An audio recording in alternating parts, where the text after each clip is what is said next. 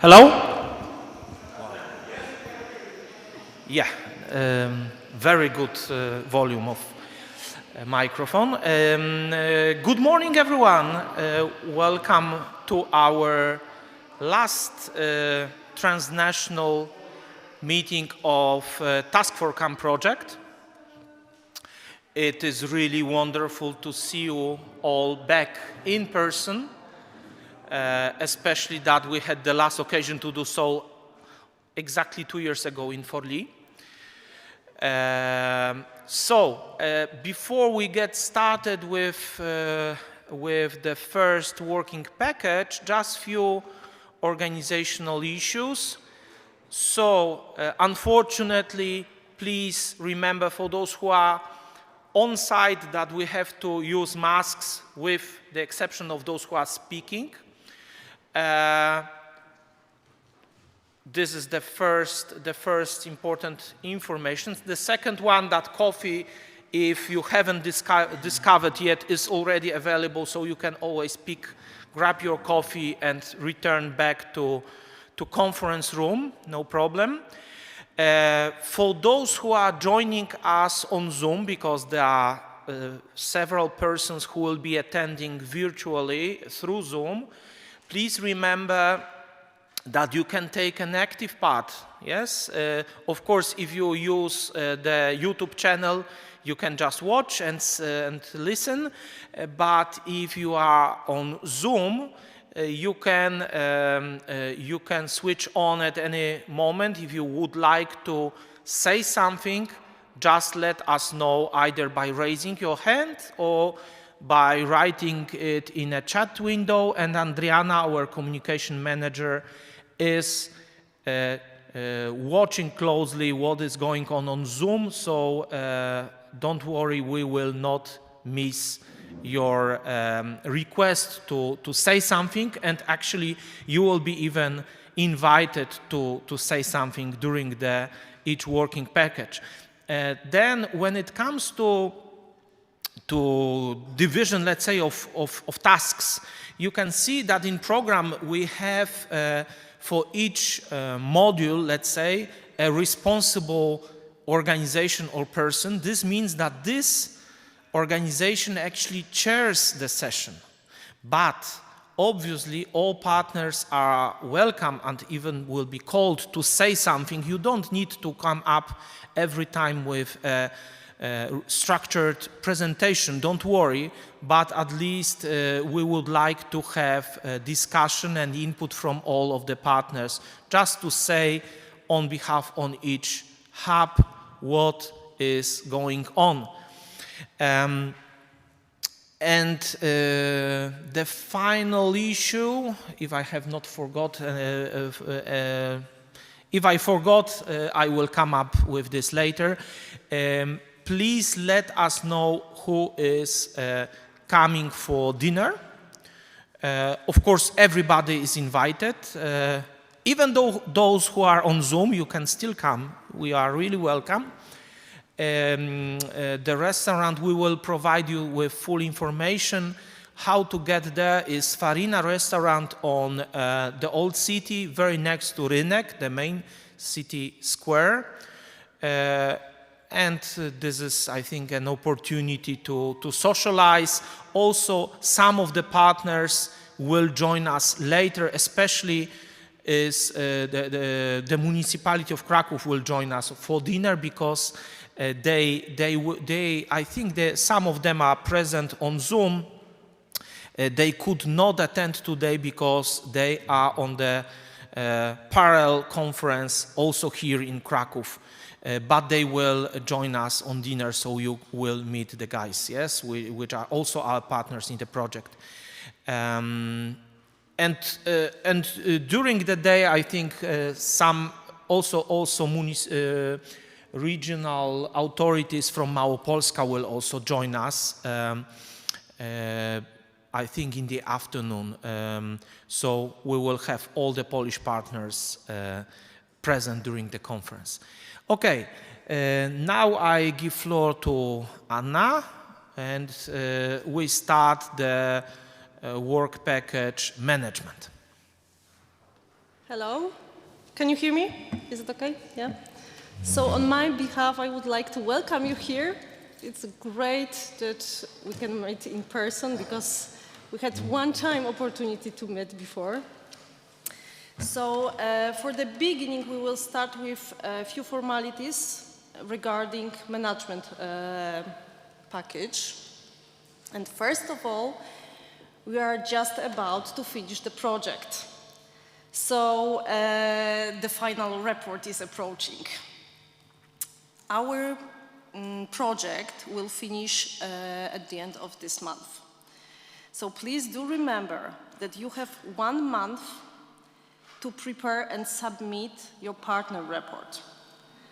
It is quite important to do this till the end of the year, as we've got some additional time for preparing joint progress report number 5, but still it's a lot of formalities. So we need to close the whole process till the end of 28th of February. So you will be very helpful for us if you submit partner report till the end of the year. This is one thing. And we realized that you've got many questions regarding closure costs, especially those who need to pay for first level control. And of course, everything is eligible till the end of the project. But we are allowed to pay for this 30 days after the project is closed. Okay? But we cannot pay for anything after this time. So please do remember about this. I think that in a few minutes, Chiara Casarelli, our joint secretariat officer, she will tell us more about it. So if you've got any questions, we can collect and send it to JS, or maybe Chiara can say something today about this closure costs. And please do remember that everything is written in our implementation manual, in our subsidy contract. So we need to follow strictly instructions written in implementation manual and the agreement. But additionally, we've got a fact sheet, and you received it from us via email. And here you've got on your desk now. And please just see, this is like, you know, nice drawing of our time-wise eligibility of expenditure. So we've got a bit of time for closure, our bureaucracy, and for paying. This is this 30 days. So that's all for me till now. When the project is end, I and Sylvia, our financial manager, we will send you summary of our expenditures. Now I would like to give the floor to Chiara Casarella, our joint secretariat officer and our guardian of this project, I would say.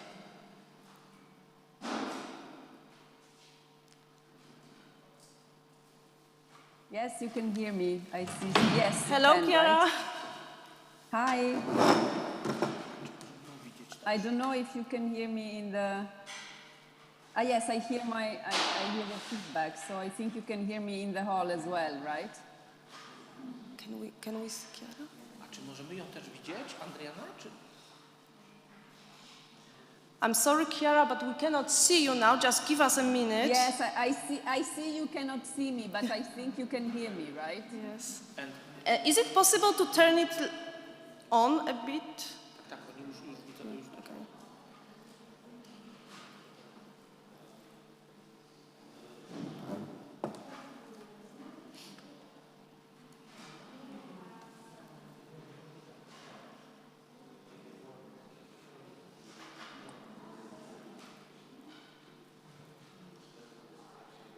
Hello again. I'm sorry. It's the first time. Hello. Yeah, this is the hybrid conferences. Hello, Chiara. Now we can see you. Oh, hello. We can see you. Chiara, thank you very much that you could participate in this project. In this Yes. meeting, I would say. Thank In the you. project as well. In the project, yes. You were a lifesaver for us.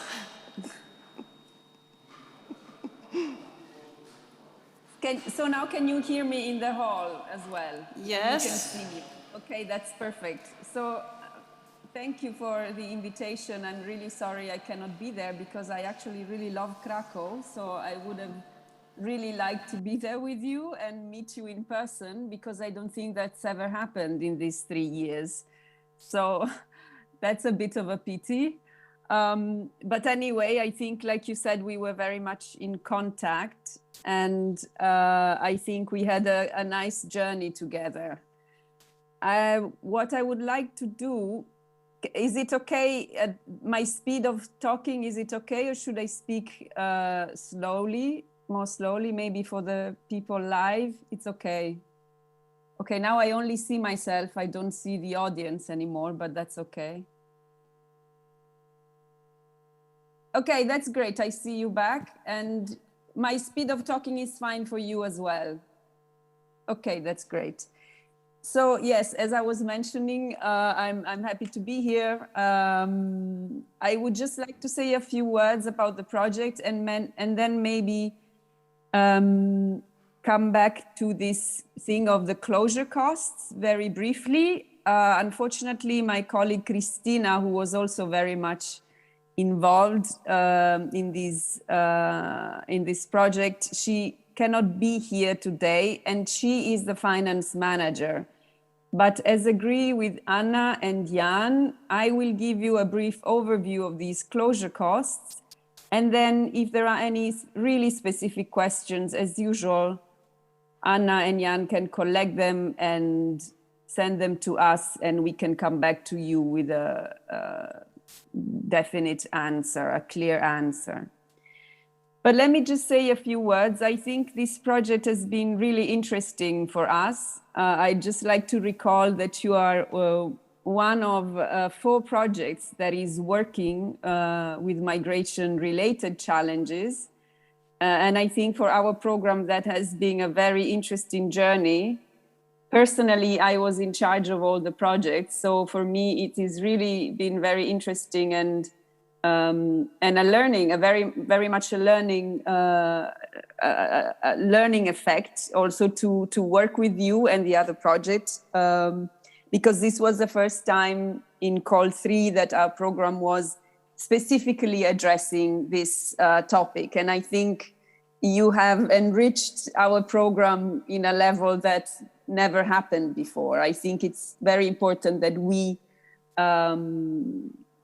contribute to this topic, and we contribute to finding solutions. I think specifically your project that was combining the integration of migrants with social innovation, in looking into ways for migrant integration using social innovation actions has been very interesting for us, and not just for us. I think the last time we came together and worked more in depth was in April of this year, when we did this cross-fertilization event. Jan and Anna were very actively involved. And that time when we basically called the projects to come together and discuss their projects and discuss with us what the findings were so far, and what they thought they needed more also from the program. I think for us that was good. And at the time, I remember you presented your e-learning platform, and I think you managed to establish a good collaboration with another project that is doing similar things, the SIMI-IN project that's managed by the Fondazione Politecnico di Milano. I would say that as a program, that event was particularly meaningful for us because it gave us more of an insight in what you do. As you know, unfortunately, we have also personally, I have many projects that I follow. So sometimes it's hard to really know exactly what each project is doing. But that gathering gave us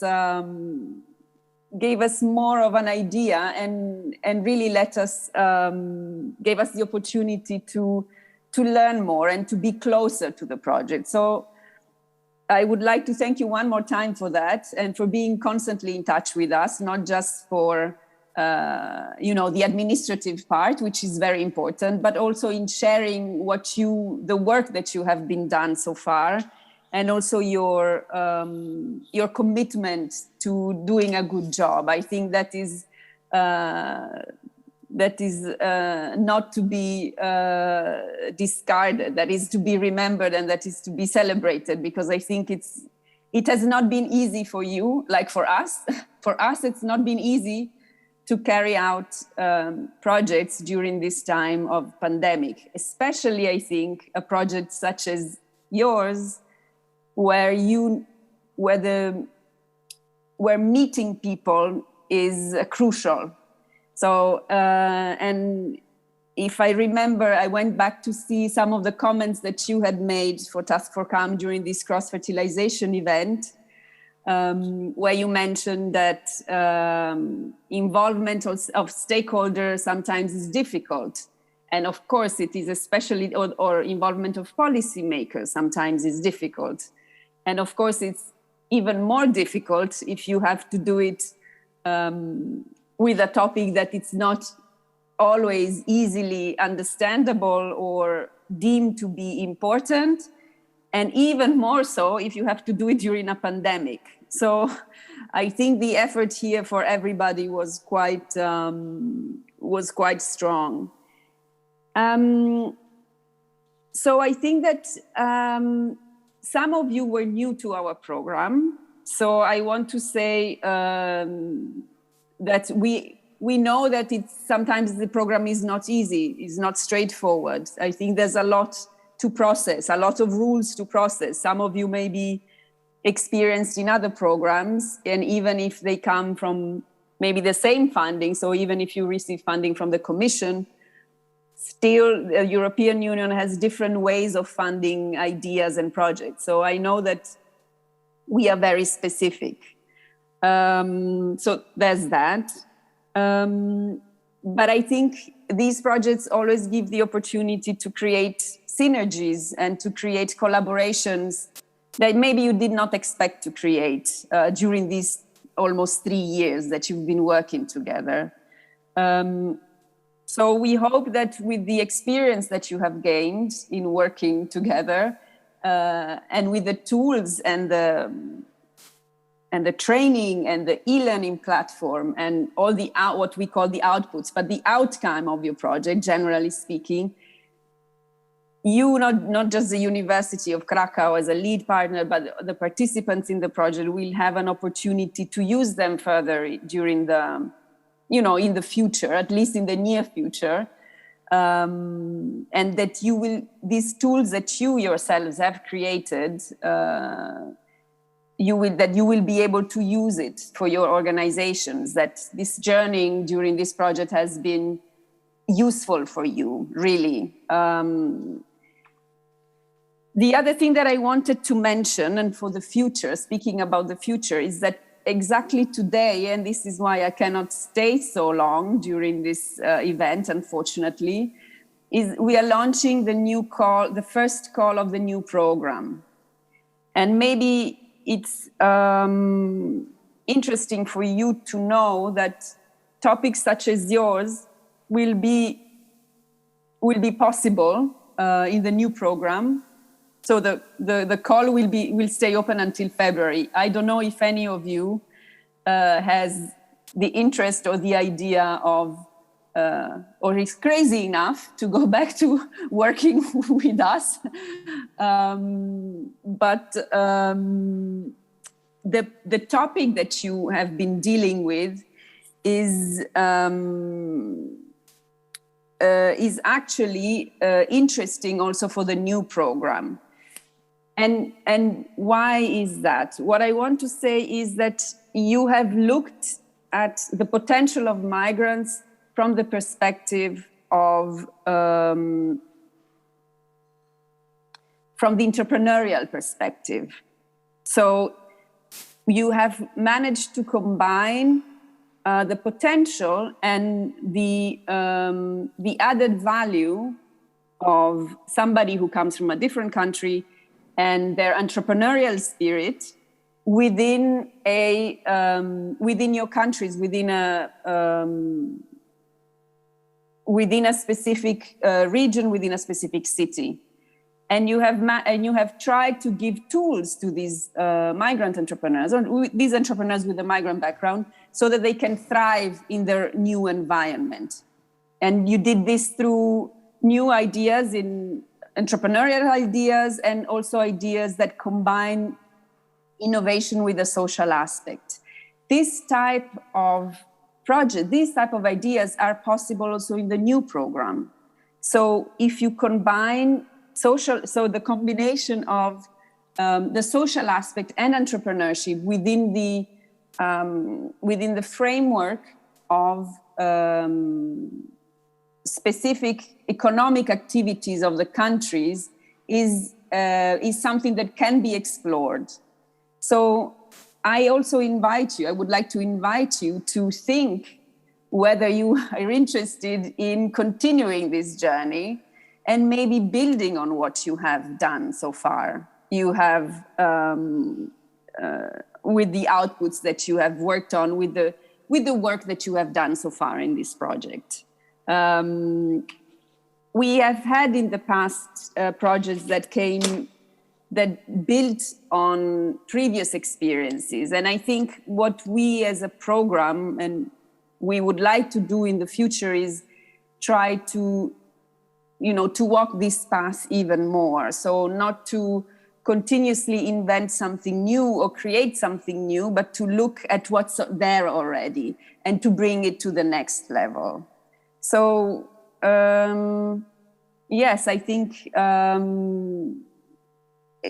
mean, of course, it's not that now you have to do something more, but to consider how to keep the sustainability of the work that you have done so far. I think it's either way within our program or without, of course. But what it's important for us is that all the work that was done until now is kept alive as much as possible in your organization. So this is one of the things that as a program we always look into. And we ask a lot of questions about it as well in the final report. So I think we will push you to tell us how you can make this these outputs sustainable. I really only wanted to congratulate you once again, to tell you about what we also have learned from you. The inputs that your projects have given us are important for us. And yes, and to invite you to maintain the sustainability, to keep alive the work that you have done so far. These were the three things that I wanted to share with you. I don't know if there are any questions to this, or if you would like to say something to us. Of course, you're more than welcome.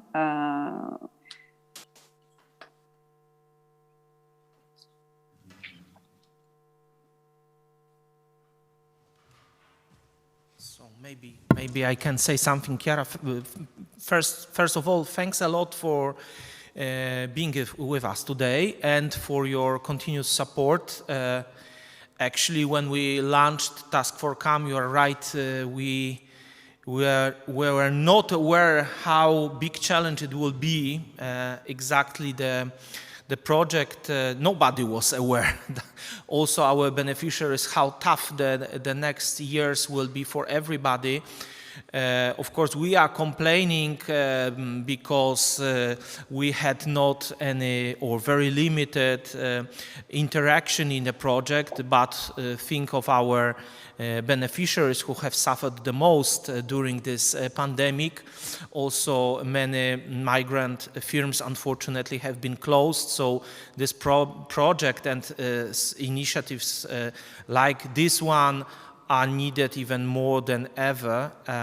So that's why I'm very happy to hear from you, Chiara, that such activities have still some room in the call which is launched today. I'm also very happy and I'm very thankful for this opportunity to connect with our sister or brother, I don't know how to call it, project See In. Actually, the cooperation which was basically started with your help, with your support, is flourishing, and actually tomorrow we are expecting to have also their short presentation on the developments of the project. They are, of course, in a slightly different phase of the project. They are still they have still some time to go, and so maybe this also some of our achievements or some of our deliverables can be somehow also exploited in their activities, which is really something I think great when there is a synergy. But also we benefited a lot from their input, so many thanks for establishing this contact. Turning to other management issues, if I may say some additional words, yes, this is a very peculiar situation right now that basically officially the project is ended, but you are fully aware of the fact that our activities will continue for additional at least 2.5 months, because the real work starts now. And of course, when it comes to management package as a whole, so the deliverables from management, actually this is more or less under the control, but management in the context of simply reporting the deliverables in Joint Progress Report number 5 will be a huge challenge. Of course, we will make it, as always we did, so I'm very optimistic about this, but please keep in mind that we need your input as soon as possible for some deliverables. That's why during all the sessions that we will have in upcoming day and a half, sorry in advance for this, but we will come up always with some internal deadlines.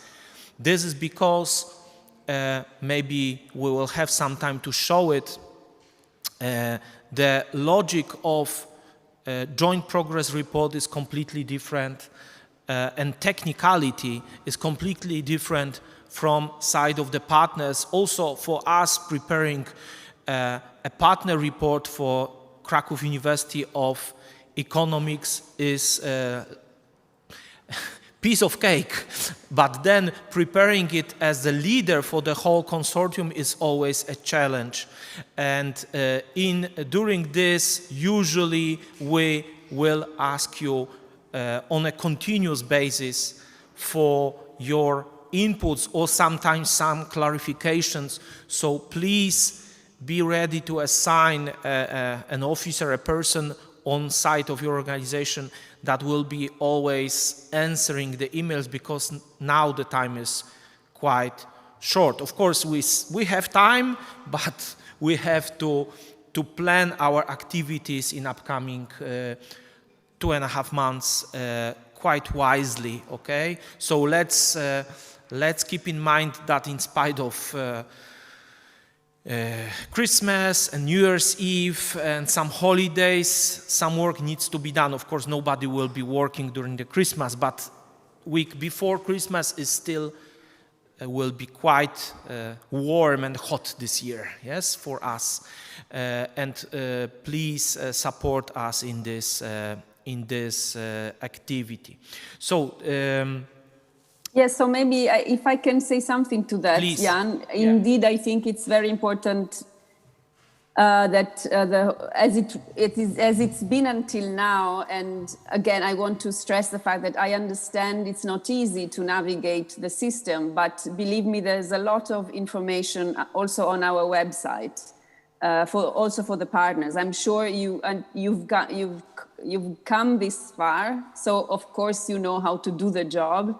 And surely you know how to do the job in your own organization better than anybody else.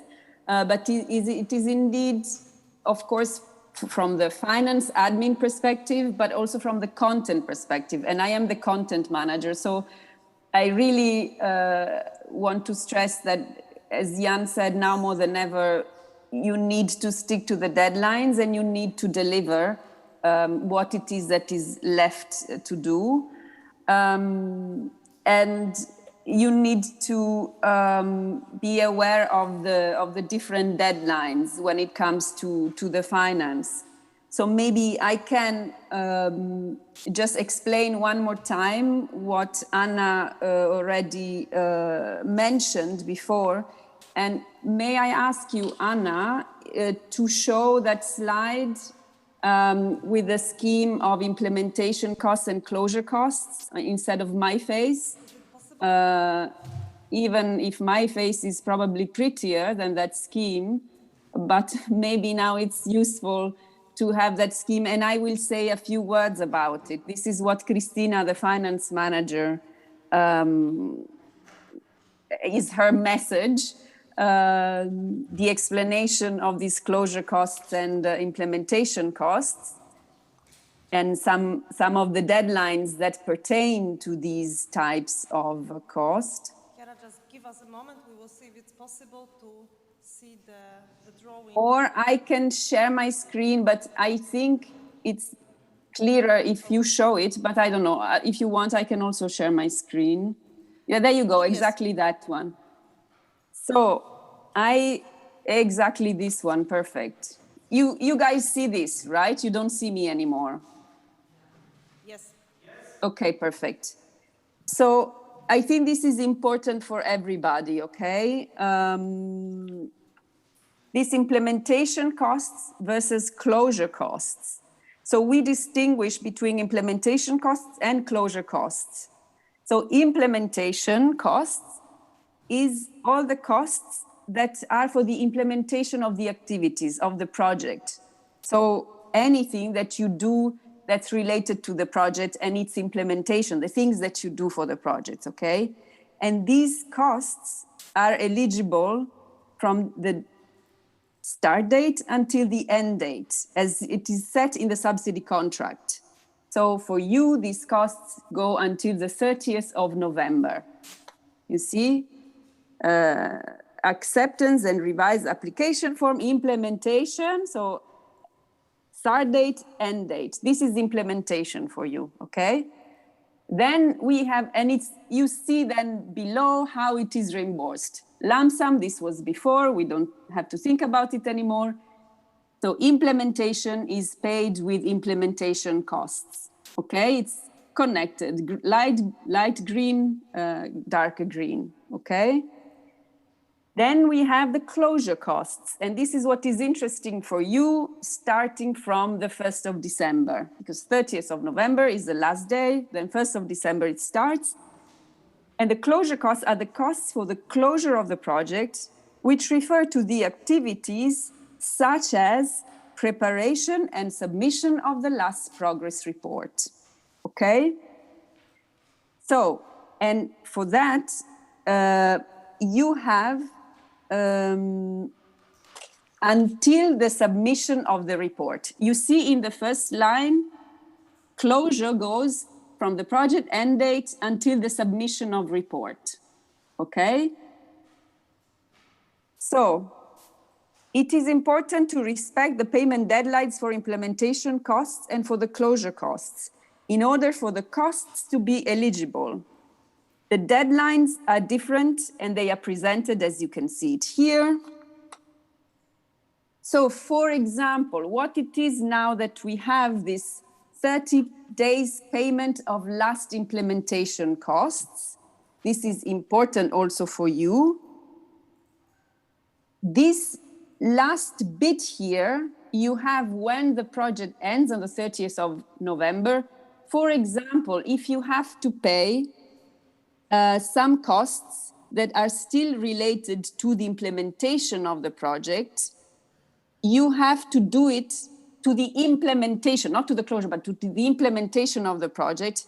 You have to do it within the next 30 days. So for example, if, for example, the lead partner has now this costs related to this final event that you do not manage to pay, within the 30th of November, you may still pay them until the 30th of December, okay? Now, this is for the implementation, but so is this clear? Anna, I don't know, say something. Okay, but so the worry of everyone is how am I going to pay the staff that we work on the final report and the last, the last reports, how am I going to pay the social security, how am I going to pay the FLC? This is related to the closure costs, and closure costs go longer. The closure costs go that you can pay the people, the staff, and the FLC until the time where you submit your report. Okay? So you do not have to stress yourself because you have the time. And this is, in your case, until the 28th of February 2022. Okay? So now the closure costs. The payment deadline for the closure costs is the deadline for the submission of the last progress report as set in the subsidy contract. This is a rule, and in your case is February 2022. Okay? So there was a question about paying employees who are working after the project closed. And the answer is, as I've just said, the costs referring to the activities of preparation and submission of the last progress report and the final report are closure costs. So they are eligible and must be paid by the deadline for the submission of the last progress report, in your case, February 2022.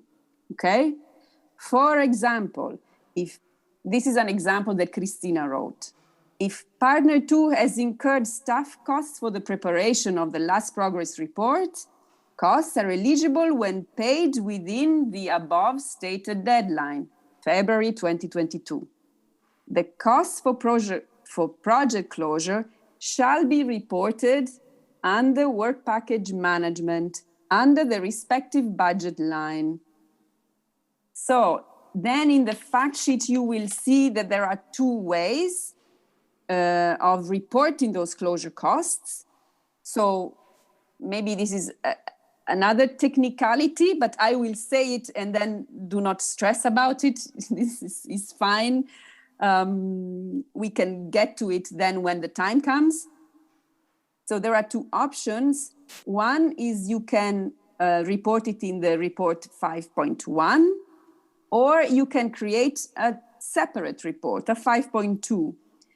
In case partners want to report closure costs in a separate report, you, lead partner, need to contact the JS so that we can open this additional report, okay?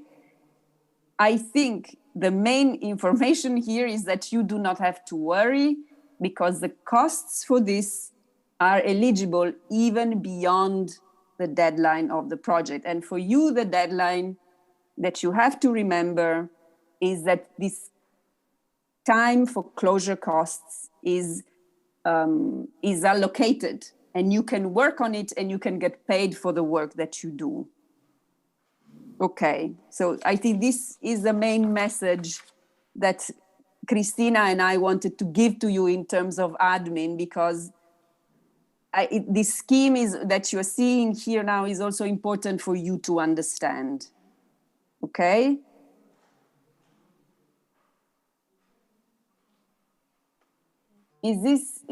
Are there any questions for Chiara, this? So Yes? just in case, so the second partner report, you open for our request. Yes, You you have to open- ask us and we will create it. We will open it. Okay. Yes. Yes. Yes. So if you need it, please write an email and you will receive it. Okay, so that's I understand. And another question is just to confirm, when it comes to our partner who couldn't submit last report number 4, Yes. we include these reports in joint progress report number 5 now. Well, you have to include the costs, Yes, in the following one. And this is okay. Because, it's the case of our new partners. Yes, of course. Another important thing I think that you have to know so that you don't stress when you work on this is that unlike for the past, in the last report, you can always add the new expenses. There is a rule that you can add, first you add all the expenses that you have, then you submit it, and then you can only add in the first clarification round, and then that's it. This, of course, is not the case for the last progress report. It's not closed until all the expenses that are certified are in. So during the second clarification round or third, if it's needed, we can still include all reports. Yes. That's advantage. But the deadline for reporting is with the first submission. This is important. Right. Yes. Okay. It's the time that you need for the FLC to certify the costs. And this is why sometimes you submit the first and some FLCs, because many costs are still working on it. Right. Okay? Yes. Right. And could you say a few words about documents, because we need to fill in something offline as well? There is a declaration that the lead partner needs to fill in, and it is a declaration on where all the documents are stored in your case. This is so just it's a lead partner declaration. There's a lead partner declaration, and this is just for the lead partner that you. This is just for us. Yeah, I think so. Okay. Yes. Okay. So the lead partner declaration is just for you. Yeah. Okay. Thank you. I am not aware that there are additional things that the partners have to have for the last progress report. But I would like to invite the partners to please also check the implementation manual, because it's quite detailed, I must say. I think one thing is, yes, it's a complicated program, but I think we have a lot of tools online, a lot of fact sheets that can help you to understand and maybe be clearer on what you need to do for the entire partnership, I mean, not just for the lead partner. And then I have Costanze, hello, that I see that she's asking, I have a question regarding personnel costs. When they incur to prepare the progress report in February, the problem is that we pay our staff for their work on the 15th of the following month. Is that right? Right. Yes. So you would pay them in March. This specific thing I would need to ask, because I'm sure we have a lot of cases like this, and I need to ask my colleague from We will finance. collect all these questions and send it to you. Yes, if these specific questions, because this is exactly why we do this additional months, because people work and social charges more often than not are paid on the following month Right. of the work done. So I'm sure this is something that we have tackled, but please collect this question, Anna, yes, and we will come back to you. Yes. For sure. Christina Thank you. also reminded me to tell you this. I want to say it one more time. She's also very precise. She prepared the contribution that I just read for you to explain to you these two different concepts for closure costs and implementation costs. I hope this helped. But I think it's also for your mindset.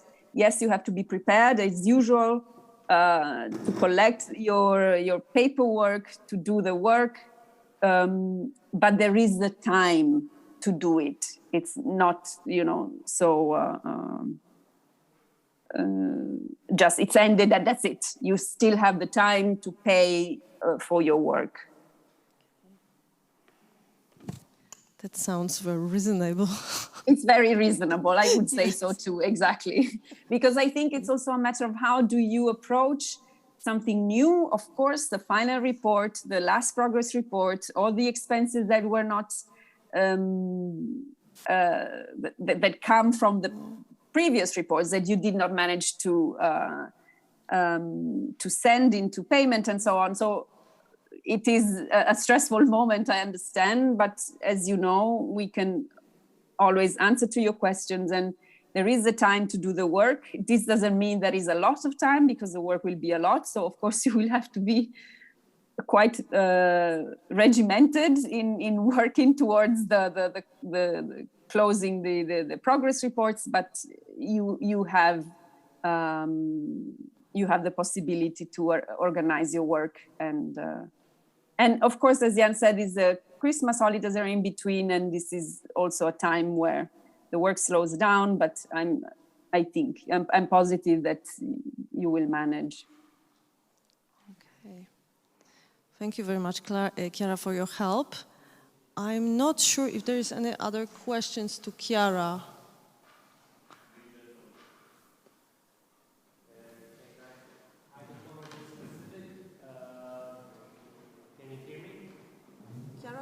Chiara, can you hear?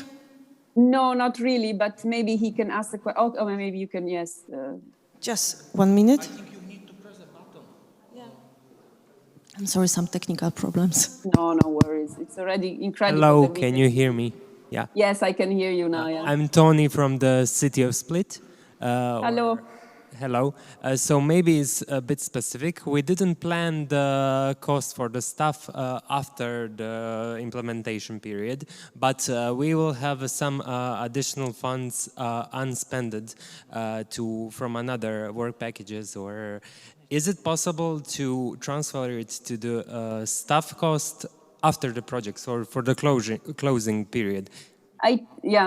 I think this you really need to see with the lead partner, because you can do these shifts if they are below some threshold of the minor shift according to the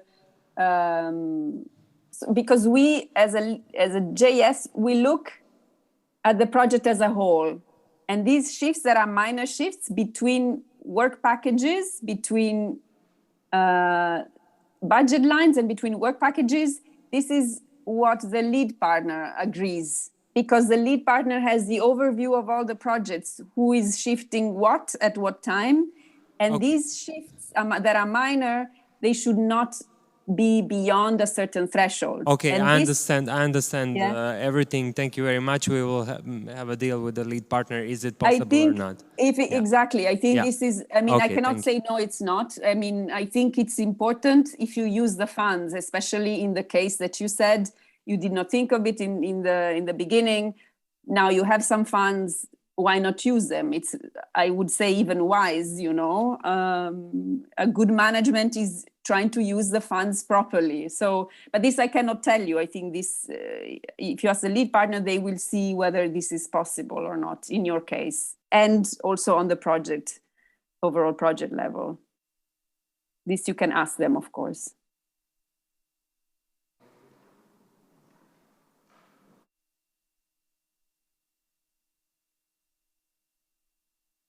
There are no more questions? Or? Chiara, for sure, Okay. we will send you Yes, some of- questions. No problem. Actually, it's good if you send questions. So it's, I think, you know, if you're not sure about something, better ask than, you know, just do it and maybe stress yourselves. And no, just ask the questions. You feel free to collect the questions. This Costanze already had one. After this event is over, you probably will have collected many. I I have a question Yes. concerning the certificates we have to deliver from the first level control. By when do we have to submit the certificates? Well, I think this is a question, Claudia, Yes. right? You Yes. submit. I think this is as usual. Okay. You know, collect your these deadlines, internal deadlines. They remain. You know, it's just that the lead partner has one additional month to collect everything because it's the last. So you Okay. do your work as usual. Okay. I think Thank for you. Italy is easier because you have your decentralized and you work. I mean, I don't know. You're from Italy, right? No, Claudia? Austria.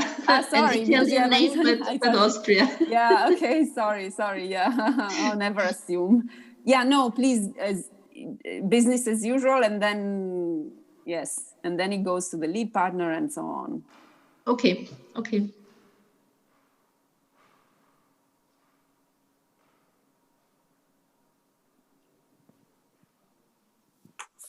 Okay, would you like to ask about anything else? No?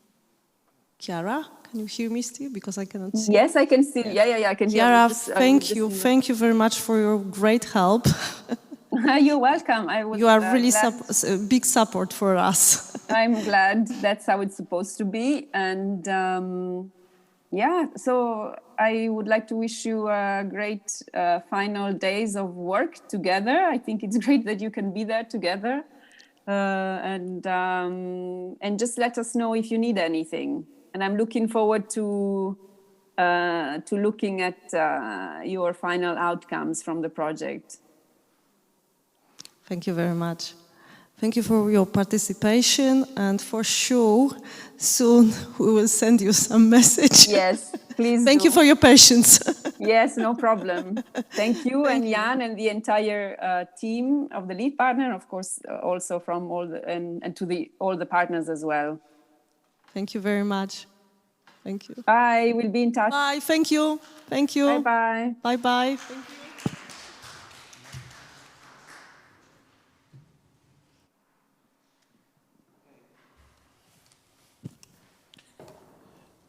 Okay.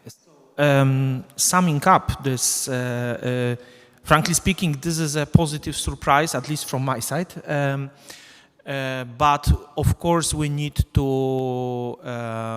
We have now food for thoughts. I mean, that's why it's even good that we are finishing this session a little bit earlier than foreseen. Actually, I have some plan for this using this time slot, so don't worry. But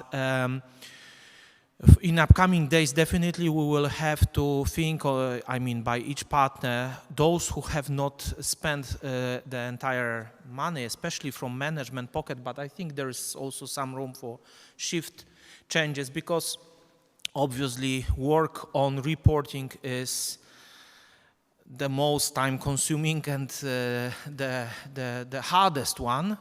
So if there is still some chance for paying this to our staff, our teams, that's great. So if I understood correctly, there is even some chances for paying for this work until even February, yes?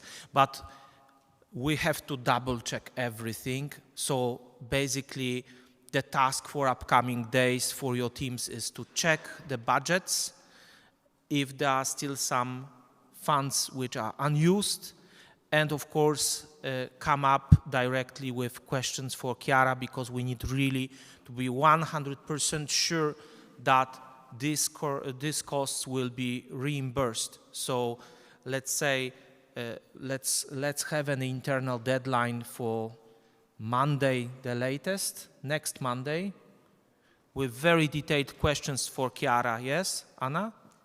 Well, I would give 1 week. Exactly, Yeah. 1 week. Yeah, it's 1 week. Yeah. Okay. So Yes, yeah. so- Okay. So till right. So till the next Monday, please. Don't cross the line. Okay. Yeah. Because Because we Chiara need- needs some time also to answer. Yes, because now we are in contact with Chiara and Christina, and Christina quite often needs to check everything and rethink. They need time as well to answer our question, yeah? Okay. So we will collect everything and we will send one message to JS, not to confusing them, okay? Could you...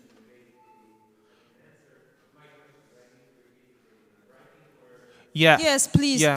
do repeat writing. I mean, yes, it's, yes. you know, Yeah. talking is just talking. Even if we have this meeting recorded, let's have the official ruling out of the procedures.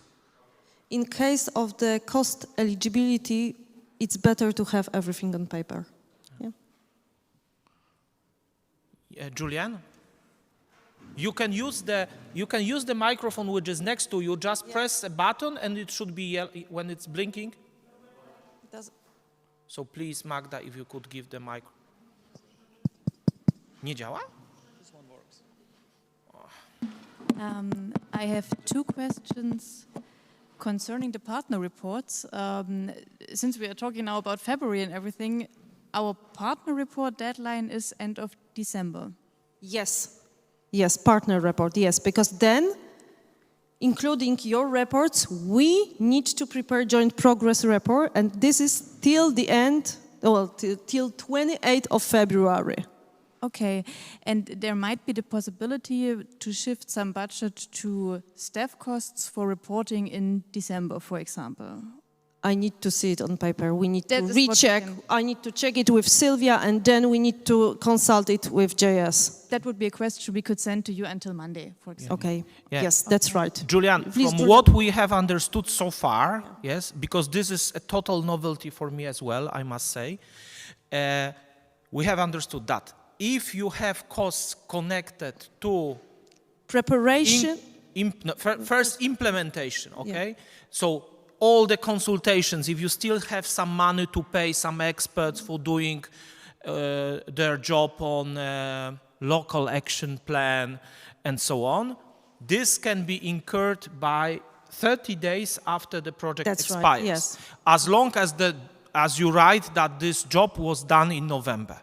Then only the closure costs are connected with administrative work. So it's Yes. not longer the work of experts, yes? So for instance, I'm employed in the project both as expert and manager, so no longer as an expert in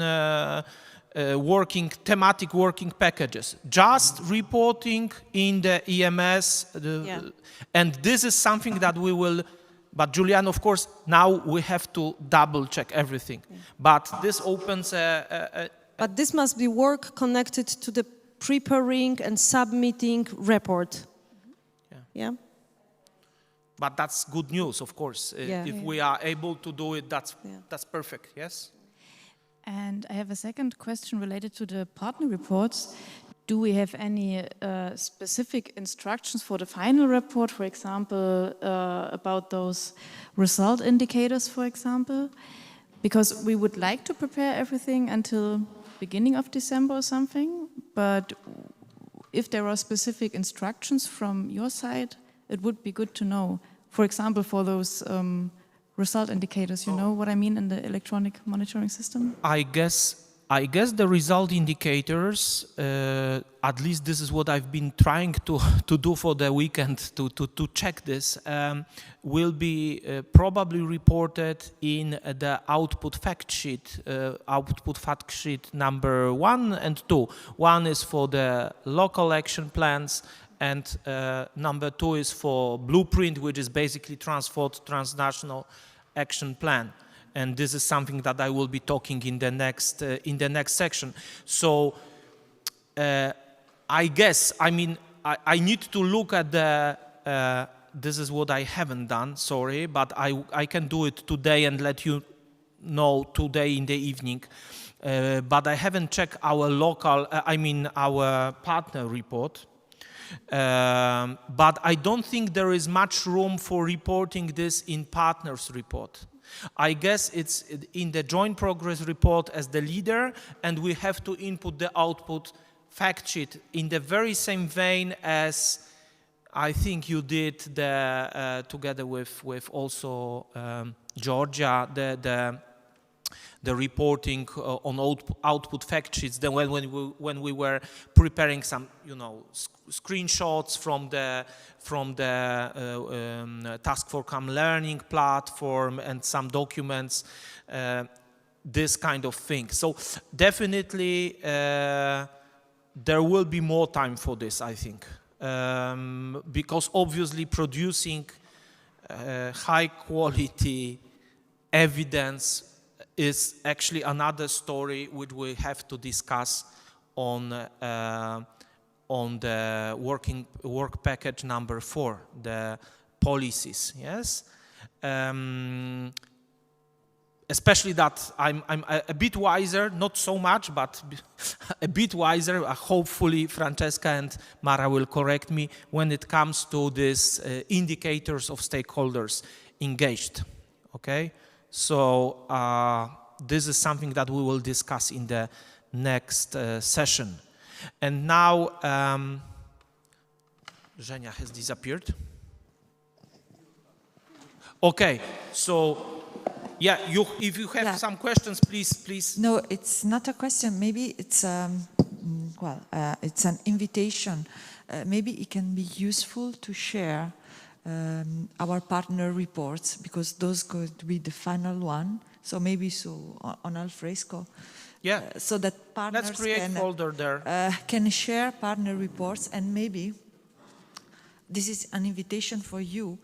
Looking at the final report, you can fix some of a specific question for partners to include in the partner reports, helping you to compile the final report. So in case of indicators, outcome specification or whatever.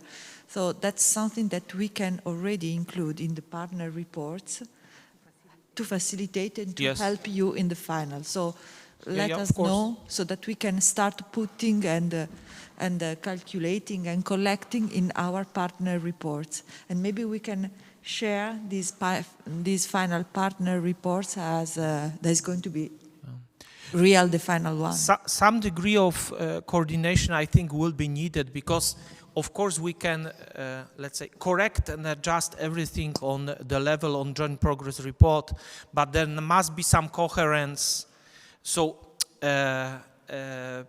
of course, the controllers will compare the indicators from partners report with the indicators from joint progress report, and that's why we need to be really sure that we have included everything and there is no mismatch between those two.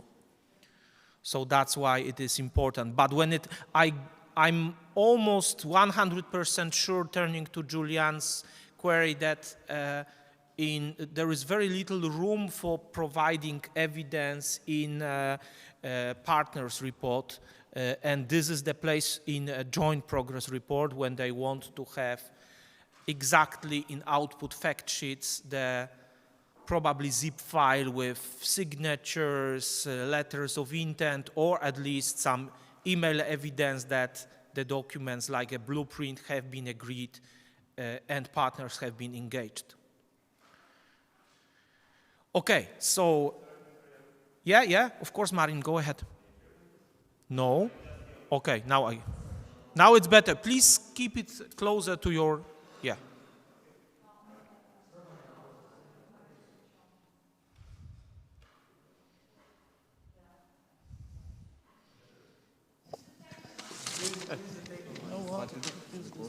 Oh, it's working.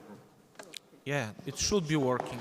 So just to check one, I think, Julian, this is maybe also your question.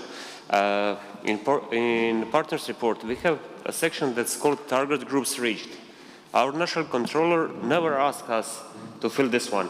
they're just checking the financial part.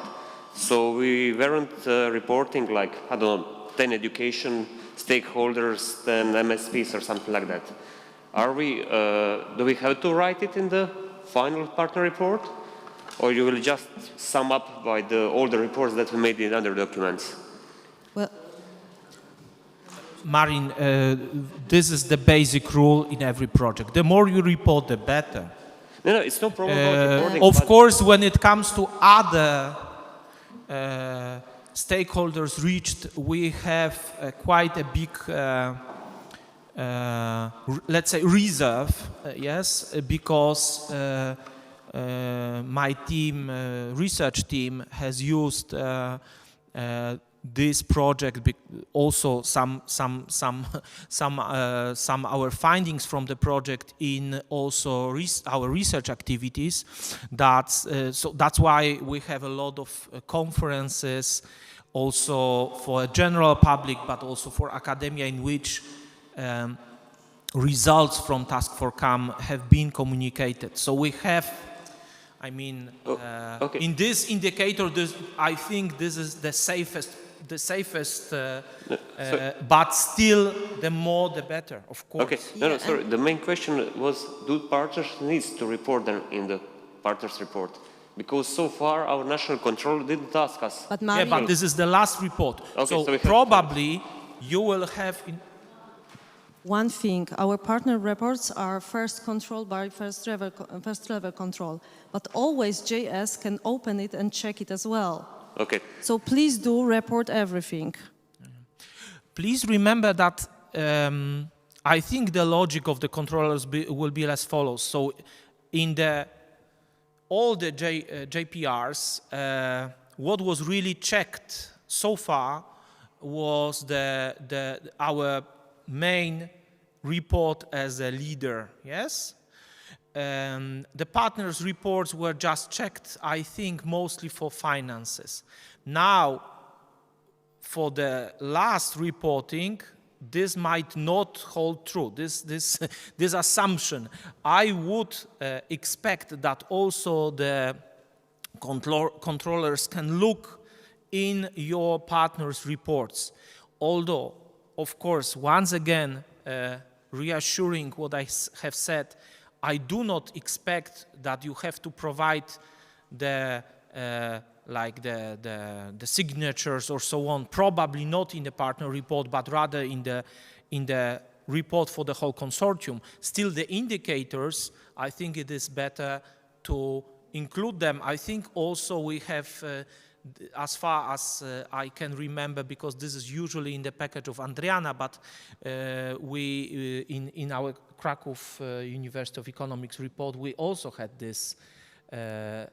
This is always a part of the report, which of course has never been completed, because we were saying, look, this is the end of the project, then we have to but and the logic is, if I can be really frank, it's a binary issue usually for controllers. So simply do not write too much, but rather this is reached.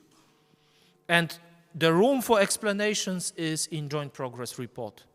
Then we provide the full evidence. They do not even expect us to say too much. I have these corrections from Chiara very often. I wanted to come up with lots of clarifications, and she says, no, this has to be written in a very simple language.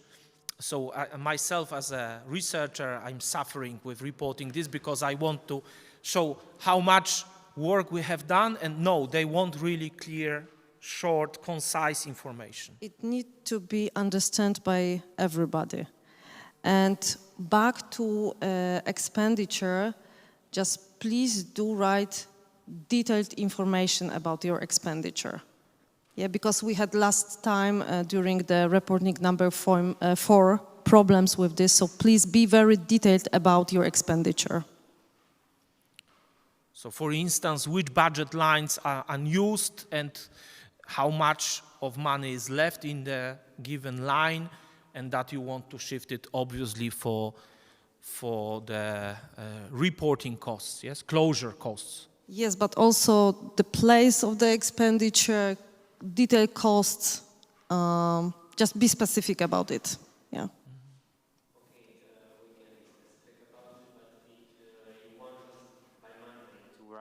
Which budget lines we haven't unspent and which one we want to shift, it won't be possible because we still don't know how much money we will totally spend and which costs.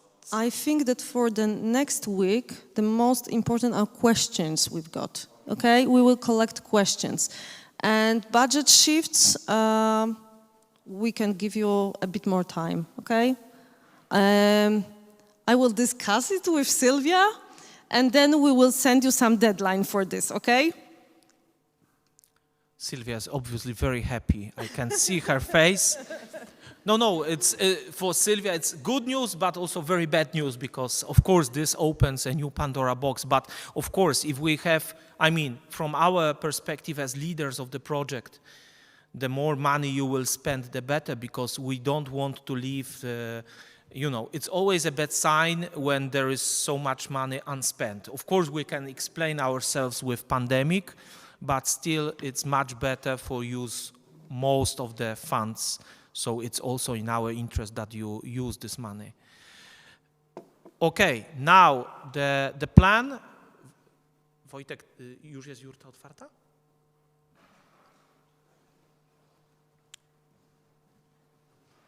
Czy już jurta jest otwarta? Tam jest. Okay. So the plan for now is we have more time than actually foreseen in the program. That's why I would like to use this opportunity to invite you for a very short walk, very short walk, just 5 minutes, okay, through the campus, so we can show you our mobile one-stop shop, and there is so you could see how we have conducted our pilot activities in the project, mostly consulting the migrant entrepreneurs in our Mongolian yurta.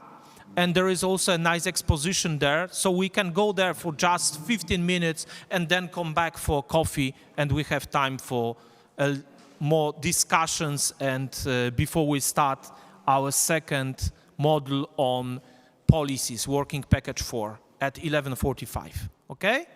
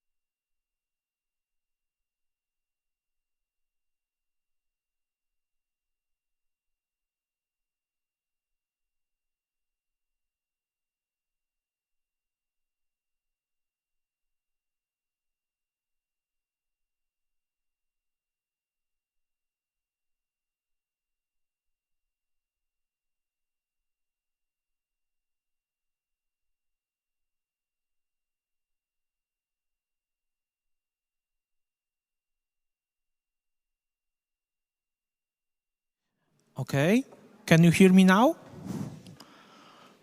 So, we start our second session, which will be devoted fully to thematic working package number 4, which is on policies.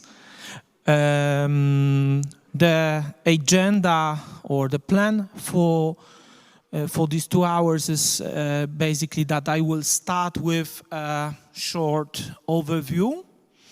Then I will ask several colleagues and partners to join, and then we will have a discussion. So we foresee also a presentation of colleagues from Croatian Hub, so Sedra and Municipality of Split, and also a short input from both Università Politecnica del Marche. Maybe Julia also will add something, and of course the Austrian and German partners.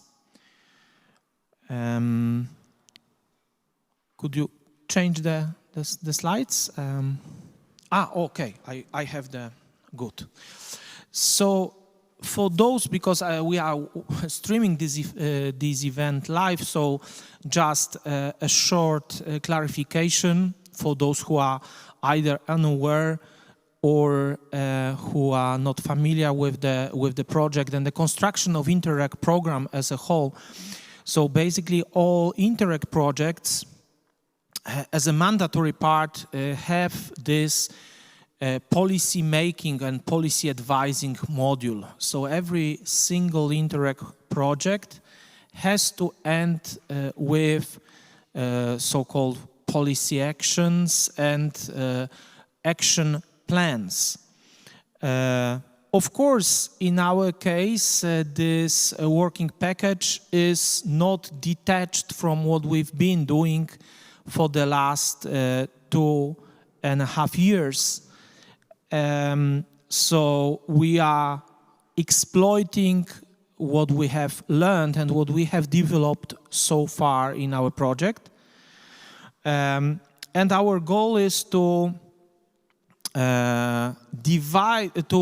design some ideas or action plans, as we call it later, that can be used and adopted by mostly European Union, European Commission, as good practices to assist migrant integration. Please remember that our main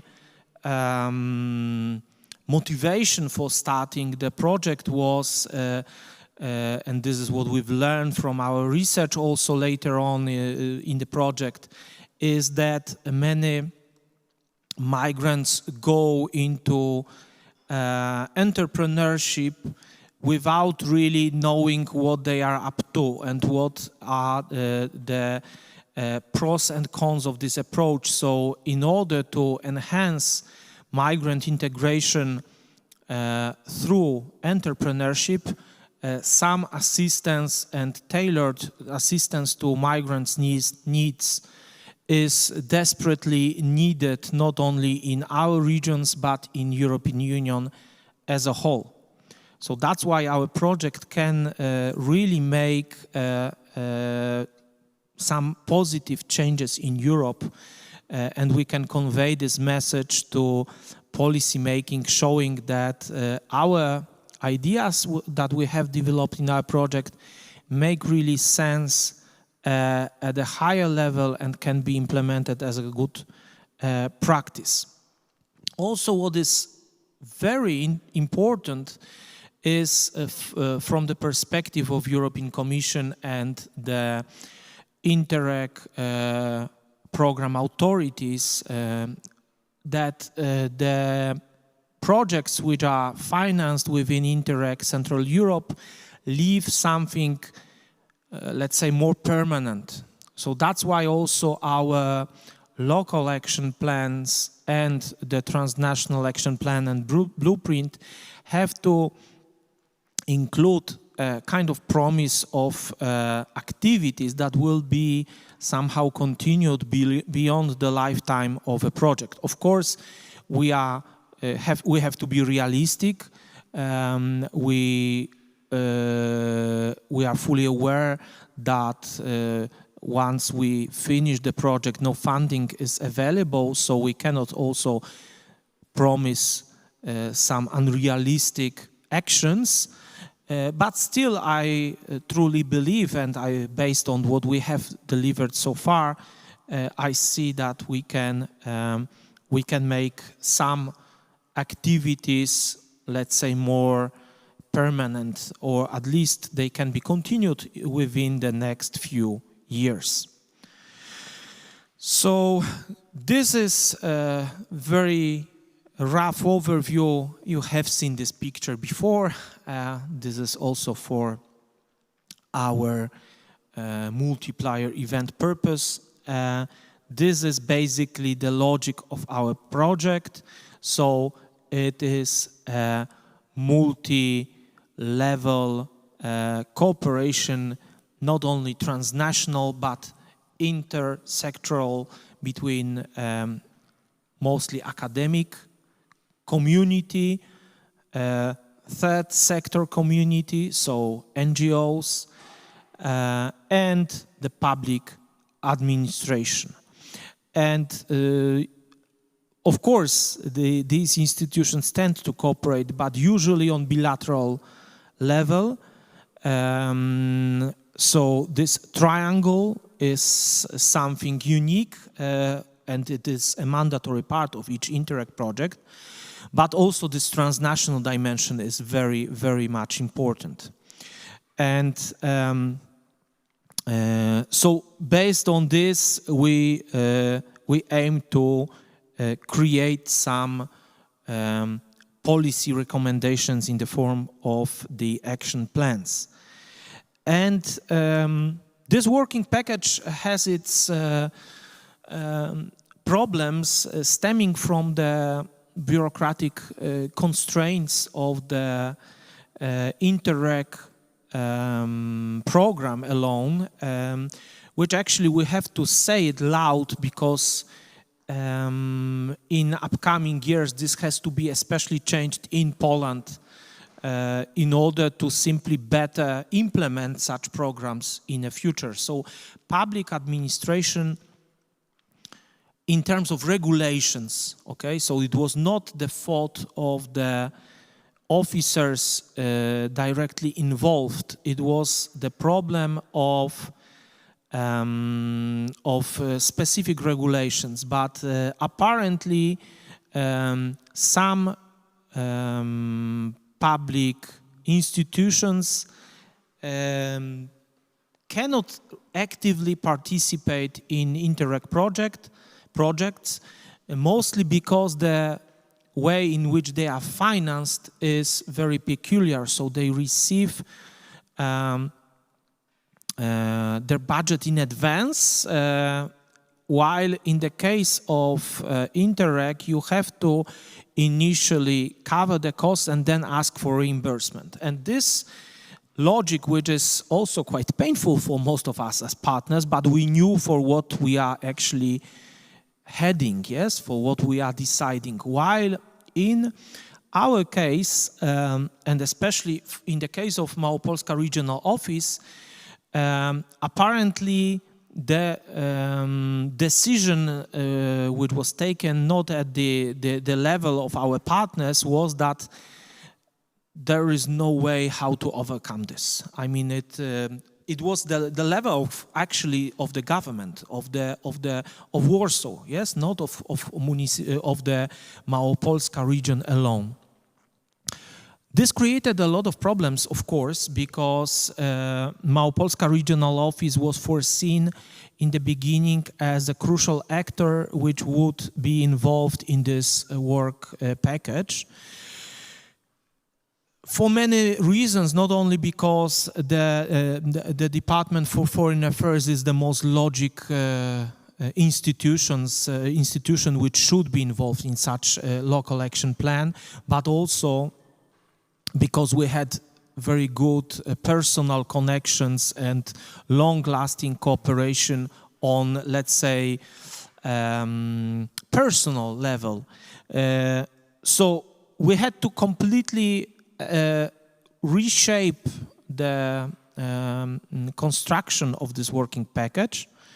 Małopolska Regional Office played only a supportive role as an associated partner without budget, and hopefully, and for that we are very, very much grateful to our friends in the municipality of Krakow.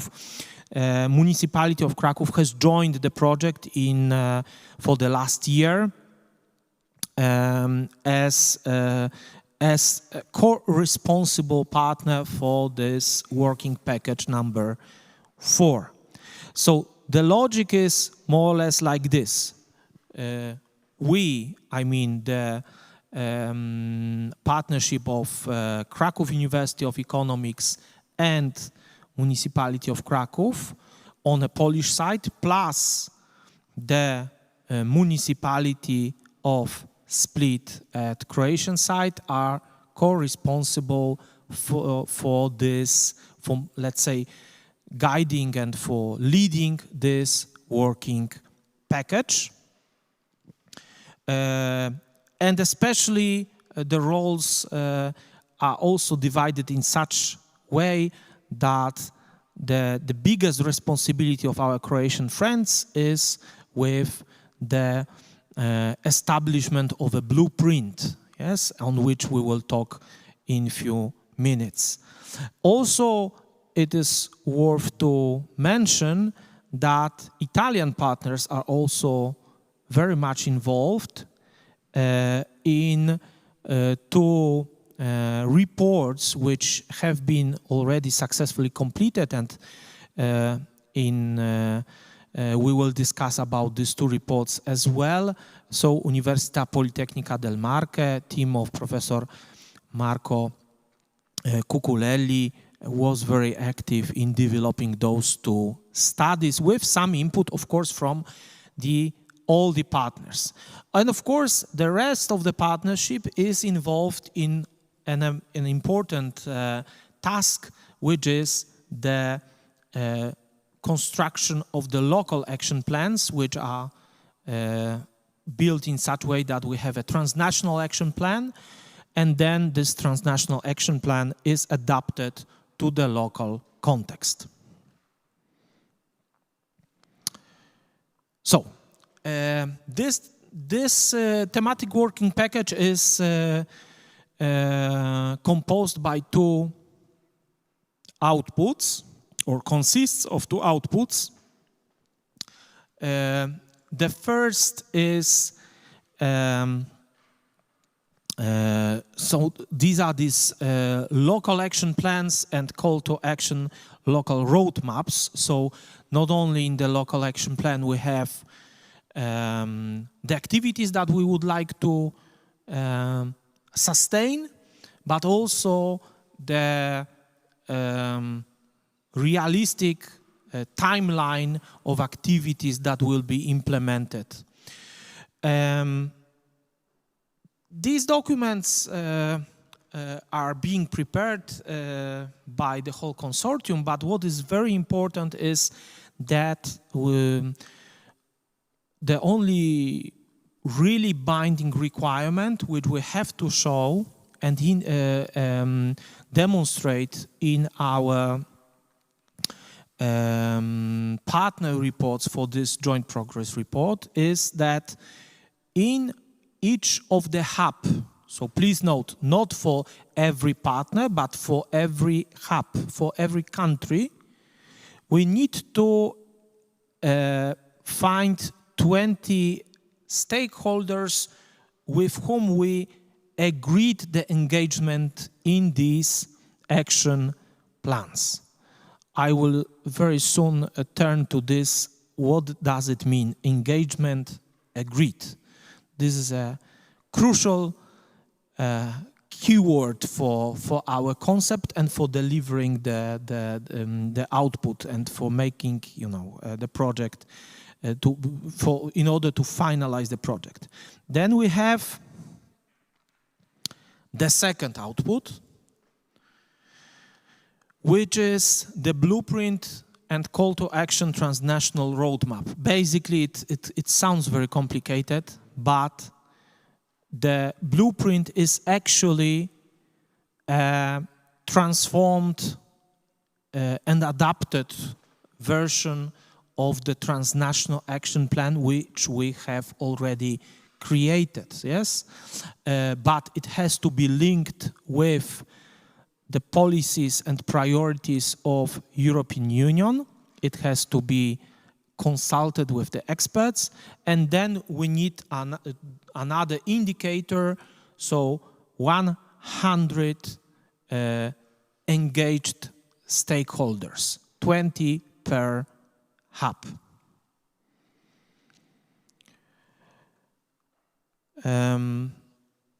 Now, okay, this is the very rough picture. Now let's go to a detailed overview of what we've got to do, what is the current situation. And during this phase, I will start presenting, but also I will try to involve all of the partners in this discussion. So this is the end of the lecture, okay, for now. Now let's go to more discussion, okay? First of all, I would like to, if it's possible, Adriana, please confirm if it's the case, to welcome Marco and Ilaria mostly, yes? I don't know if Ilaria is online. Marco is online. So maybe Marco could say a few words to us, because this is the work which, okay, so you can even see a smiling face here, because of course we as the leaders of consortium are happy. These two deliverables have been finalized, I would say, in a very smooth way. And I'm really grateful to all of you, because throughout this process, I've been in constant contact with Ilaria and Marco, and they asked you for an input in this regard. So this, although the work was coordinated by Università Politecnica del Marche, without your cooperation, these deliverables could not be developed and finalized. Marco, could you say a few words to... Thank you. Jan, thank you very much for your kind introduction. Actually, you already told the most relevant part. We finalized both of our deliverables, number 2.1 and 2.2. The first one it was the benchmark analysis of new financial instruments for social impact, and the second one was actually the 5 feasibility studies on participating regions about the use of innovative financial instruments. I don't want to go through the details, of course, of the studies, but I want to take the opportunity to thank really all the other partners that have been available, and they shared a lot of information and allowed us to let's say, to build feasibility studies based on their indirect information. It was a great, and it was a really a joy for us, and a very facilitating moment for putting together information. These 2 deliverables actually follows the other 2 deliverables that we prepared during the first and the second year of participation. The first one was just on the, you probably remember, the elicitation of needs for migrant entrepreneurs. And the second one was the preparation and the crafting of tools for, let's say, train migrant entrepreneurs. I don't want to spend more time on this. Jan, thank you very much. You did a great job. I would just to add the 2 other information. The second one, let's say, found very interesting the opening that we had this morning at the very beginning of the meeting by Chiara Casella concerning the opportunity to build up additional evidence, additional analysis, additional studies on the migrant entrepreneurship issue. It's a central issue, and I'm very happy that let's say we can think to kind of analysis and continuation of this kind of study. The very last one is more technical, if I may say, and concern the budget. Actually, I think we have a small sum, a small amount of money that we have not been able to spend, and probably, if possible, we would like to share to cover some incoming closing cost in the, let's say, 2.5 months of the program. I thank you again, Jan, and thank you to all colleagues that supported us in this very, very engaging and interesting process. Thank you very much to everybody.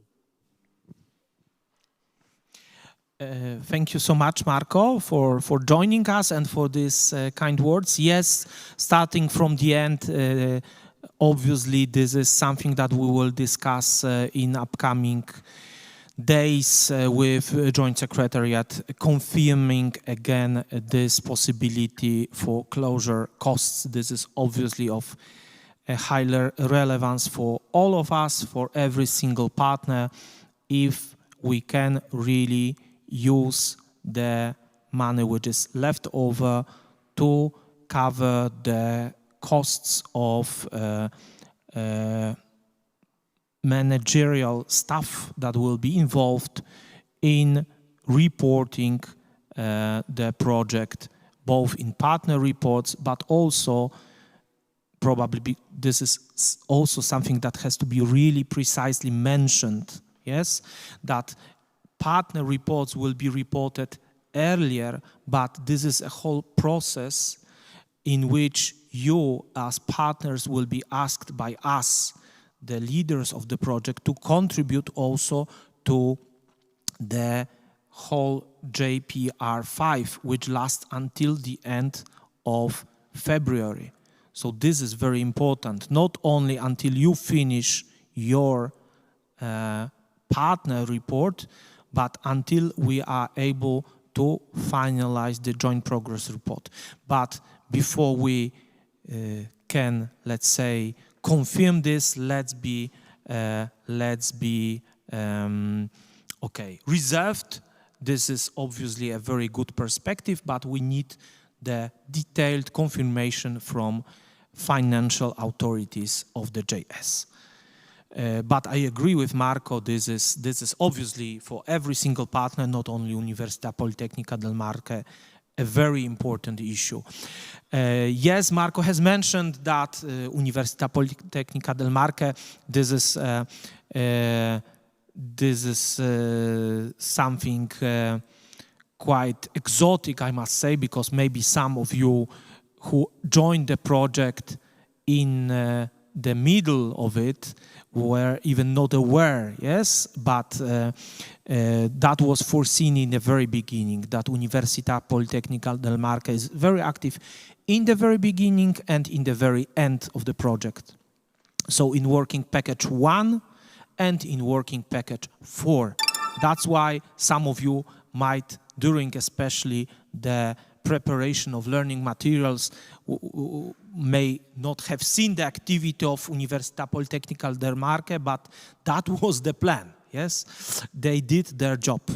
I must say also that this, why these reports were produced, this is also important because they seem so much, for some of you who are not very, very familiar with the whole application, they might seem a little bit detached from the rest.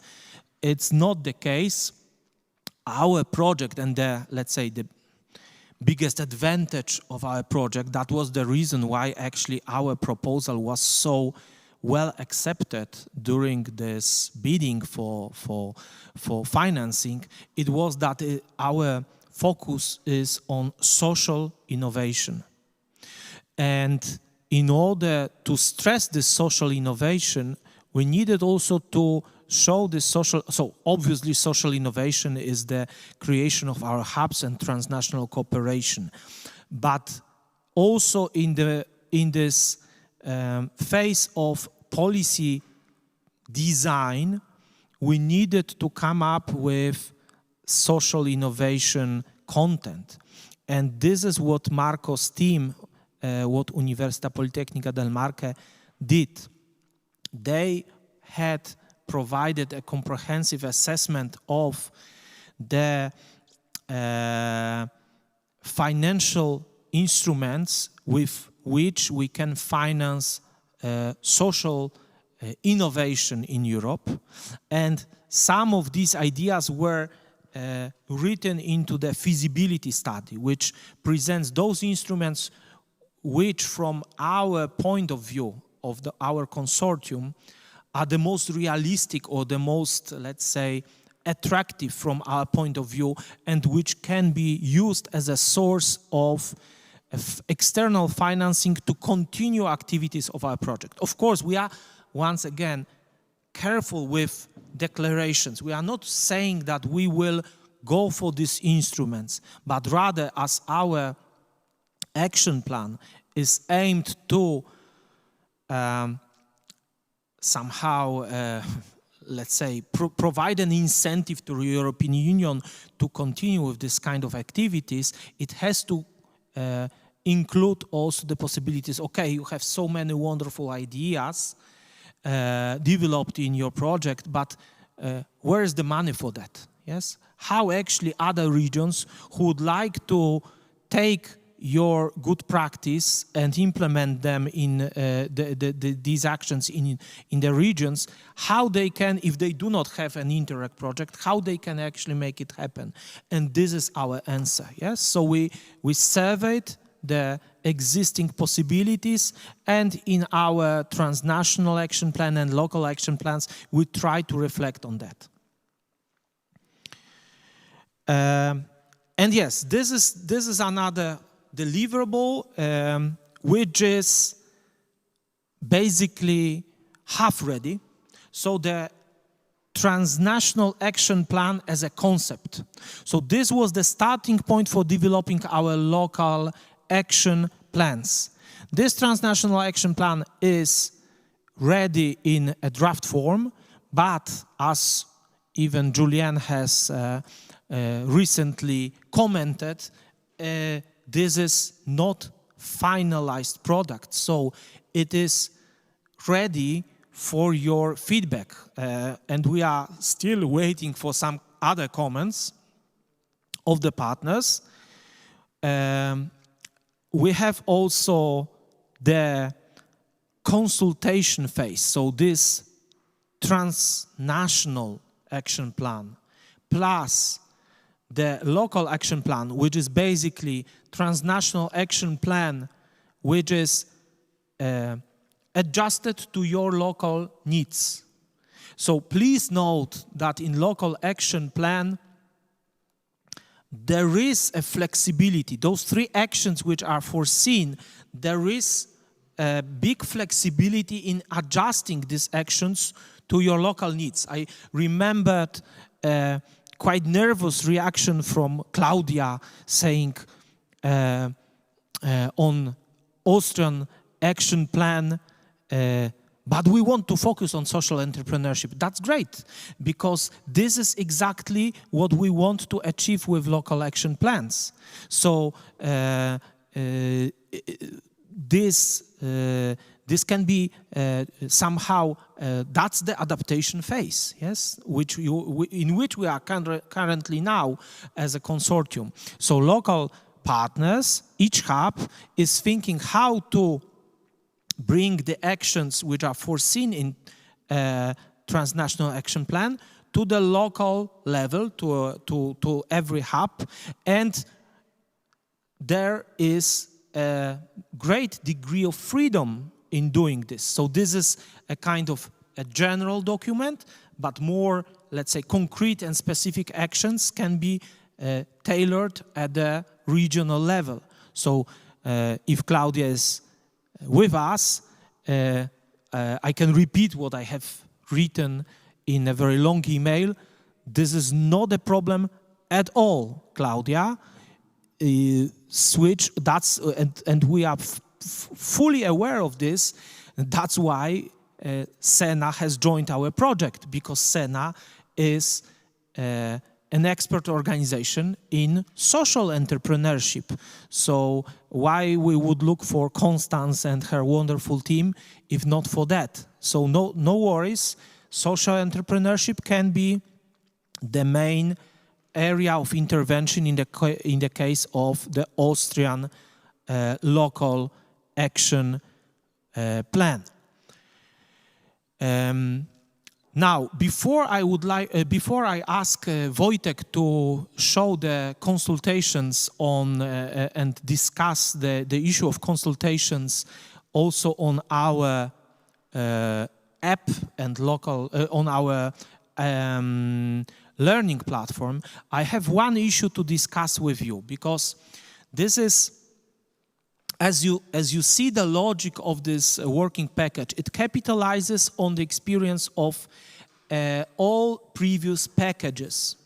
That's why, because Julian, among many very interesting remarks on the Transnational Action Plan, said very simple story. Yes, I was not writing the Transnational Action Plan, so I shouldn't be the author.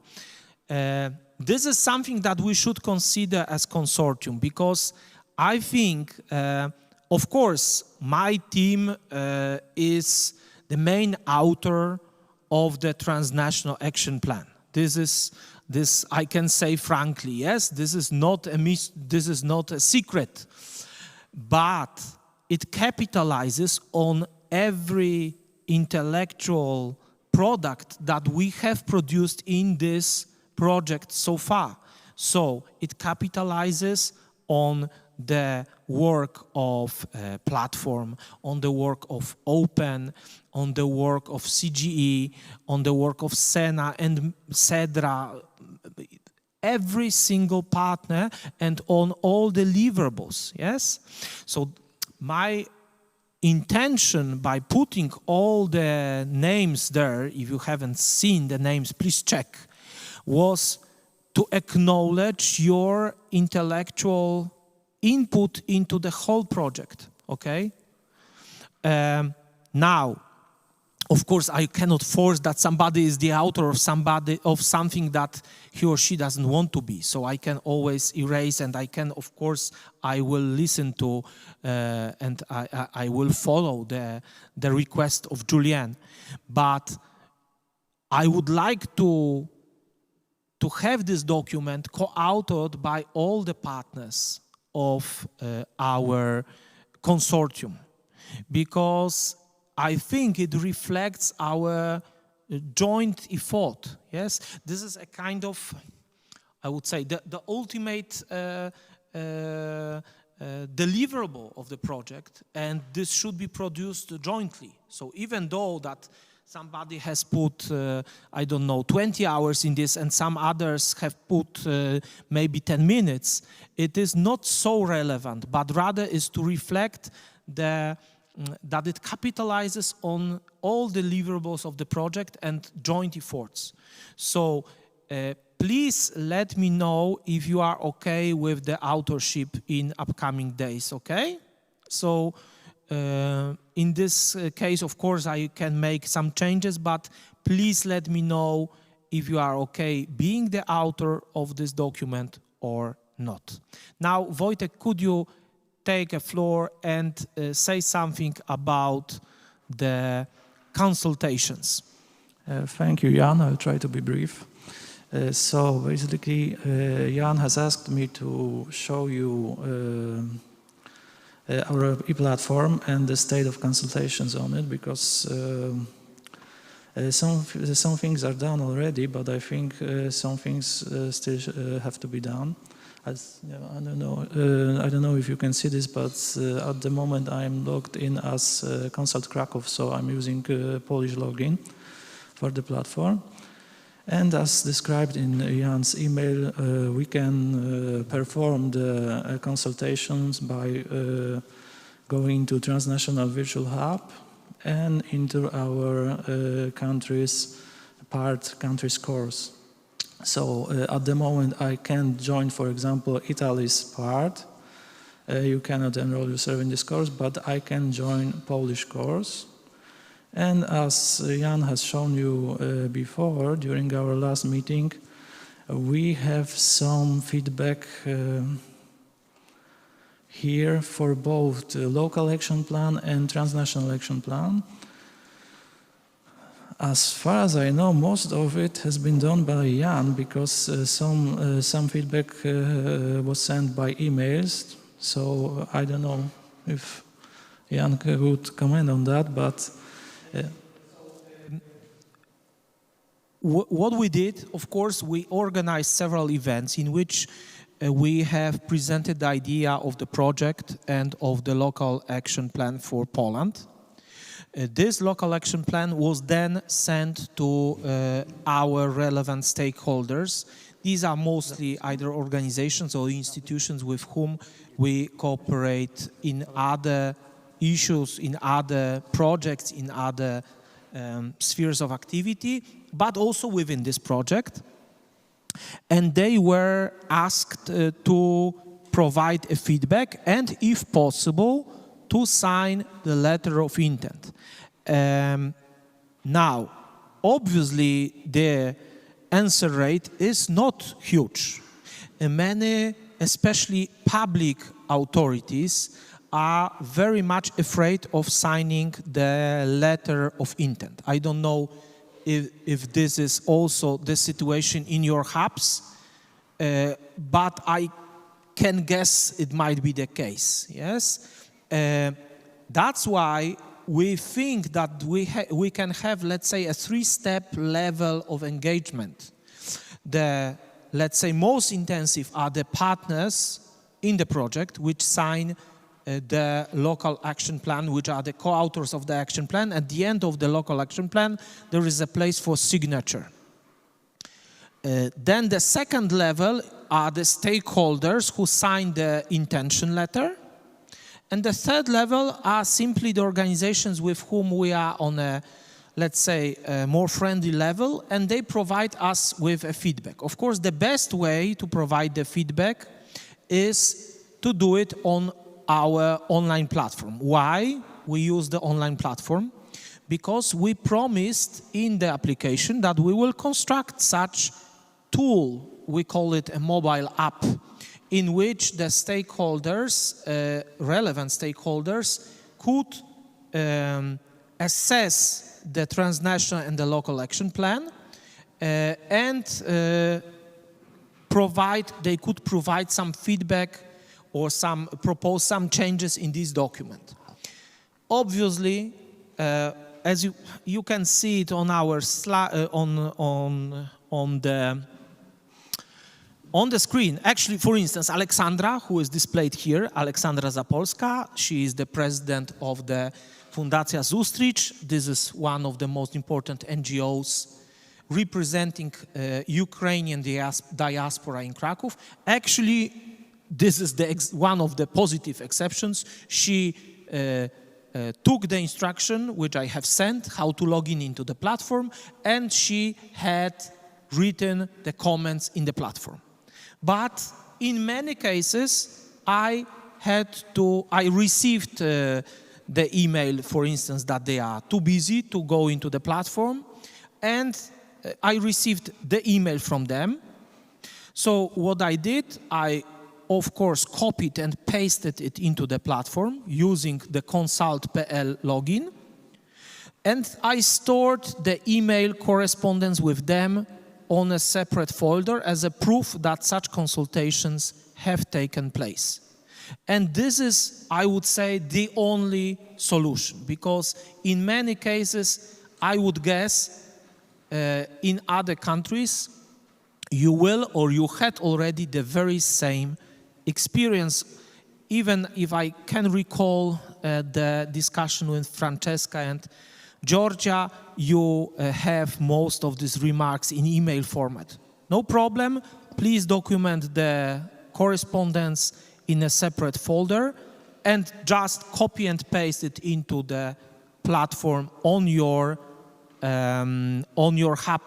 Every single hub has its dedicated space on Learning Taskforcome platform. But this is important because we promised that it will be there. So at least several comments, not necessarily all 20, but some of the comments have to be included in the platform in order to complete this deliverable, okay? So, because of course we know that the consultations are still ongoing. Some of you are waiting for the feedback. In our case also, this is just, in this point, I will make a very short reference to my team, to Kasia and Magda. This will be your task in upcoming week and 2. I will provide you with a list of the stakeholders who are supposed to deliver the consultation feedback and the letter of intent, and you simply have to be the annoying types that will simply ask them for the for the work which should be done, okay? So please be so kind. Of course, we will have another meeting on that. And this is the only approach, unfortunately, that we can do. We have to report it in our Taskforcome platform. Now, can I ask you, hub by hub, do you have any problems in assessing this platform? I asked Alessandro Tonacci, who provided you with specific password and login for every hub. Do you have any problems or technical problems as well with this? Hub, no problem. Just the same as yours, nobody wants to log in, so it will be something through mail. Even getting a response on a mail can be a problem. Like, they say a few words over the phone and, okay, send it by mail. Yes, we will send it, and we are still waiting for a few comments. So platform is without problem. Making stakeholders to actually write it is a problem. We have to help them. These are usually busy people, so it's in our own interest to have this content on the platform. Thanks. Glad to hear that. What about Germany? Is it working? Yeah, it's working. We already uploaded some feedbacks. Yeah. Okay. Thanks. Austria, Julian and Constance and Claudia. I tried to enter, but I didn't succeed. But maybe it was my fault, and I will try it again. Alessandro, could you resend me the password, because of course I will do it straight after we finish this this session. So during the lunch break, you will get the credentials. Please check them today and let me know tomorrow if it works. If not, we will ask Alessandro, who is following us, to double check. Okay? Okay, I'll do so. Thanks. Great. Italy? Georgia? We don't have problem, actually. The only problem is, not technical problem, is that we start our discussion with the partner before having the password. So we have, as you, a lot of email and Google module that they had to complete. So I will put this material on the platform, and probably it will be not easy to ask them also to get inside the platform, because we already have done this this consultation. I'm not sure if you understood, because I'm familiar with Italian case. I talked to you. What Georgia and Francesca and Mara did and Barbara, sorry, was that they had created some kind of Microsoft Forms or whatever. So they created a separate pool for stakeholders to write feedback on the plans. So now they did already the consultations. They have the content. The problem is how to put it now on the platform. Maybe we can discuss about this later. How can we help you in this regard? Yes, because good news is that you have the data. It's simply how to report it now. And okay. So okay. When it comes to, can we go back to the presentation, which we not the consultations, but the presentation on the, okay.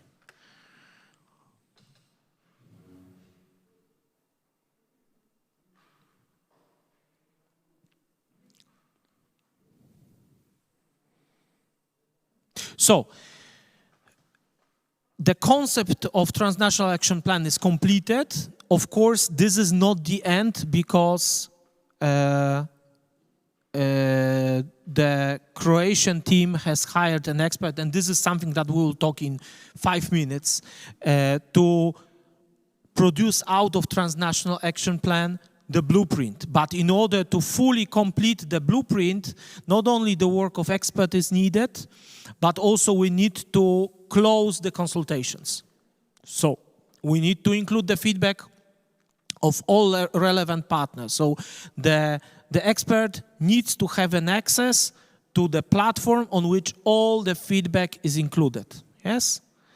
So then we can claim that the blueprint really reflects not only our internal discussions, but also includes the consultations which were done in transnational, at the transnational level. Yes, so the Taskforcome platform was shown. Now, what is missing when it comes to another activity, so the adaptation to the local context?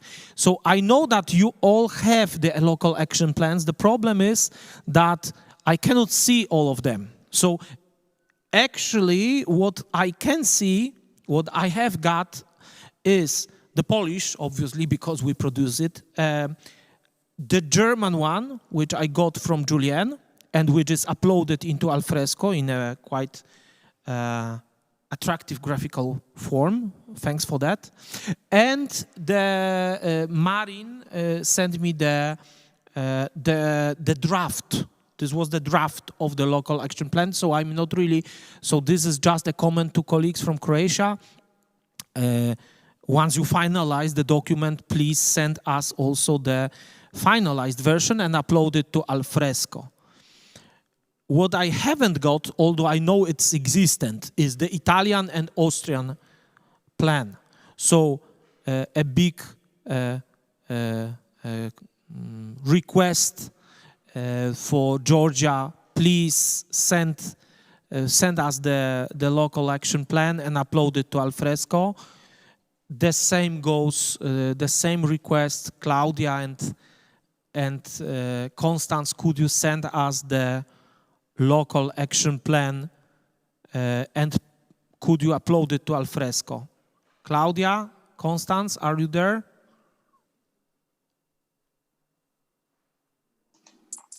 Yes, we'll do so. We are currently preparing it. So Claudia has already made a great first draft, and it's now my turn now to insert my input, and we will send it to you immediately. Great, great news. So you can send even the draft, so then we can already show that this is something which you are working on. And as I said to Claudia, and just to reassure, social entrepreneurship can be the focus of the action plan. No worry, okay? So this is your way of adapting it to a local context of Austria. Okay? Great, we'll do so. Great. I really love the painting that Claudia has behind in her office. It's always very, very optimistic picture, which during our meetings online, I always look if Claudia is there because I love the painting. Okay, so you need the same in your office then. Maybe you should request for painting. we should, yeah. I think we should use some administrative costs to refurbish our office and to buy such painting.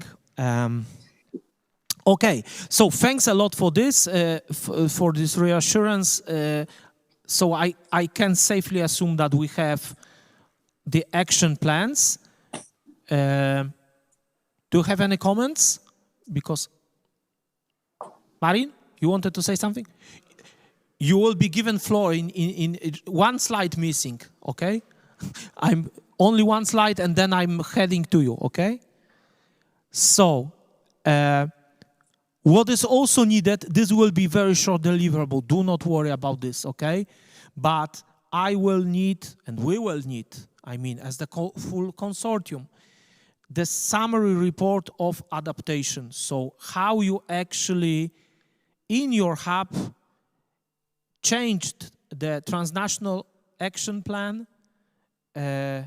and adapted it into your local circumstances to better reflect your local needs. Of course, the meetings which you had in the hub or the conferences in which the such local action plan was presented are also needed in this regard. Yes, so in this way we could. I understand that currently still in many countries of Taskforcome, physical meetings are very difficult to be organized, but if you had some ad hoc meetings, even through Zoom, this is also fine, okay? We call it meetings, but they not necessarily have to be really formalized. But please say, look, we've met these and these institutions in such and such way, and this is what they have said. That's why the local action plan looks like in this way. Yes, that's how it was. Why it was slightly changed and adapted to the local need. So the template, of course, before you get started, you need a template. Template will be ready by the end of this week.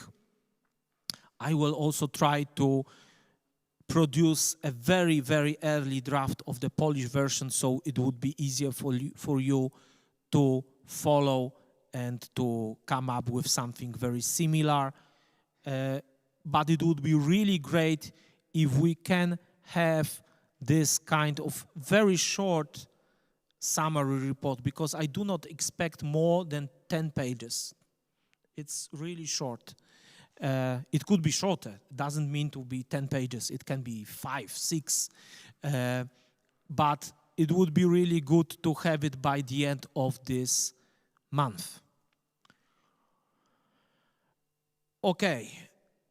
Now, validation. And validation is something that is done jointly, but the most responsible, I mean, the leader in this task, in this activity, are our Croatian friends, both Sedra and Municipality of Split. And now I would like to give floor to you. Maybe could you also join me in the, because I'm sitting here all alone. So Tony, Marin, maybe you could join us. Czy możemy teraz przejść na tą drugą prezentację chorwacką, która jest na komputerze?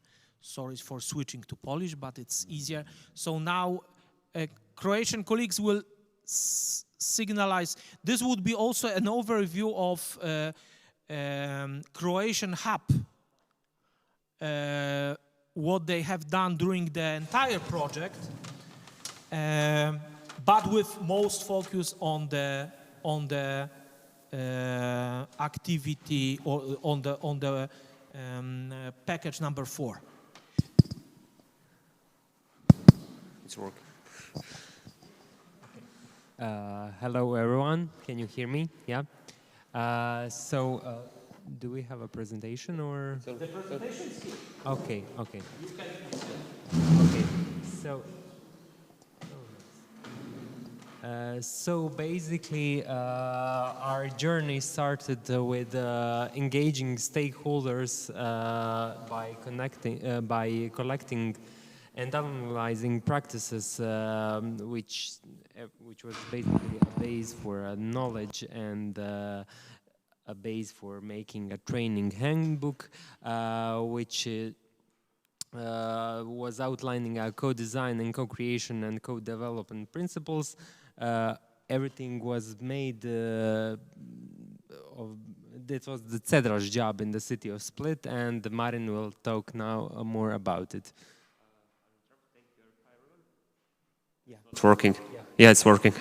Okay, perfect. So the T1 is, okay, sorry, forgot. T1 was pre-COVID made. So our idea of engagement stakeholders face-to-face, in person, big groups was very realistic at that time. But after that, the COVID hit us and we have to change our ideas about engaging stakeholders others. So we got a training handbook for the first start. It was done by the others also and inputs from our partners. And we managed to adopt basically that ideas how to engage stakeholders to the new circumstances. And then we transferred live online.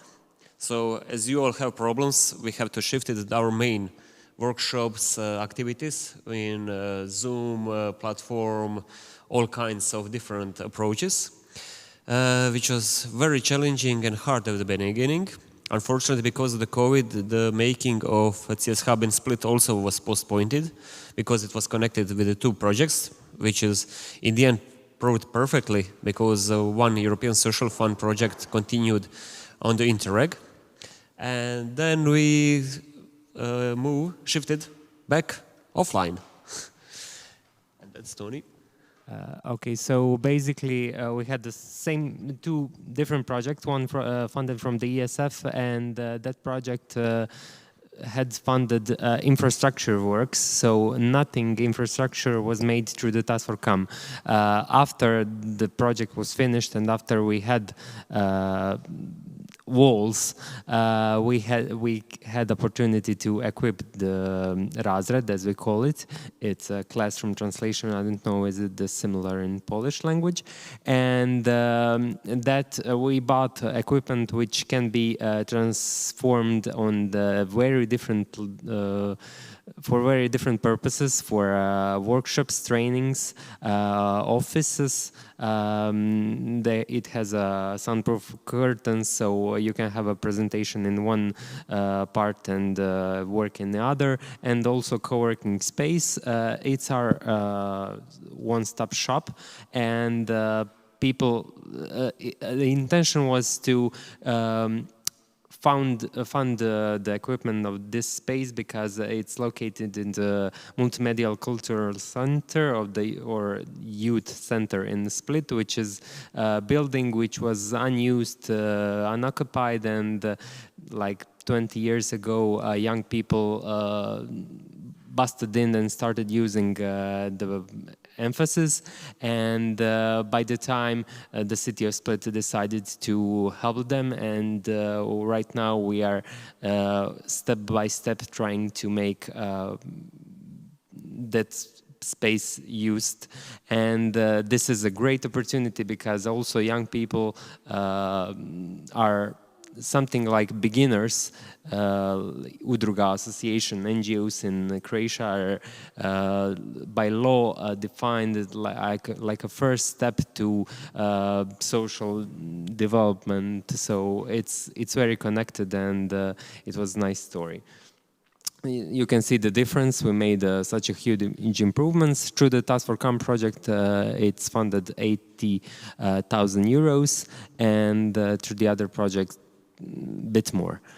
This is a quick summary of everything what we did, and as I already said, it can be transformed. We have a kitchen and everything down there, and then we switched back from online to working in space, and we actually use the space on many different ways. Okay, so on the first picture on the top left, you can see the start of our BSP and migrant trainings.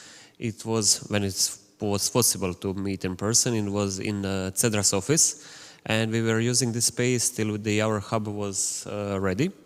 One of the obstacles was also engaging people to come on the different addresses, because at the beginning of the project, we use a few co-working spaces in the split to meet our target groups, where they are meeting, they are facilitating, and one of the, tries or mistakes at the beginning was that we tried on the first multiplier event to engage our target group through embassies and consulates, and it proved to be not so good as we expected.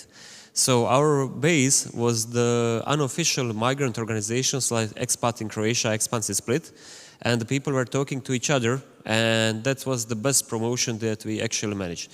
So in the end, we used the Facebook group that we created for migrant entrepreneurs, and it proved to be a very good one, because at the moment we have more than 250 active participants, more or less, in there, who are getting idea when something is going on, when the workshops are, one-stop shops and stuff like that.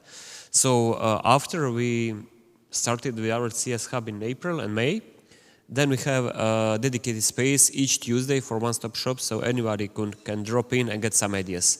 Having one venue, one space where everything is going on is proved very, very good, because people will drop by if they have to think about which co-working space is going on in which office, or in which coffee bar you have to meet them. It was very difficult. But with this newly equipped space, which is extremely nice and useful, was really one huge step in getting the things in the project done. Okay. So this is, history of one-stop shops. On the bottom left, you can see this is actually during the COVID pandemic, when our employees met with our target groups and migrants in the coffee bars, on the little walls near the sea, basically everywhere. So that was the obstacle, and I think the most partners have the same problems, because when somebody calls for the phone and asks for the tip, or you meet in the coffee bar or on the wall, you don't have exactly a sign-up list and everything ready to report for it. So the bottom left was start. When the things get big better, we can meet outside with the people. This is coffee bar near our office. So this was like really good one. To get people on sunny day in the Croatia for a coffee outside, it's a bingo for not only to mingle and have friends, it's also a bingo for having things done and projects done. And on the right is one-stop shops after the CS Hub was equipped, and this is basically like each Tuesday we get people over there. So that was a great step, and also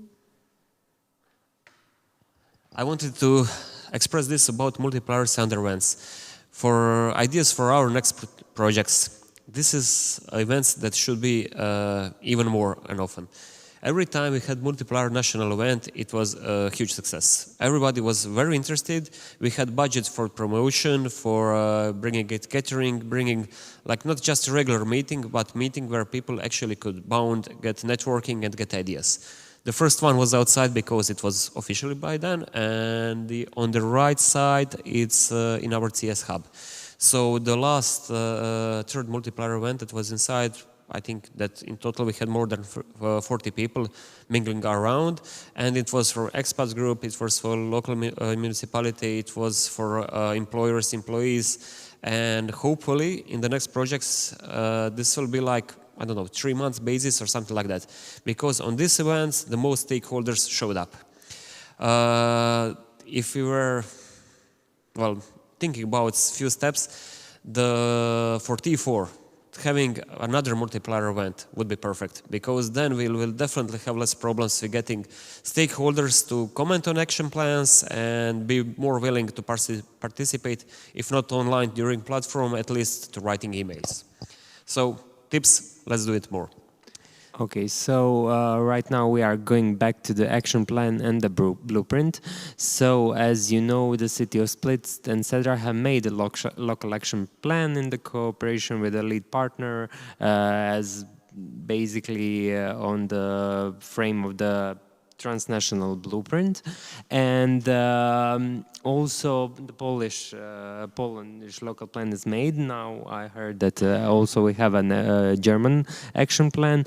I'm telling all the partners to send the local plans to the Jan, because we have a expert which we made, and she must make some comments, adaptations, like adapting the local plans from all of you. So if you can tomorrow, today, when you can send your local action plan, so we can send it to her, and because we have very little time until the end of the month is her contract. We'll try to do our best to make some extensions, but I don't think it's possible, so basically send as soon as you can. She will make the comments on our local plan by the 22nd of 11th, and then we will have a finalized local plan of Croatia, and she will also make the comments on the Polish one on the same day. That's what she said, and she's working on the blueprint. She didn't give me any dates, because before that she must have some consortium, some communication with on the European level with different partners. She's trying to make that on the 22nd of November. So after that she will try to wrap it up and make the blueprint final version. That's the plan, and I really hope that we will get to finish it in the time. That's about it. That's the validation. Validation is on her side in cooperation with the other national stakeholders from European Union and from Croatia to give us the comments and make some slight changes. That's it, and I think it's the finish of our presentation. Okay, I will just join for the last time. So, well, retrospective of this project. The great part that Split has finally great space equipped for the future ideas, actions, projects ideas. Hopefully we will be managed to do another project that we will use this space for this social entrepreneurship, social innovations part that we can count on. And one of the things we did with our stakeholders, especially with migrant entrepreneurs and one-stop shops, we got a Google form to ask them for their feedbacks. So for our team it was very nice to hear that there are actually people very grateful to find one spot that they could ask for help, or we can direct them in the right direction to check something about starting business, getting ideas about local bureaucracy and protocols. And what they all say, the networking part was most precious, because even the local people, especially the migrant people, when they come to the bureaucracy, to the laws, to the offices, they got scared and they just wish to run away. But when they see that all around them people, local people and other people also have the same problems with starting the business, getting up things done, it's way easier to exchange their experience, how the things can be faster, how to be solved, and how to make steps in the right direction. So having feedback from them when they're actually saying, thank you, it was a great project, you should do this more often, make government do this all the time, it was really nice to hear it back. So hopefully it will be something on the continuous project, maybe not to Interact, but others is offending. Well, that's for the Croatian Hub. If you have any questions, please ask.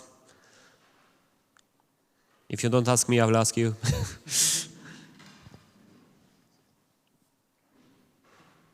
Okay, that's it. Thank you for your time.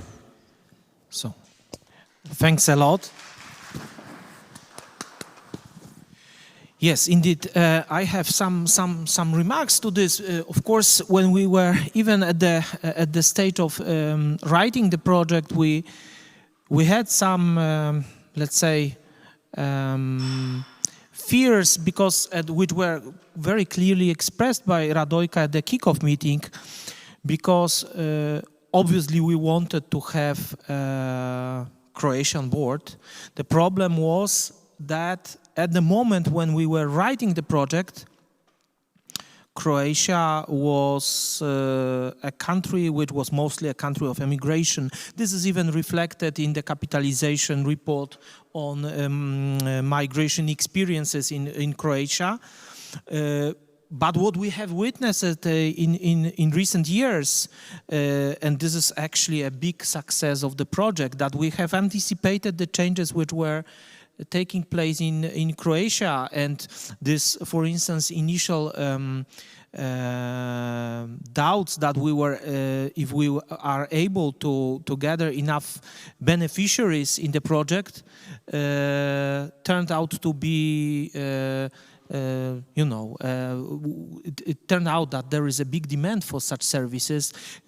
Croatia is now becoming an important destination country, maybe not the biggest one in Europe, but there are more migrants, and this is definitely a very nice situation to have such well-developed hub in Split.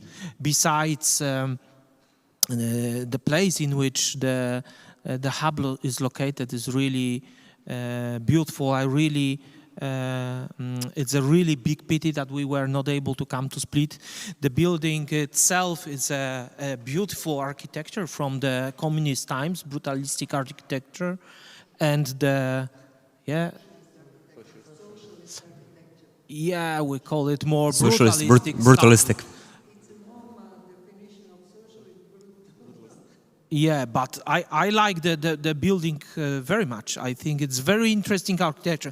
It's hated, either you hate it or love it. I love it, but also the interior of hub. It's really impressive now. I remember you can. For those who have not seen it, there are materials on our YouTube how this was constructed, and it's really a fantastic story that our project also contributed to something very permanent, because this is now one of the centers of the social activities in Split, directed not only towards immigrants but also towards social inclusion. Maybe Radojka could comment more on this, what is happening in this place apart from migrants' integration. So this place is really, as my colleagues presented it, actually started to kind of live again in these parts of the, in a more modern way, meaning that hub provided space for education, for meetings, for the different presentations. But at the same time, we have started with this kind of organizing the civil organizations. We are trying to now develop a model of participative management of the building, At the same time, we are trying to find funding to then develop further the building, to reconstruct the building further. So it's actually, it was a kind of seed money for a larger story that we are developing at the moment. So definitely we'll continue with the social entrepreneurship. Nomads are very in now in Croatia, which is also a bit broader, let's say, definition of immigrants, because we have people coming from all over the world, and they know now for Razred, they come for the education, for the information. So I think it's a much larger story than we expected when we started the project. Okay, great, thanks. Zafar, you had a question or remark? We're all convinced now that we have to visit the center next year. It's a must, yes. It's a must. Have to. You can come back with us, it's no problem at all. We'll be happy to have a short mobility study tour funding. That would be great if we could do it with closure costs, but I... For closure costs, probably not. I think it's amazing to do it sometime in August, maybe a good time also to take a few days in between. But to visit the place, which means as a mobility to join all the partners again in a small consortium, just for mobility, like a study visit, that would be nice. Okay, just one remark. You're more than welcome, but coming in August in Croatia, you will find anybody. Everybody's waiting then for 2 months during the Croatia. It's best because during the summer, Croatia shifts its life to the tourism. So you'll suggest a time, I don't know, September. July or... Okay, in August we have like a half of Poland in Split. So I think you should come. It's really warm in August. I think it's... so maybe September or end of June is also nice. Yes, yes. Okay, so once again, congrats for Croatian team. Please stay, please stay, please stay. You want to run? Oh no, not that fast.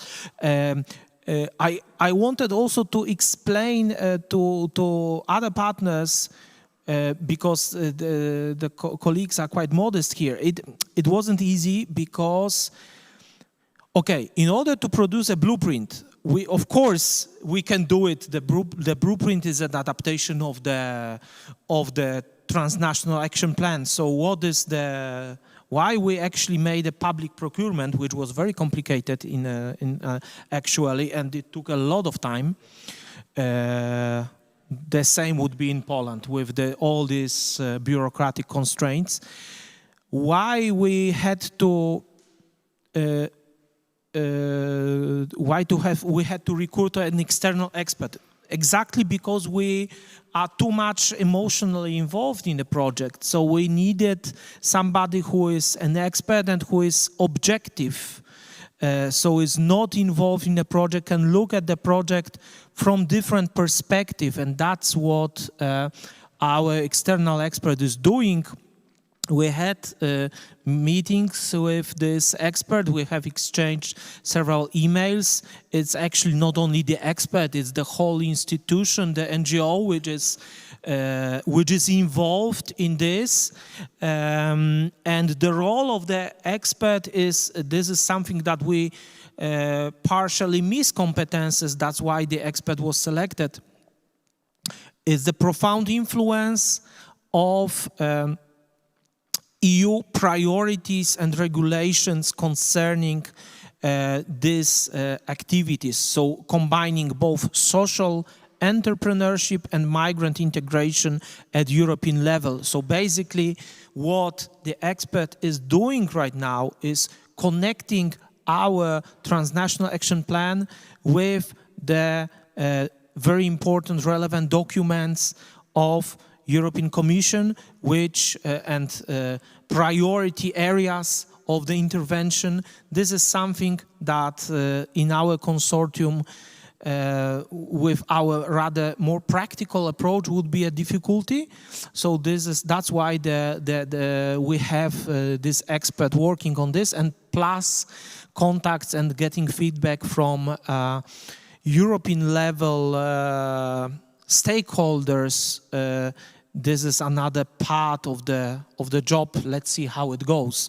So hopefully the blueprint will be ready soon, but as already Marin and Tony have signalized, the expert needs to get your local action plan as well. That's why even, and this is also a gentle reminder, even if this is a draft form and the local action plan will be changed slightly, please send us what you've got, okay? For now, because this is the time for the expert to give additional feedback on that, yes?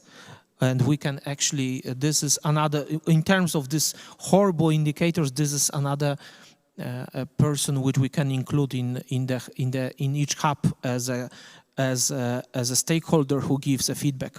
So one expert more, one organization more. Czy możemy wrócić do tej poprzedniej prezentacji?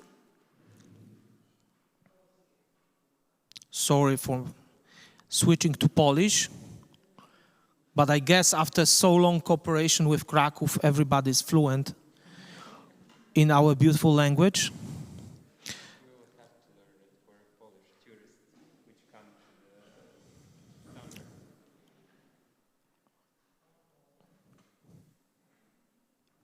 Okay. So,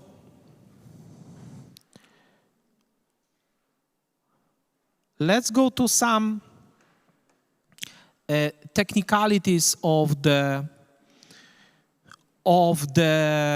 deliverables from this package. This was already signalized by some of the partners, I think by platform.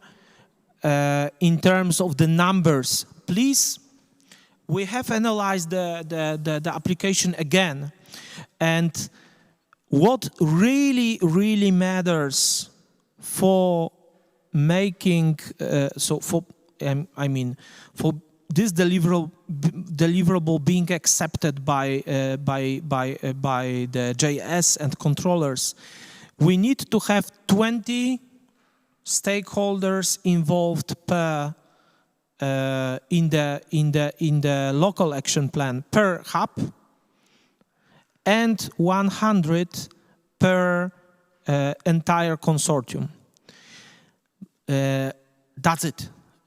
When it comes to specific target groups, which for instance Juliana mentioned, of course this would be perfect to have the comprehensive list as I sent you in the Excel file. But this is the, let's say, step number 2 and the most ambitious goal, yes? If we do not meet everything there, it's important to stay with 20-100. If in some case there is a problem of meeting 20 on the local hub, then of course we have to compensate at the consortium level, and this is what we will do. For instance, definitely I know also from Georgia and Francesca that maybe also in Italian case, but definitely in our Polish case, we will have a surplus of stakeholders involved.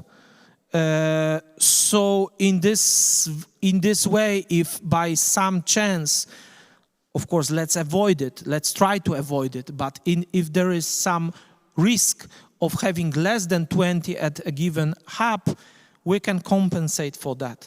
The ideal situation would be to have at least 20 in every hub. Then the dream situation is to have all the stakeholders according to the application involved. But please remember that we have already reported this in the work package number 1 in the stakeholder engagement process.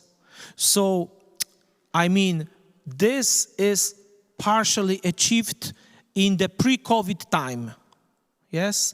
What is now important is to see, because we have already signalized this in another set of documents, including the risk management, that obviously some of organizations we know, even unfortunately in our consortium, due to pandemic or other risks, cease to exist simply. Yes, they not only defaulted from the project or were forced to move out of the project, but simply they are not existing anymore. And this happened also in Krakow. Some of the NGOs, which were very active in pre-COVID times, unfortunately, because of various reasons, but mostly it's about financing, obviously, were not able to stay on the surface. Yes, unfortunately, they have to close.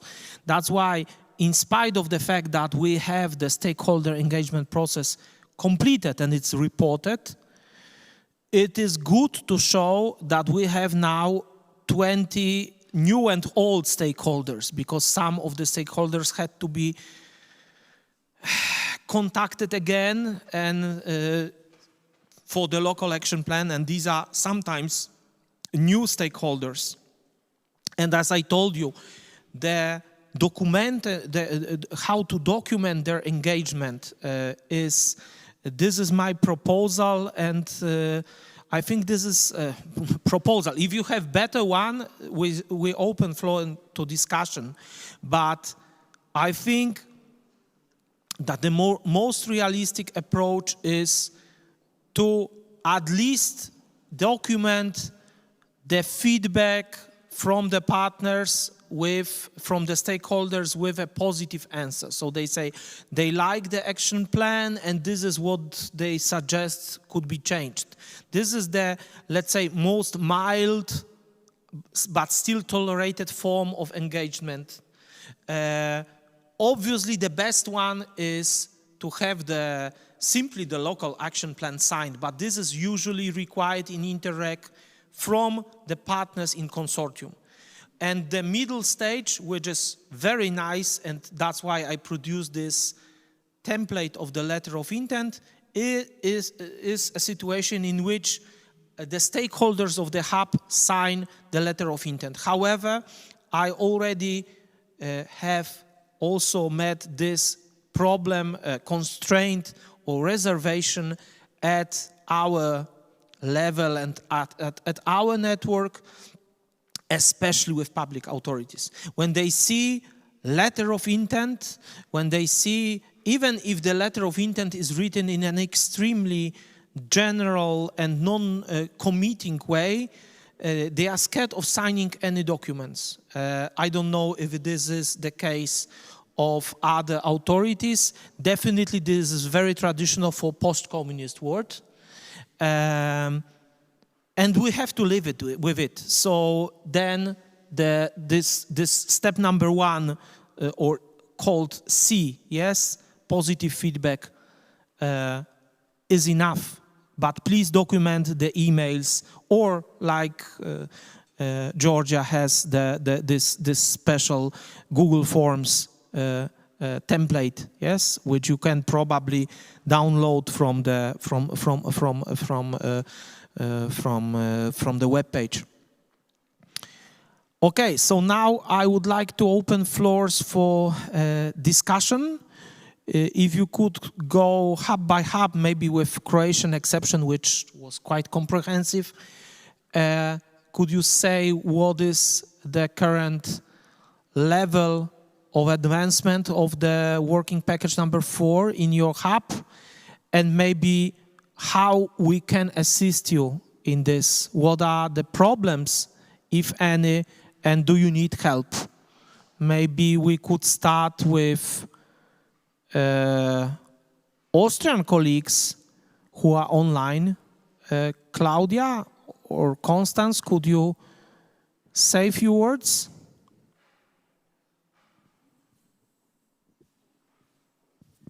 You can see also Mateusz Płoskonka, the director of the Department of the Social Affairs from Municipality of Krakow, who has joined us. So Polish partners from municipality are also present. Dzień dobry, panie dyrektorze.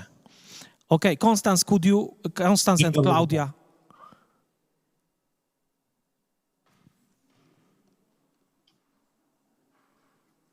Constance, as you saying something about the hub? Sorry, I didn't get the last Yeah, so word could because you everything simply was- say what? Yeah, sorry. Was too loud here, I obviously. will try to explain again. Could you say, provide us with a very short overview, what is the situation in the hub, in SENA and in Wi-Fi concerning the implementation of work package number 4? Do you need some support on our side? Do you need some kind of support? I know we discussed already with Constance the login and password issue. This can be easily fixed. Yeah, it has already been fixed, so it works. It works. Great. Yes. I told you that Alessandro is very effective in this. Yes. That's true. So. Er bringt uns vielleicht FFP2-Masken für die brauchen 40 Teilnehmer haben dich jetzt gehört. So thanks. Sorry, this was just my husband entering. Okay, best greetings to him. Yeah, I will do so. So as to the Austrian hub, to the SENA hub, in general, everything is working quite fine. So we have lots of, or we had in the past, during the past year, lots of consultations, events, networking events. And we are close to the number of 200 consultations that are required or have been agreed as benchmark.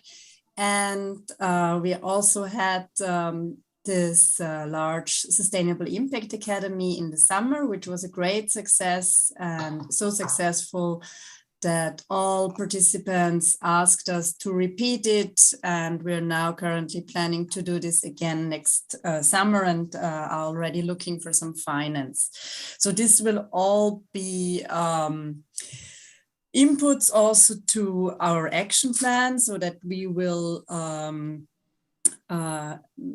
stipulate here that we will continue with our training activities and also the hub. So the SENA hub will continue to exist after the closing of the project and will continue with its activities and try to incorporate all the objectives and activities that have been elaborated in the course of the Taskforcome project. So we also have focused more towards also migrant social entrepreneurs.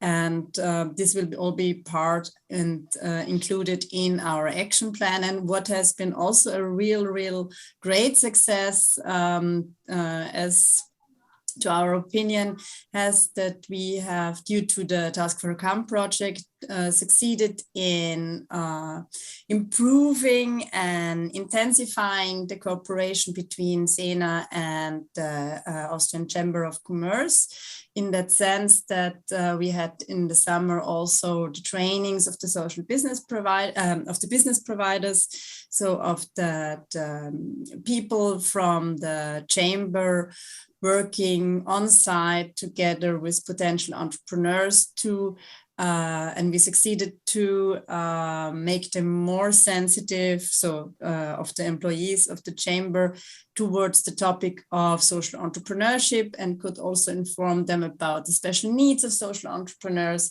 And also, but maybe Claudia wants to elaborate onto this in more detail, a manual has been prepared by the Economic Chamber of Commerce that can be used and will also be included in the action plan as a very important ground for further work of the chamber in the future when it comes to addressing and servicing social entrepreneurs. So we will continue our close cooperation after the closing of Taskforcome. And we'll also describe in the action plan what future activities we are planning and what we want to execute together. So, but Claudia, maybe you want to go into this more detail. Yes, we did these guidelines for social enterprises, and then in October we decided also to print it. And just yesterday, I got an email from the municipal of Vienna. There's a department, and they ordered like 400 examples of our printed versions to give it to the people actually. So these guidelines really, I think, very great success for the project, and especially for the German-speaking people will be very interesting because it's about 70 pages, very into detail about social entrepreneurship, and all the with a lot of examples, and it's of course according to the Austrian situation. Because we in Austria have really a special situation concerning social entrepreneurship, because as we in Austria, there are a lot of fundings and money for every kind of activity. And this is the reason why public activities are not so developed. But due to our project, we, I think, really did a lot in the last 2 years, 3 years, because when we started, especially in the Chamber of Commerce, whenever it comes to social entrepreneurship, the people in the other chambers, they usually say, because Austria is organized like this, that the support is done by the regional chambers. And what we are doing at the federal chamber, we are doing the coordination. And so the direct contract to the entrepreneurs always comes from the regional chambers. And they all, when somebody came from a social enterprise, then they said, oh, social entrepreneurship, this is welfare, this is not entrepreneurship. And so maybe you are not in the right position when you come to us. But this changed meanwhile. And we did in summer, in July and August, we did training for our business service providers. And we had about, I don't know, I think 70 people joining us during the summertime. And we reached all over Austria, the people, and they also said that they want more training, so that it will be important to continue to do more training and to talk about this, and when questions come. And so this is, I think, a really good example of that a new project really can change something. So for us now, social entrepreneurship really is a topic. What we are planning, or what we are doing now too, is we are making testimonial videos, because social entrepreneurship and the whole topic with environment also comes together very good. So we selected 9 enterprises to make interviews with them, and so we will have testimonial videos at the end of this month, and we will use then these testimonial videos to make awareness about social entrepreneurship. And we also combined it, so we also have migrant social entrepreneurs in our testimonials. So we have there are a lot of migrants also, but we have to say that we in Austria, we have 36% of the entrepreneurs are migrants. So we in Vienna have a very high rate of migrants under the entrepreneurs. This we have to mention. So what else? What we are planning and what will be part of our local action plan, that you maybe remember that all the entrepreneurs that are in Austria, they have to be member of the Chamber of Commerce. And so there's a big database where all the entrepreneurs can be seen, and we will make an add-on on this. So for social enterprises, so in the future, it will be possible to look for social enterprises in our database. So I just saw that I have to put some energy for my computer. So just a minute.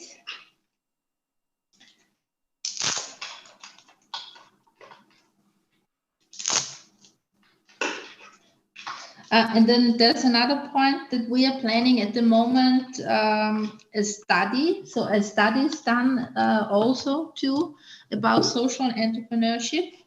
And also these results we will use. So, because otherwise I would have the energy would have been out.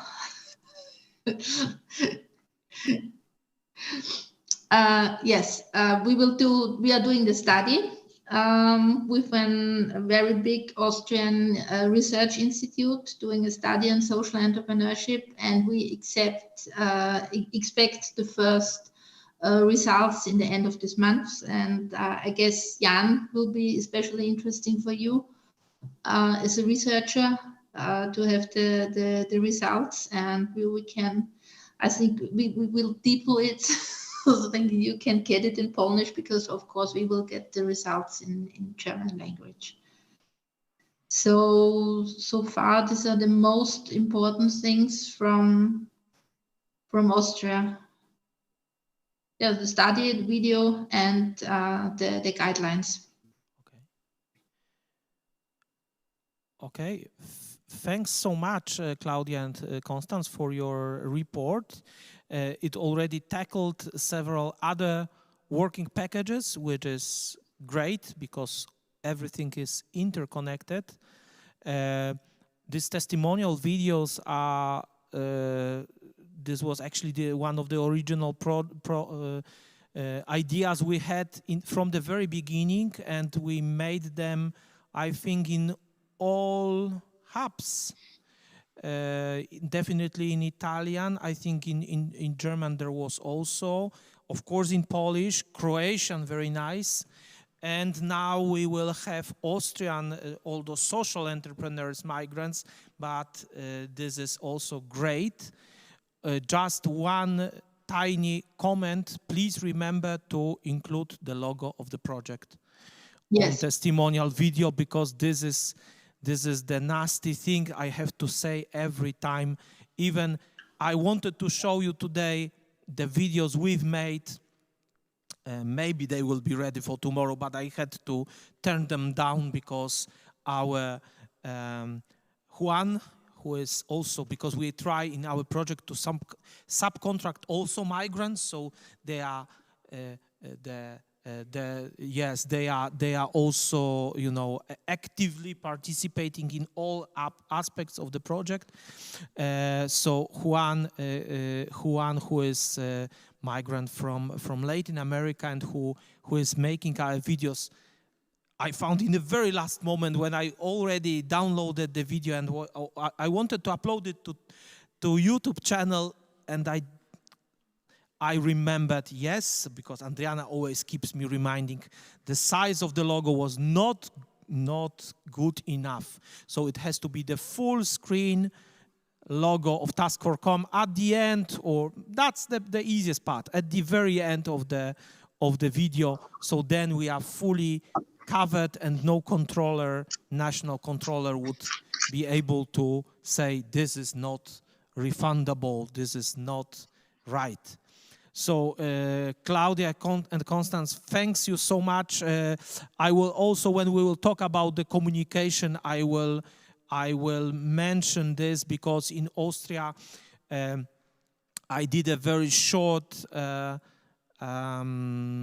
because we needed it for communication purposes, a very short search in the internet, and there is a lot of media materials which we haven't, which we were not aware of. So this is something that it would be really worthy for the reporting, because apparently in Austria and also in Germany we have seen a lot of additional, this is a very nice surprise, and a lot of additional media coverage of the project, which we have to include because this is about dissemination.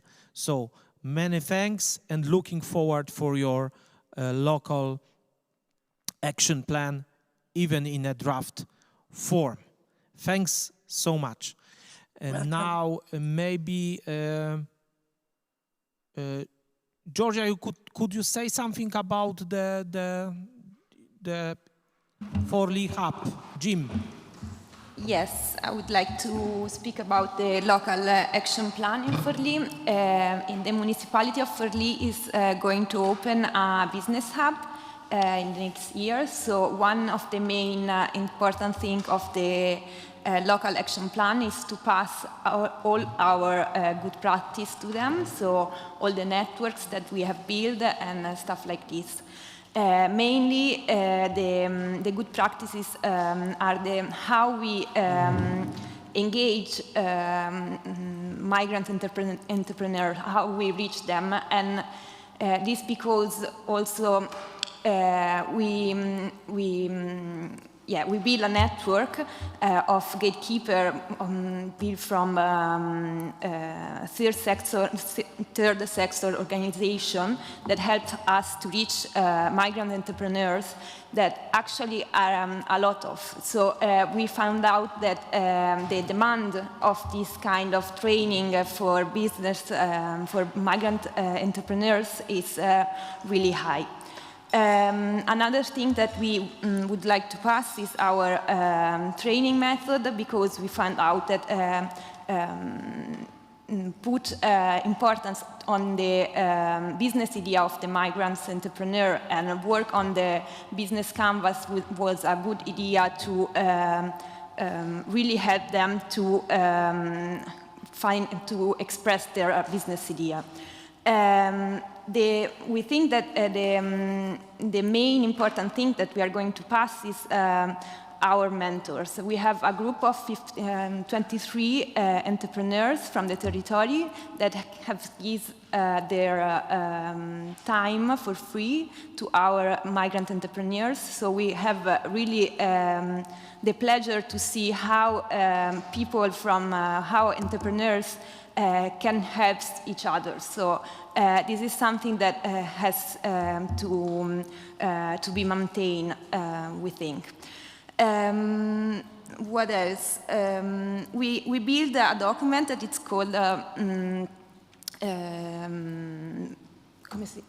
Okay. We built this document where we list all the business idea that came out, and they are 13, and we still work on it. So every time the migrant entrepreneurs enrich something about their business idea, it goes on this document that we share with our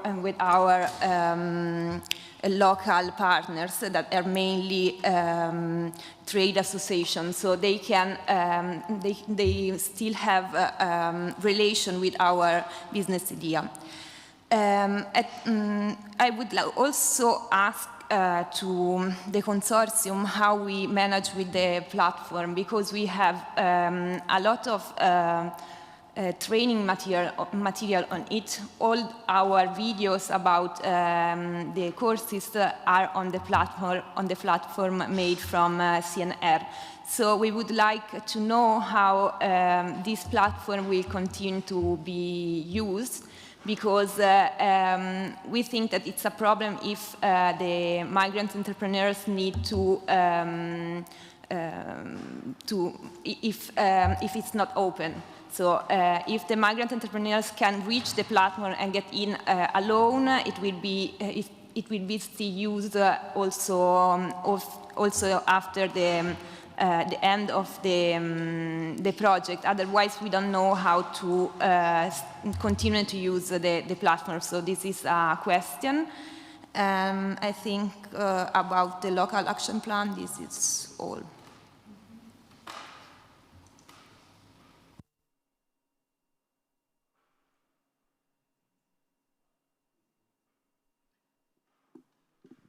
Okay, so thanks a lot for this. Yes, of course, I really like the YouTube materials prepared by Jim. They were really attractive in the also these two voice materials that two entrepreneurs did was very attractive from graphical point of view. That they were sharing a screen. Yes, that was the testimonial videos that you have produced. Okay, so we have Erfurt Hub. Could you, Ilse, Zafar, and maybe Julian, could you say something, or Mariana, or I don't know, could you say something about your situation right now?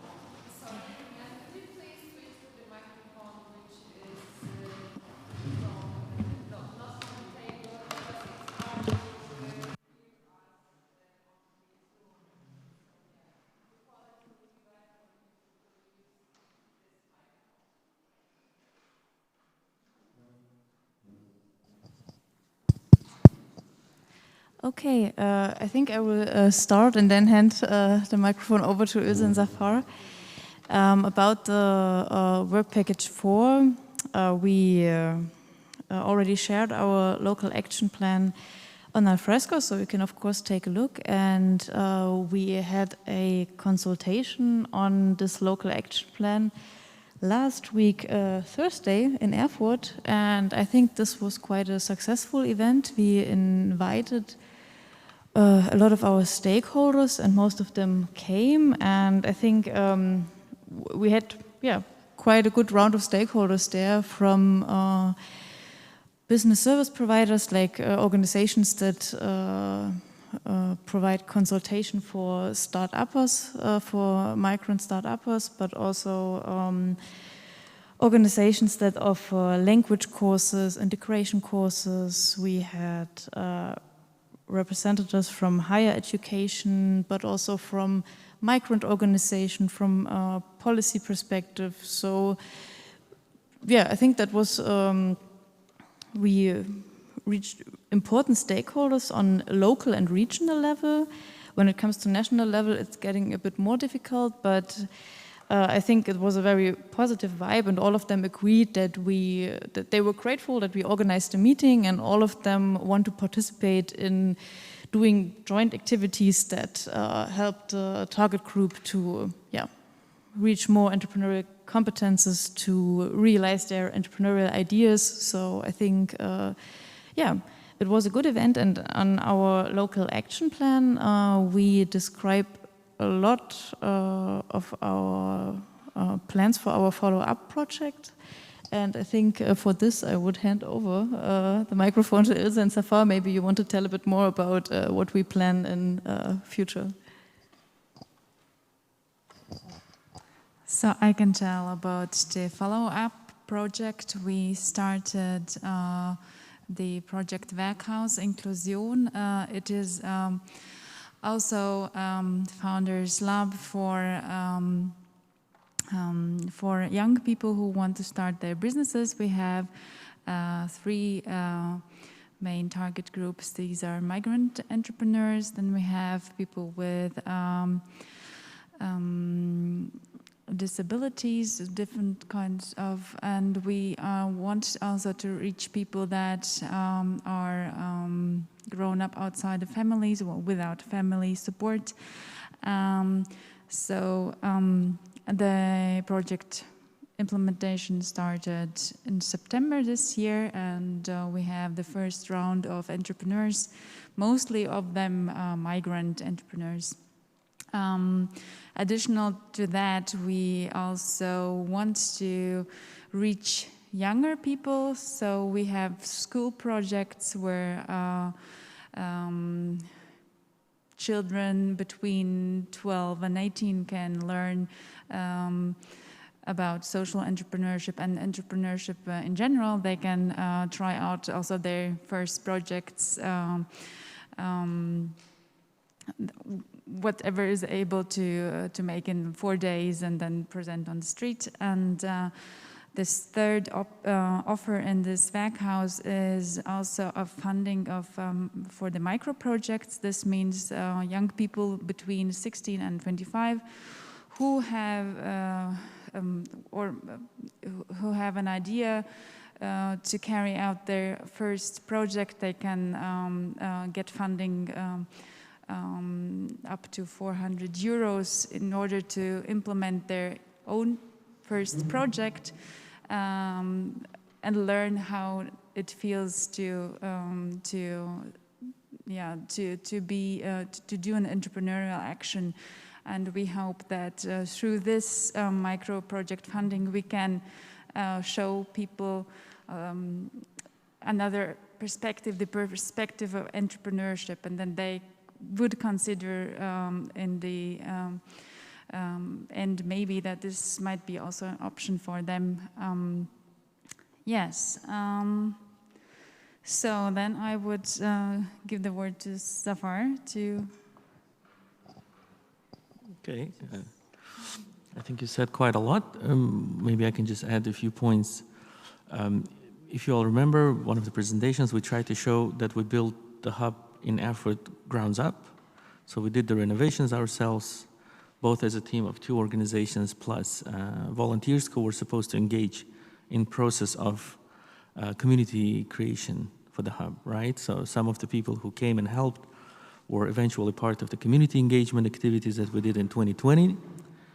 And from there onwards, I think tomorrow, Marina or somebody from the team will also present some communication activities with pictures that we started from 2020, creating the communities and the courses and specific pilotings from September onwards until April this year, and then had a pop-up shop with 12 startups. I think nine of them were able to really engage. In Erfurt, pop-up shop is like a temporary centrally located shop in Erfurt, which was giving an impression that they had a real shop in Erfurt and engage with people. So we had live streams, they are all in the YouTube. And I think we uploaded some of them in a Taskforcome YouTube as well. And out of these 12, I think 4 of them were able to register or ready to launch in the market. Small achievement, but nevertheless an achievement. We're still in touch with the rest of the startups, and some of them already dropped the ideas, but some of them are still pushing. That's why I think action plan is also necessary, that we somehow continue with them without leaving them in the middle saying, project is over, sorry, no help from us. No, we'd like to keep it as long as possible, hopefully by February maybe as well. All right. Follow our YouTube channel, by the way, everybody. Just another thing I would like to add, Juliana mentioned that we invited those stakeholders, and we really try to keep to work closely with different institutions that are related to consultation for businesses, but also migrant organizations. And the work we started in Taskforcome will be carried out also further through the Werkhaus project, but also other projects, and CGE is also a part of our collective impact initiative. So yeah, thank you also for this great chance to build up something like this. That's it.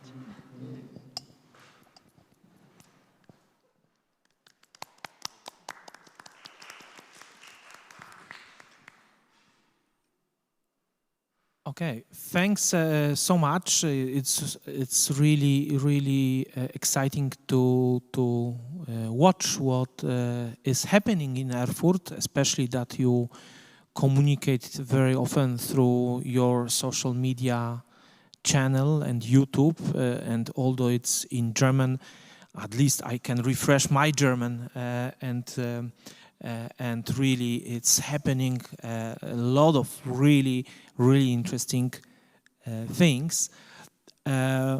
Turning to, just one remark, turning to the Werkhaus on which you were referring, I wonder, because this is really horrible that listening to such wonderful story, I always think in terms of the indicators of the project, but this reminds me that this is one of the things that we should somehow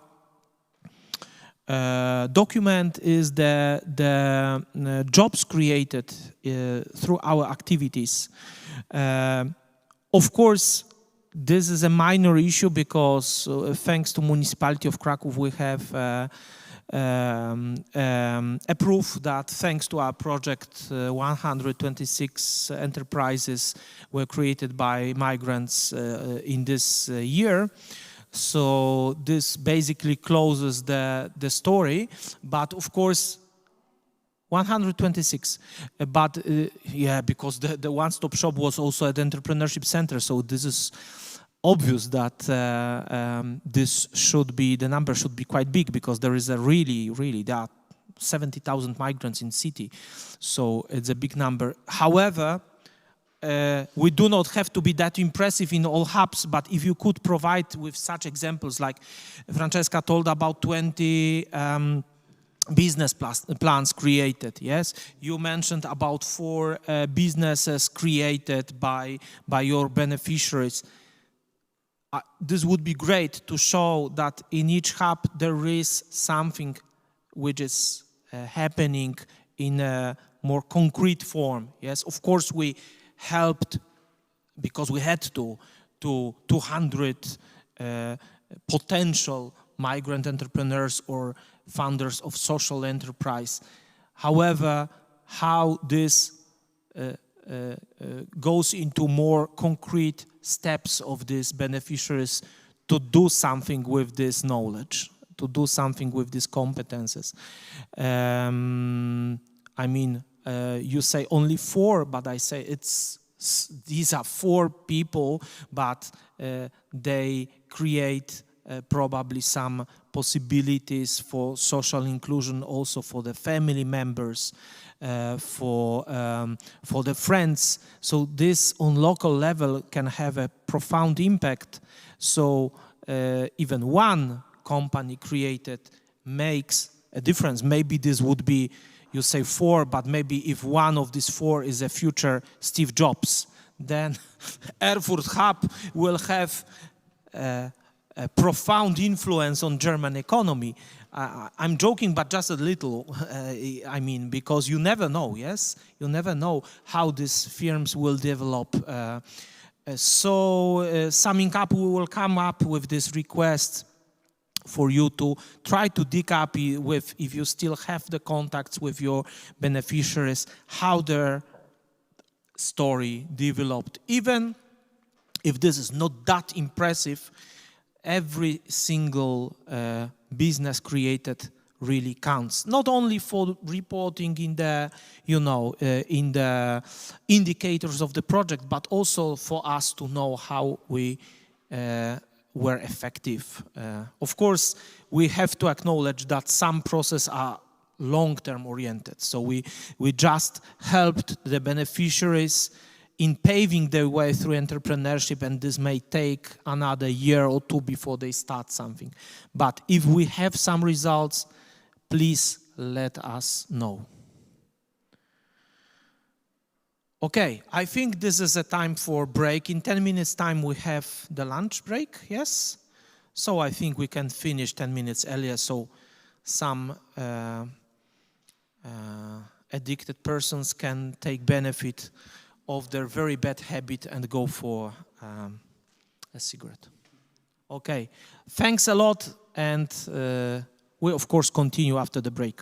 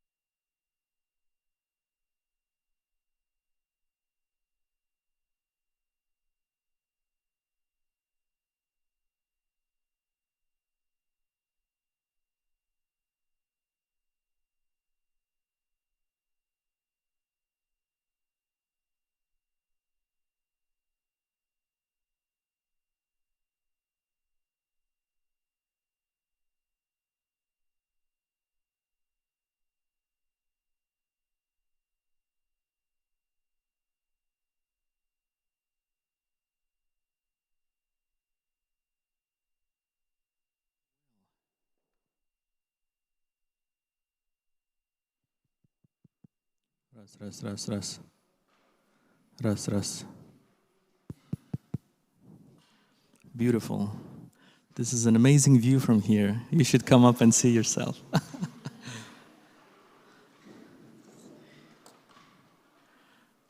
All right, I'll try to be quick. There are some elements that I'd like to show as a kind of a moment of flashback to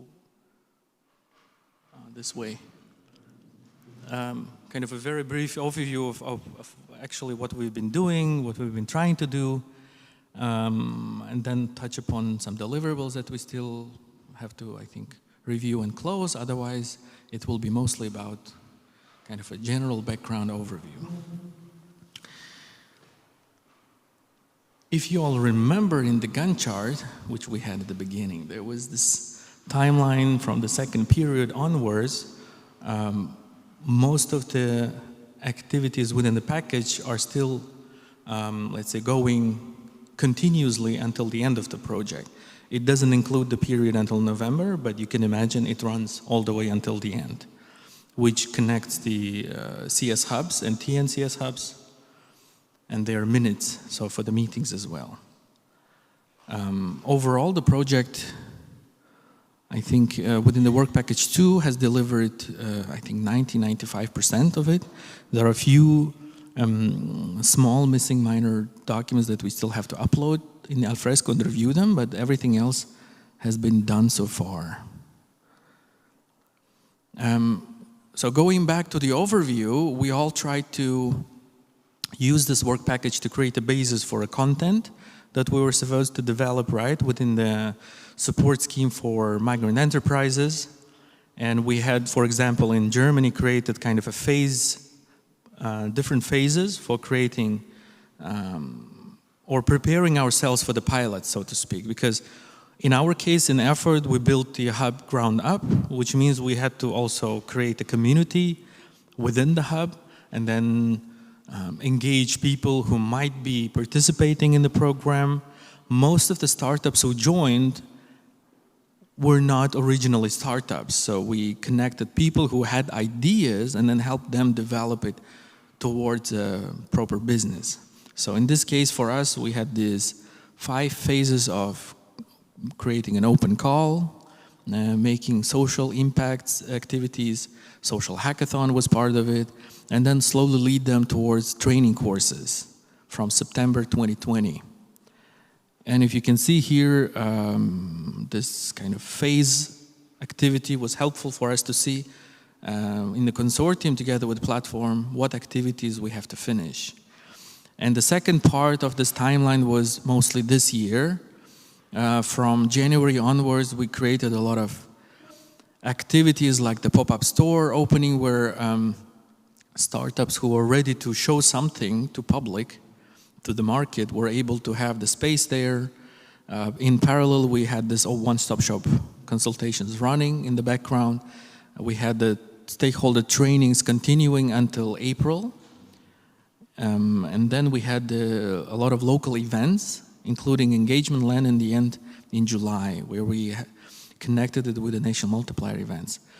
So within this process, Work Package 2 mostly has been finished until, let's say, March, because we still kept updating our actual program. So there is a slight difference between what we have developed as a consortium and which topics we actually did as a training, because in some cases, participants were trying to understand, for example, how background accounting happens in small projects, like how do we run the background activities. And we created a workshop on operational management with our accountant who showed basically how to create papers and invoices. These were basic level workshops which helped understand. So these contents were created on experts level. So they created their workshop as a presentation. So our process of Work Package 2 development content was ongoing until April this year. Small examples, my colleague later on will tell within the part of Work Package 3, for example, we create, one of the startups we have is called House der Americas. It's like House of Americas. Mostly people from Latin American communities joined a startup in Erfurt for cultural creative activities, and finally came to market. So basically they registered their organization as a legal entity, created a network and implementing activities in Erfurt this year. It's one of the good examples, I would say. Another one is Hairbase and Entrepreneurs. I think somebody from our team will tell more about them. A previous national multiplier event that was organized in July in Erfurt with a lot of stakeholders who also had a chance. If you see in the background, there are some tents. So people were able to bring their products, services, let's say, or the Hairbase, who had the free service of doing a hair styling for people who visited, basically reaching out to local communities there. In terms of deliverables, as I mentioned earlier, we have finished most of the deliverables, and I think they're all in Fresco now. There are only a few minor missing ones. Back to the deliverable 2.1.2. So as you can see, we had already 4 CS Hub meetings. We had 5 TN Hub meetings. I see minutes there. Well done for the hubs. Training packages are all uploaded in the Alfresco system. I think some minor ones that are still missing. Oh, this computer is locked now. Yeah, my fingerprint is not part of it. Anyways, the deliverables for some of the final points for 2.3.1, I think there are a few missing from partners. Oh, thank you very much. I can open it here. Perfect, thank you. This is the beginning. You want to see this one? Yeah. So the management of business initiatives, I think chapters, small chapters are still missing only from few partners. We will come back to them within the next few days to close, because we need to close everything until end of this month. So we have 2 weeks to wrap it up. Oh yeah. So the CS Hub meeting minutes from a few events are still missing. And I think that's it. Plus another chapter from startups for social enterprises. So basically 95% is ready and can be already published to the website. So connected with deliverables, I was looking at the project website again to review what has been already uploaded as to the public access and what is still missing. In connection with this work package 2, I wanted to tell that maybe we could upload some relevant material but not mandatorily put into the application to the website that can be probably, how to say, announced in a proud way. You know, most of the deliverables in work package 2 are good. They are okay to be published, obviously, but I don't think it's going to surprise people who visit our website saying, wow, this is a new course. Probably all the courses are, and the materials are quite common knowledge, more or less, maybe exceptional of few of them. But other products that we have developed within this process can be probably useful for the website. For instance, Ilse has the publications that she prepared, if you can hang it over to others just to look at, if possible. These are a few materials that we created parallel to the materials that we were developing. These are like a small catalog of services for startups that is useful for migrant startups to see what kind of context they can get. It's a small but probably useful materials we can upload to the website as part of either work package 2 or 3 outputs, if you agree with this. And whichever partner has developed something that is publishable, I think it's very useful, not only as a deliverable mandatory for application, but also something that really pushes the visibility for the project overall. Make a sound if you agree. Nice. All right. Thank you.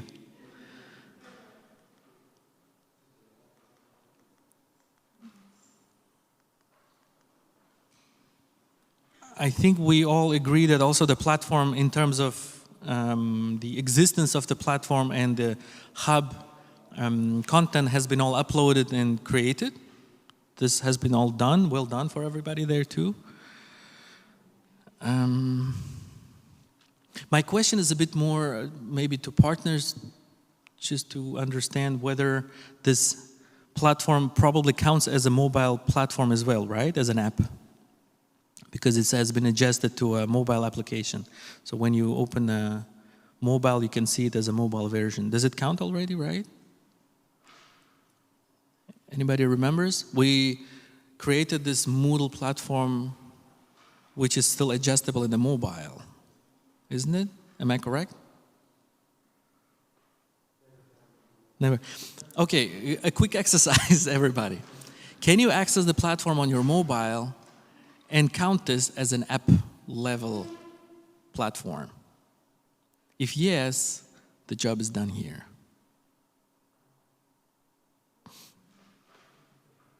This is the on the perfect. Thank you. Okay. In that case, we can count this deliverable also achieved.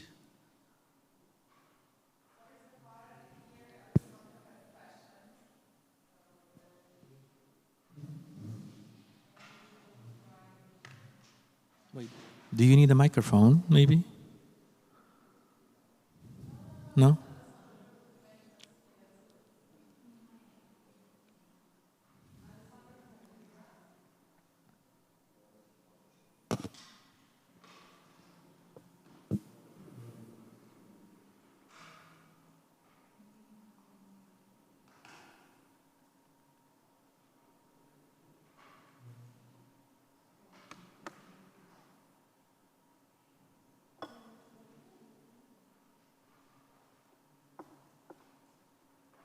Rihanna, can you hear me?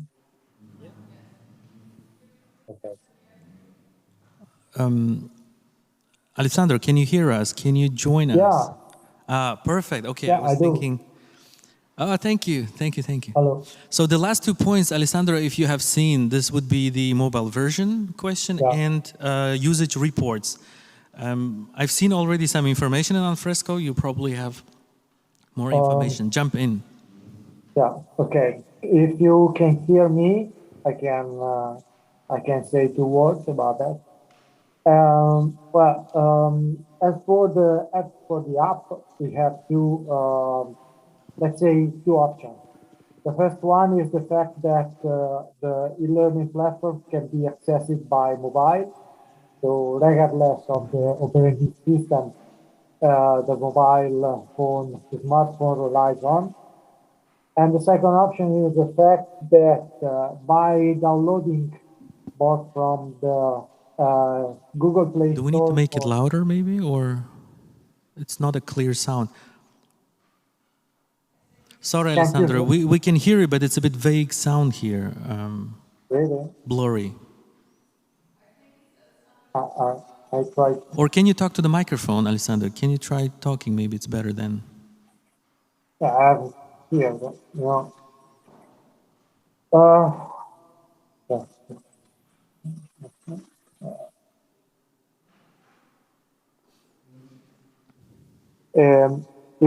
If I talk to the webcam, you hear me a little bit better,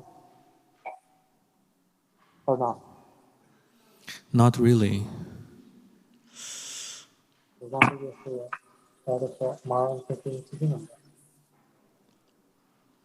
Maybe a computer microphone? Yeah, I'm using this one. You hear me a little bit better now?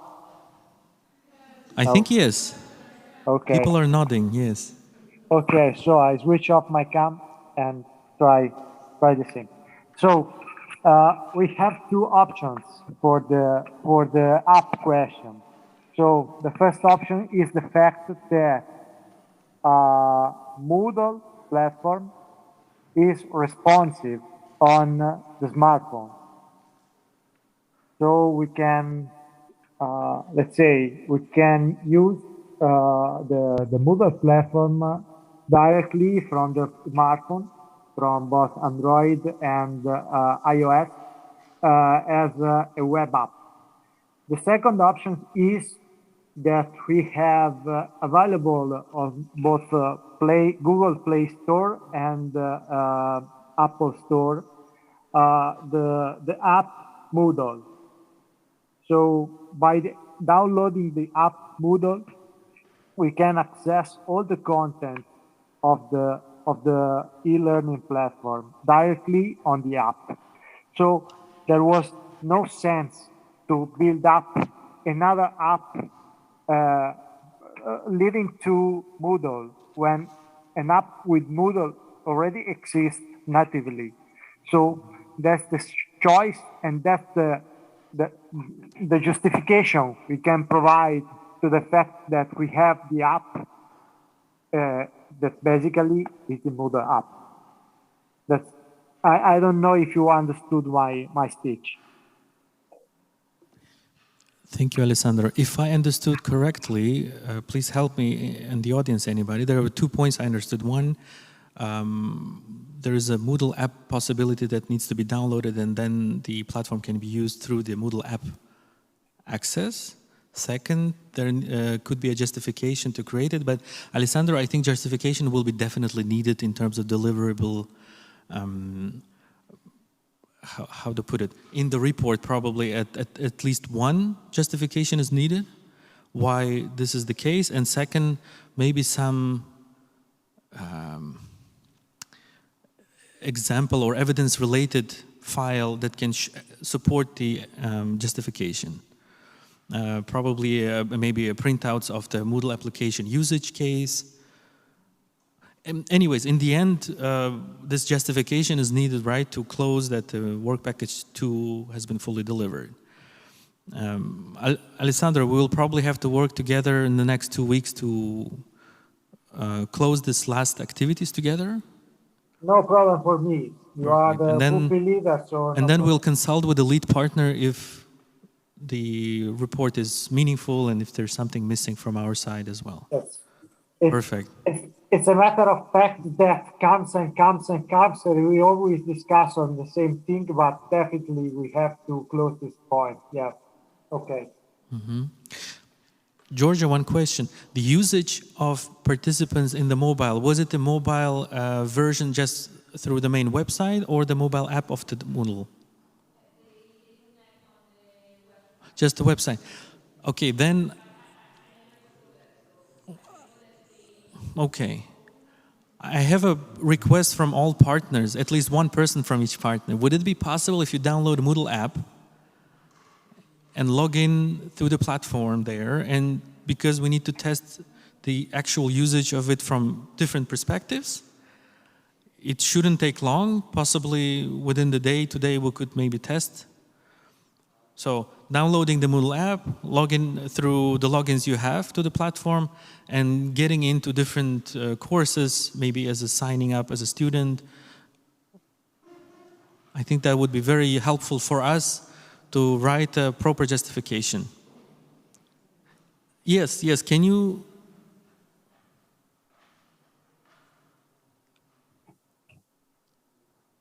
Alessandro, you were showing the web app, right? Yeah. Perfect. Thank you very much. I think this would be the last point which we need to follow up from our side as the work package leader together with Alessandro. And if any partner has any comments within the app perspective, please let us know. We'll have 2 weeks to formulate reports for that. Okay. Thank you very much. Is there any comments, questions about work package 2? All right. In that case, Georgia, you have the floor for the work package 3. Yeah. Thank you.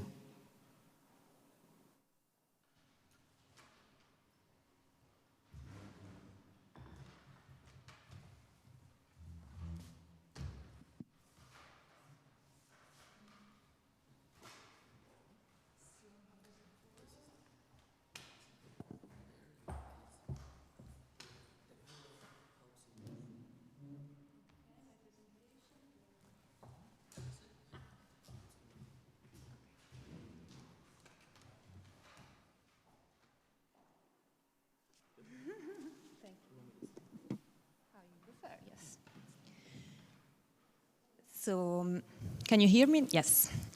Firstly, I would like to say that reading your reports is a long job, but also really interesting, but because I can see what we have really concretely have done in each territories. From the final reports results that also with the difficulties of COVID, we all managed to reach our targets. And this wasn't easy, but having a large consortium as ours helps. It was helpful also because we have had a lot of exchange of ideas. So the first slides, probably you have already seen them, are the framework of the VP3. So the main object of this work package was the engagement of the key actors and the improvement of the skills of migrant and social entrepreneurs, the development of the one-stop shop, and after the elaboration of policy frameworks. Here you have the specific object that actually is the development of our pilot. I go fast to this. These are the outputs. So how you know, we had to reach with the trainings 20 active migrant entrepreneurs and startuppers with 80 hours of training. And also training 20 business service providers or consultants with 60 training hours. And with the one-stop shop, we had to reach 200 actually active migrant entrepreneurs. And the key indicators are the black one, so the number of institutions involved, the number of job creators, and the number of training persons. Here we have our previous timetable that actually was really positive. We should have finished already everything on August, but we are scheduling now again our timing. It's not, okay. Where we are now, so these are the deliverables that each partners have to, each hub has to give. So we already have a lot of them, but some are still missing. We don't have the final training report from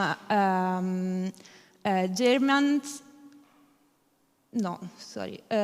From here is something, it's wrong. So actually it was, I think, from Polish partner and Austrian partner, but we still have the interim report. So from the Germans, we already have the final training report, and for the final report of one-stop shop, we are still missing the Austrian partner report and the Poland one.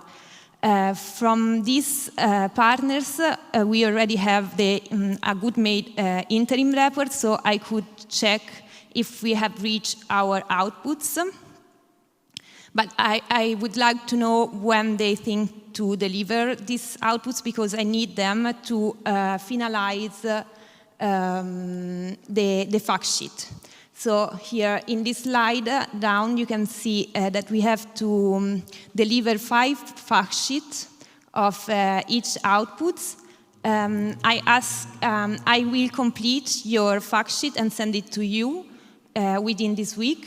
And to the 26th of November, I ask you to check the fact sheets so we can deliver them. Here you can see that we actually have reached our target. So we reached 119 ME, migrant entrepreneurs, and we managed also to make more training hours that we had to. So this is, I think, a really good thing. I asked to Poland and Austrian partner if the number is correct, because I took this number from the interim report and not from the final. But you can say me it after also. So this is the training of BPS. Also for this, we have a really good number of BSP reached. As you can see, the Austrian partners have done a really great job. They reached 69 business service providers, and they managed to do training all around Austria. This was a really good report and interesting thing.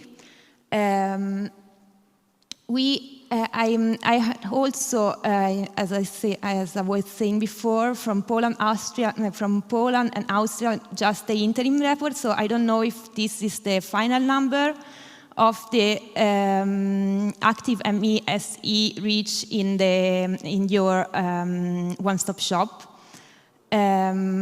But as you can see, German reached more persons. So we need still to reach 90 migrant entrepreneurs.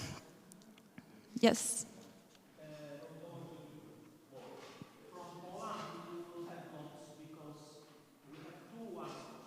Okay. So one will have around 200, the one on our campus, and from data from, I just received the data from municipality, 265. Okay. I have from municipality, I will share with the folder with all the, each of the consultations has a separate stamped document, the one according to the territory.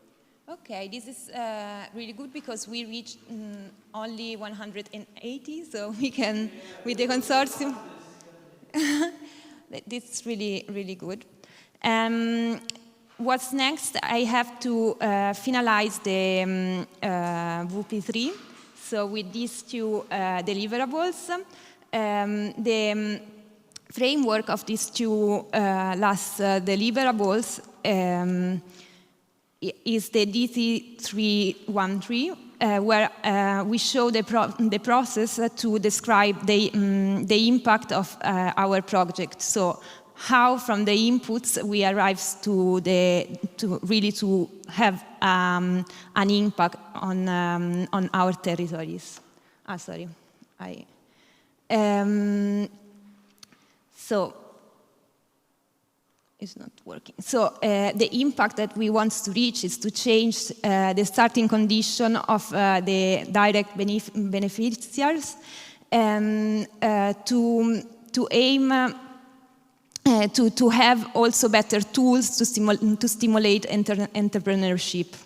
So as I was saying before, we want to arrive from the input to the impact by a logical framework. So which are the inputs that really change the starting situation from our migrant entrepreneurs?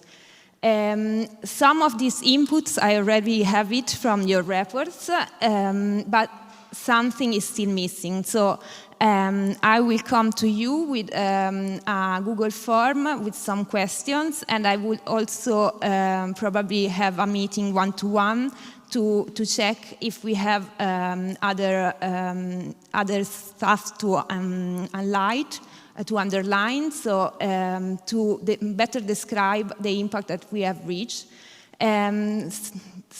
Something of this is also what materials and tools we have defined with the projects. As you say before, in Germany you have 2 new entrepreneurships. In Italy also we have something like 10 new migrants that are going into the market. We have to underline these kind of things to underline the impact that the project has. So I will send to you a Google form to underline these things. Also for this for this deliverable, I still need some materials from the consortium, and one thing that I really need is how much the platform is being used, and how many material we still have to pass to other to next that lives after the projects. So, and which are the skills that our migrant entrepreneurs have reached. So, at the end, I have to define this impact that is divided in economic and social impact. So, how big and how rich is the network that we have created, and how many new jobs or new enterprises we have been able to creating with our job. As I was saying, I will send to you a Google form that I ask you to fill as fast as you can, because we need to finalize this work package. And I ask you to answer really quick, so after I can have with you meetings one-to-one, and ask directly if something is missing, and I put all together with these 2 documents. So if you already have something about to say about what is the main aspect that you have reached with your project, please this is a good moment to do that. So something like the number of products that you have made, or if there is something else that I haven't underlined in these 2 slides, please tell me. Otherwise, I will come to you in the next days. Okay. And I think there is time, there will be still time that some of us have their own presentation about their hub. So if you like to share the activities that you have done in your hub, please, this is also the moment to do that.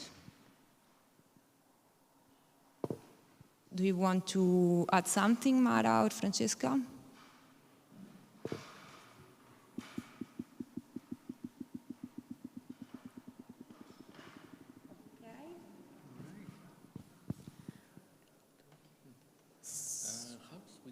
Yeah, if the hubs likes to presentate something, I have also after something to presentate about our apps that I would like to share.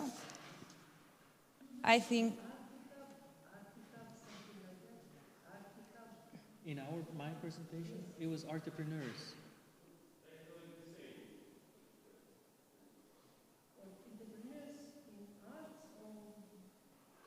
It's a good question. Okay, they are basically selling products that are developed by indigenous communities in Latin America, in Germany, and they call themselves entrepreneurs, but based in art. Oh, sorry. So entrepreneurs, they call themselves entrepreneurs. It's a startup. So they import products from Latin America in Germany.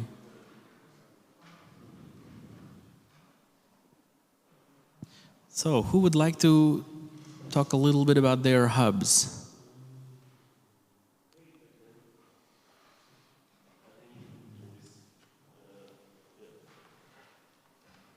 Go here.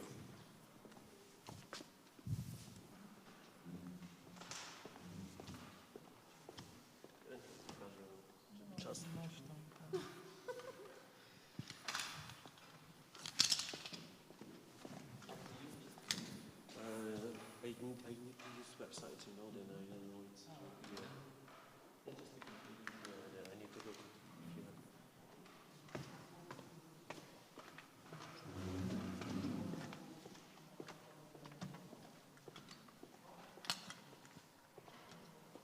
Też jakieś strony internetowe mogę stąd puścić, tak? Tak, a najlepsze sobie tutaj, żeby było. Tak, ja to samo. Nawet tutaj.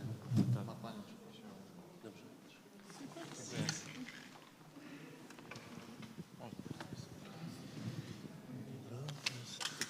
Prezentację Pan ma?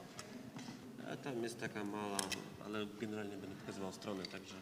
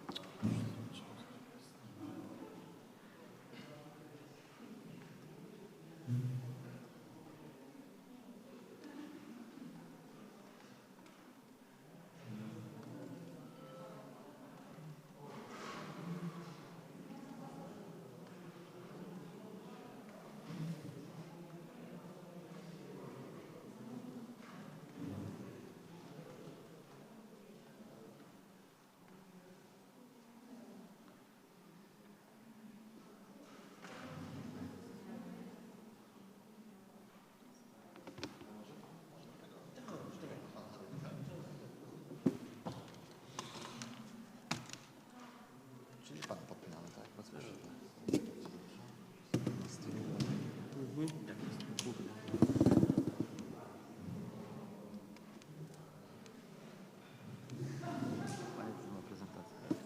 You have Presentation, yes.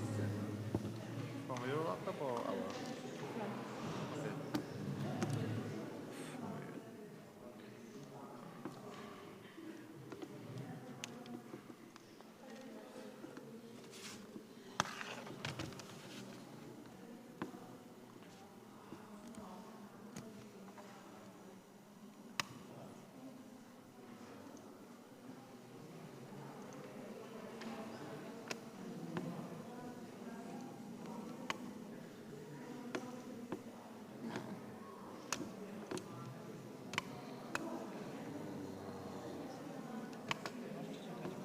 Ja mam, czekaj.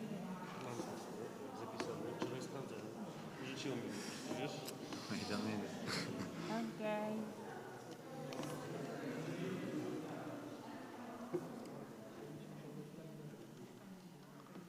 Nie, już jest.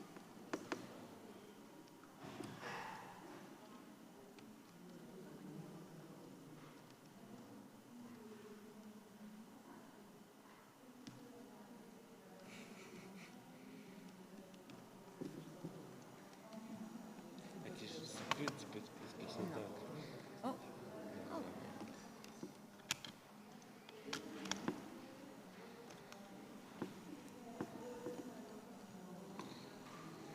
Okej. Możemy wyświetlić na Tak. projektorze stronkę? Tak.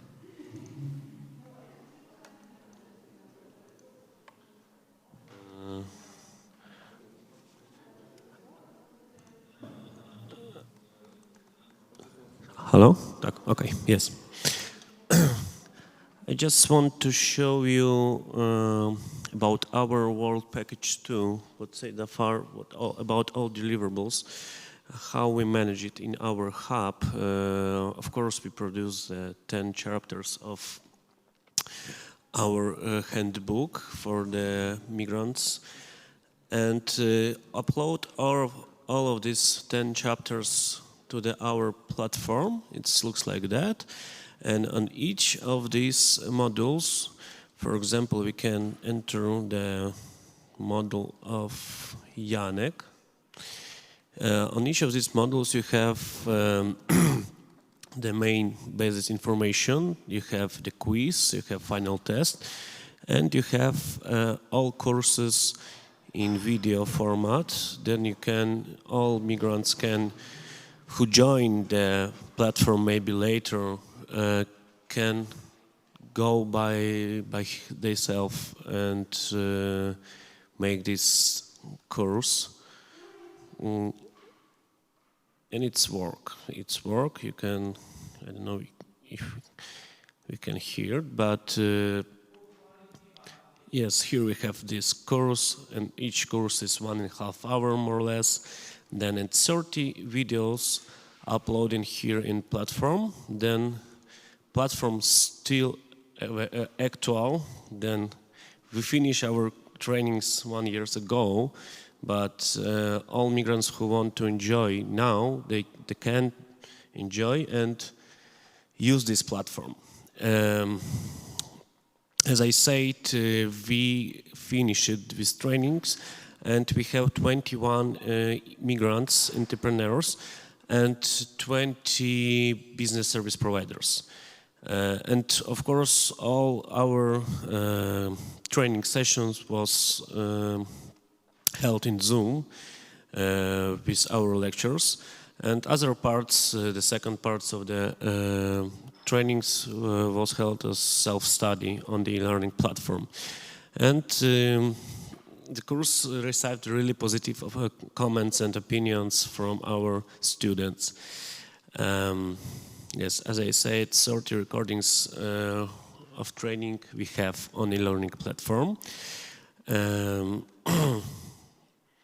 our one-stop shop, our co-working zone, then now these places are used by young migrants who are working in the video production and post-production. Then they working here every day, and we're really happy to give them this place.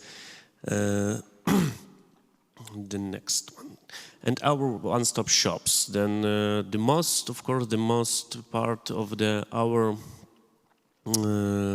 people, our clients, we reach in the entrepreneur service point of the city of Krakow. Because with Yurta we have some problems, and we start not in April, we start in June. And during the summer we have like some small problems to reach some people here because COVID, we don't have students in the campus of university. But from the September the situation is changed, and now we have more than 200 clients in Yurta. And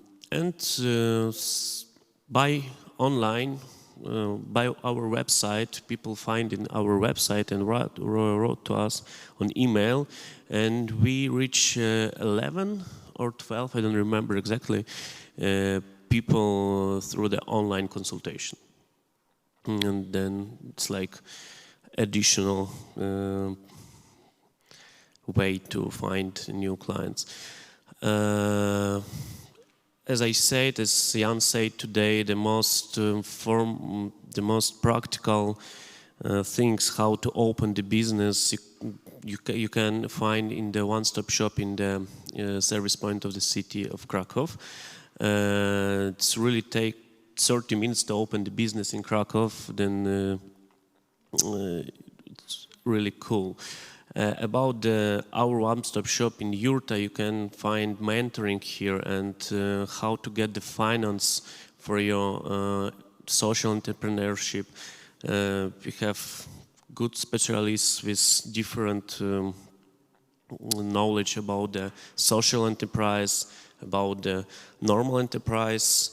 Then, as I said, 211 clients we have in our Yurta now. Then it's like short presentation about our hub. Who's next?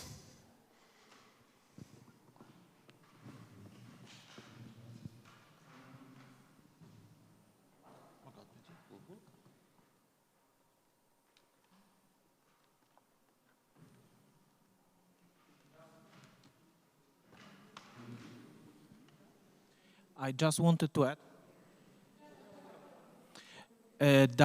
that we have also, but this will be discussed during the communication, probably because it's also about social media and advertising the project. But we have conducted how many videos? One, I think altogether 4 videos, which provide an overview for migrants who are located in Krakow about the offer of service points for foreigners. We decided to do so not only to advertise our project, but also because there is a variety of services, and simply migrants tend to misunderstand, or they are not very clear where they can go to get specific support. So using this opportunity, we have created special videos which are with a specific scenario, which show how migrant goes into a specific place, which kind of advice he or she can get. Yeah, this is the video on Yurta. I don't know why music is not playing.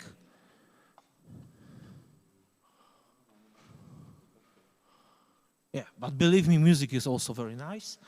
And this is... Actually, almost all of the consultants are here. Piotr is not shown. So, Żenia, who is also present today. Witek, who is an expert in social entrepreneurship, who might join us on dinner. And of course, Tomasz, who is the head of the TCF Hub, and he also was a consultant in Yurta, who has, let's say, the biggest business experience. And there is a whole narrative saying what you can get here, what you can get. Then similar videos were made for region of Małopolska. I think with Irmina and Martin. I don't know who. I haven't seen the movie yet, so I cannot say who is in. The same was done for Multicultural Center, and the same was done for the Entrepreneurship Center at Municipality of Krakow with our second one-stop shop. So all together, this is a joint effort to show the ecosystem for migrant entrepreneurs in Krakow. Yes, what they can get, what kind of support they can get from different. Yeah, this is another one. The same guy. Yeah. The actor is the same because that's the idea. The protagonist is always a migrant, but he seeks different. Maybe we should have been more gender balanced. 28A. And there is, of course, everything is in English, Polish, I think Ukrainian and Russian, yes? 4 languages. Tu na miejscu pomożemy Ci przejść całą procedurę rejestracyjną. Basically, it's in Polish, unfortunately, the version. He explains what you can get in this service point, yes? The exact address. To z nim podejdziesz do stanowisk informacyjnych, gdzie będziesz mógł uzyskać wszelkie informacje na temat założenia działalności gospodarczej, jak i możliwości założenia profilu zaufanego, który pozwoli Ci bez wychodzenia z domu na załatwienie wszelkich spraw administracyjnych online. Dobierzesz także kody polskiej klasyfikacji działalności adekwatne do rodzaju działalności. Nie znasz dobrze języka polskiego? To też nie problem. Mamy tu stanowisko konsultacyjne do spraw cudzoziemców, mówimy biegle w Twoim języku i chętnie odpowiemy na nurtujące Cię pytania. Pamiętaj, że w punkcie obsługi przedsiębiorcy możesz również uzyskać bezpłatną fachową poradę, zarówno prawną, jak i podatkową, od specjalistów z instytucji zewnętrznych. Małopolski Oddział Krajowej Izby Doradców Podatkowych. Okręgowa Rada Adwokacka. Because in this one-stop shop, also other institutions outside of municipality have their also special desks at selected days of the week. So they inform which kind of support you can get at this one-stop shop. So it's not only about our project, but the complexity of the services that are offered there. And our consultant is also working as an interpreter, yes, a translator for those people who usually are not able to speak Polish. Odszukać swój wpis w bazie przedsiębiorców CIDG, a następnie kliknąć ikonę lupy z prawej strony w celu wyświetlenia szczegółów wybranego wpisu. Because they have also their service Pochodzący online, ze strony what internetowej they can do. CIDG jest dokumentem, którym możesz posługiwać się w kontaktach z innymi przedsiębiorcami. Nie wymaga podpisu ani pieczęci. Jeśli potrzebujesz więcej informacji o ubezpieczeniach, ulgach lub zakładasz na przykład spółkę cywilną, możesz podejść na stanowiska Zakładu Ubezpieczeń Społecznych i Urzędu Statystycznego. I widzicie, jakie to jest proste? Cała czynność związana z założeniem działalności gospodarczej w Krakowie trwała tylko 30 minut. So they say in Pamiętajcie, 30 czekamy minutes na was you can i get pomożemy. your business fully registered in all the institutions. Well, let's say in 1 hour, but they didn't want to discuss. No, but actually you can do it at one place in one day in 1 hour. So it's really great. For Poland is really a success. I mean, it's so this is an additional, let's say, information campaign, which will serve also later on for, even if project expires, the movies will stay, yes? They will inform. Actually, we know from our research, which was conducted even with Marco in this capitalization phase, that most of migrants were completely unaware of this service. Maybe because there was no dedicated Polish the consultant in foreign languages.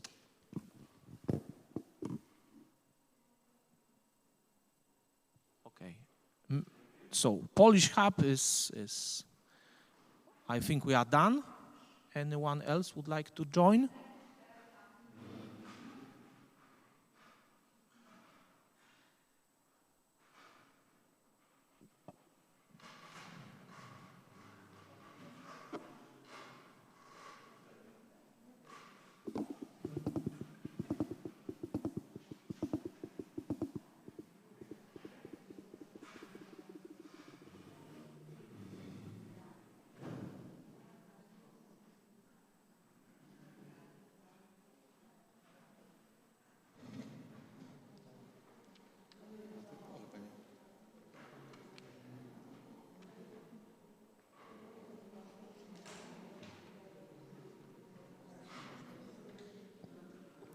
I would like to share really quick this document. This is what I was saying before. We have a portfolio that is a collection of all the business ideas and the business that we already have after our courses. So quick, just to say something interesting.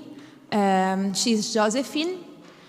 She's doing, her business is to design bags with African fabrics. The interesting thing is that we have a network of mentors that are already entrepreneurs, and her mentor joined her business. She's become her business partner. What else? Here he's Yves, and he has in Ivory Coast a business with a wine shop. So he sells Italian wines to Ivory Coast, and this is something that it's really new. It's dream reborn. This entrepreneurs starts after our hackathon. So 8 of our migrant entrepreneurs start this business that is a platform to put together, to match migrant entrepreneurs with elderly Italian entrepreneurs and have own then their business. So starting a new business with an Italian already existing business. So I think that this document that we are start to share with our local partners that are mainly trade association is very useful, because all the time that they make a step forward, our partners know that and can help them to get into the market. So this is something that we really enjoy, and we think it's the main impact of our hub. So to having really a lot of maybe 13 new business in Forlì. Thank you.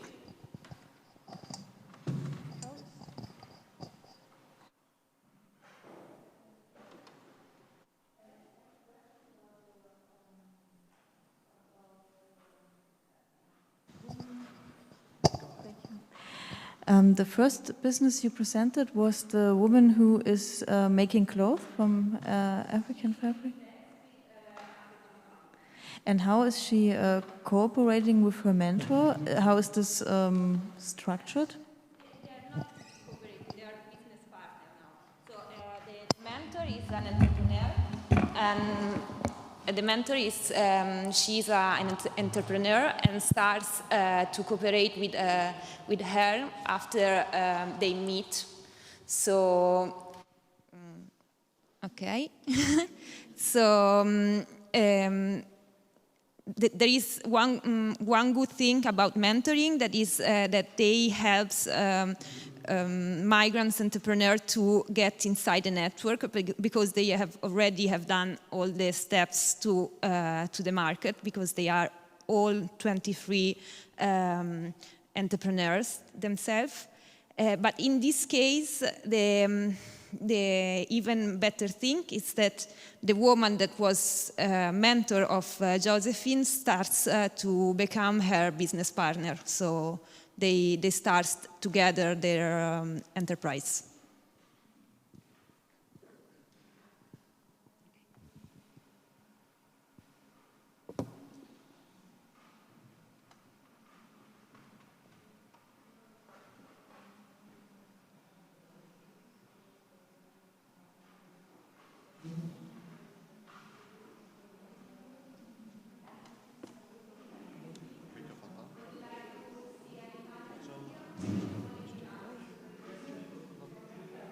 Fantastic, these testimonial videos with, if you could show.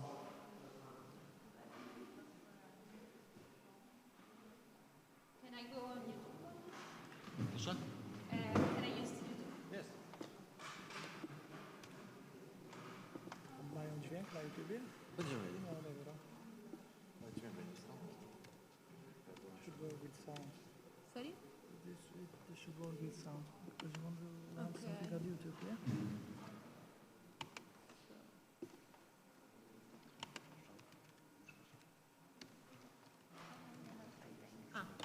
Thank you.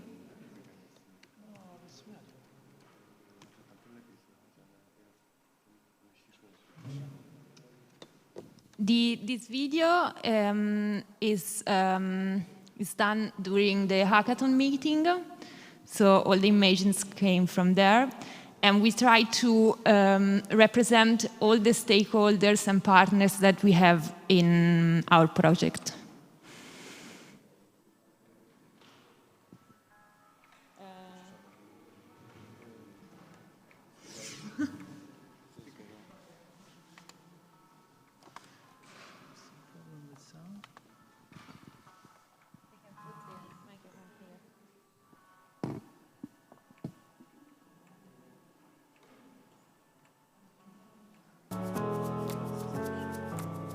Sono Barbara Bovelacci e coordino per conto dell'ente di formazione Tech de Forlì Cesena il progetto GIM.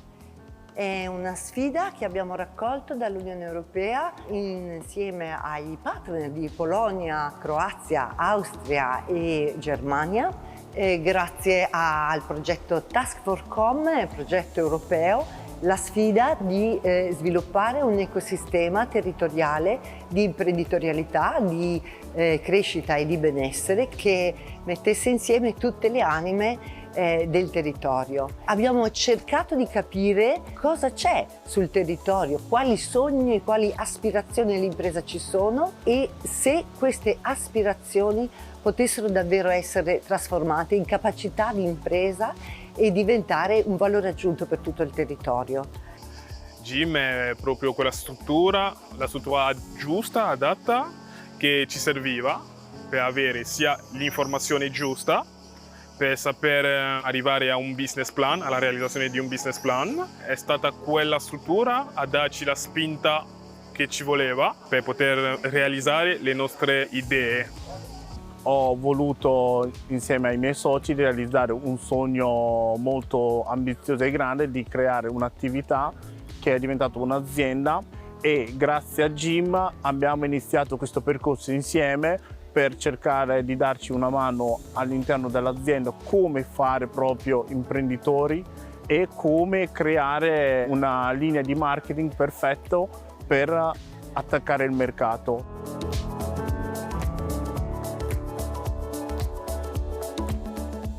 Nel progetto GIM mi sono occupato della formazione imprenditoriale degli trainer Fabio Petroni from the Cattolica di Milano, from the University of Cattolica. Pronti a far partire e che quindi sarà in grado di contribuire allo sviluppo sociale ed economico del paese e, più importante dal mio punto di vista, all'integrazione culturale di queste persone.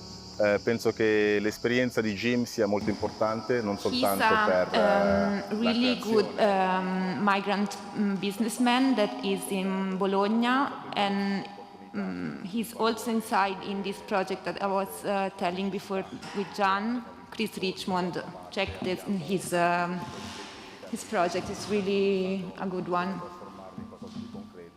Perciò programmi di questo genere di incubazione ma anche di accelerazione sono fondamentali nel percorso di accompagnamento verso il successo di imprenditori e imprenditrici.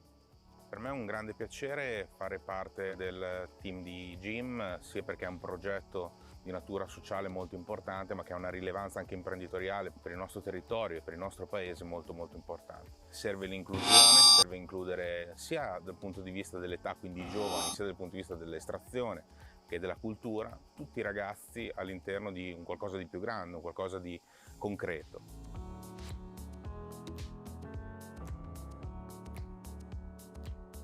Ci ha fatto molto piacere partecipare a questo progetto. Come amministrazione ci ha dato la possibilità di raccontare a questi giovani aspiranti quelli che sono i primi passi da muovere all'interno anche di un ente come il Comune. Siamo contenti perché abbiamo visto che c'è una grande vivacità nel nostro territorio e speriamo che questo sia servito per incoraggiare ancora di più i ragazzi, i giovani, ma non solo i giovani, anche chi è meno giovane, ad aprire un'attività.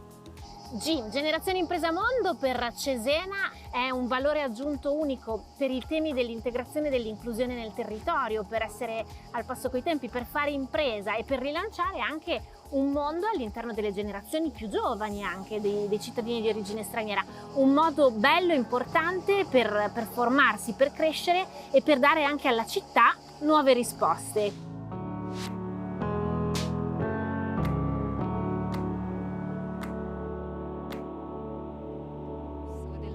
Women were the councillor from Forlì and Cesena, and the two men in the middle are two from our mentors. I don't know what you could understand from this video. I will try to put English subtitles. Specjalna promocja.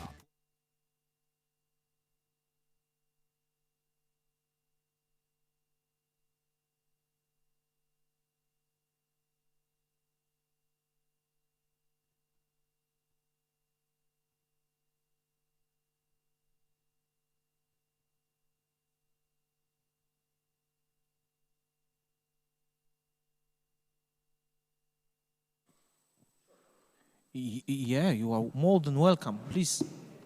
Can I connect to page 3?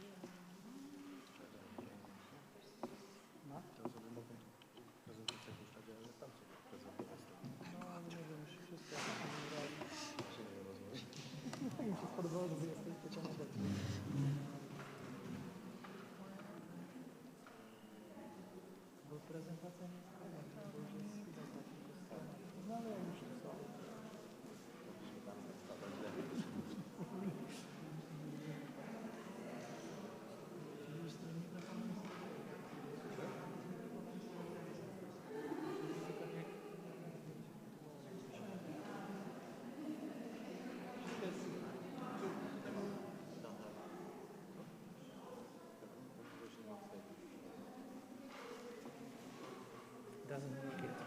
Something is wrong with the connector, I don't know. With the adapter.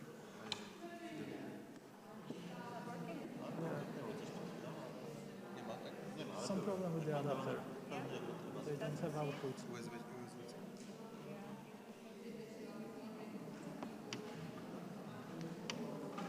wait a moment. Za dużo tego.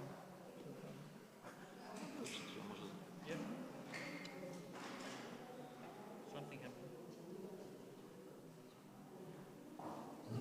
Yes, I have.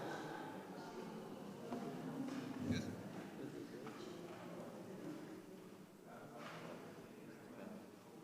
Shouldn't be any problem with the PC.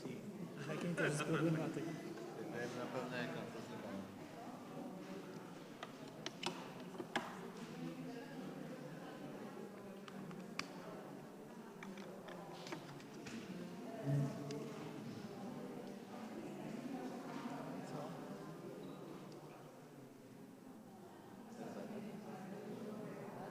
Should work now.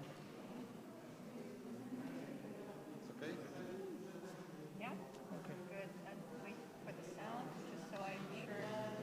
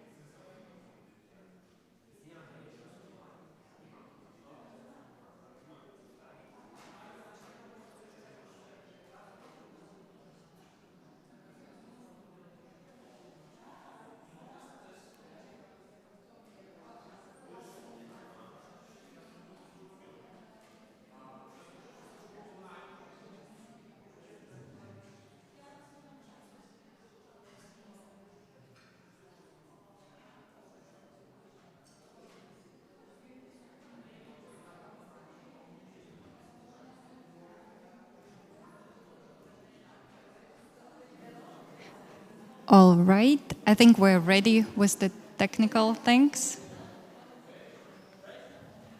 Great. Yes, thank you so much. And I hope everybody enjoyed the small break to discuss a wonderful video from the Italian partners. Now we would like to share something that was happening in Erfurt in Germany with our Social Impulse Academy. During the partner online meetings, we've presented that the program that was running last year, but just to recap everything that happened was the Social Impulse Hub in Erfurt, which is our community-based hub for migrants and their ideas. We started last year, basically last summer.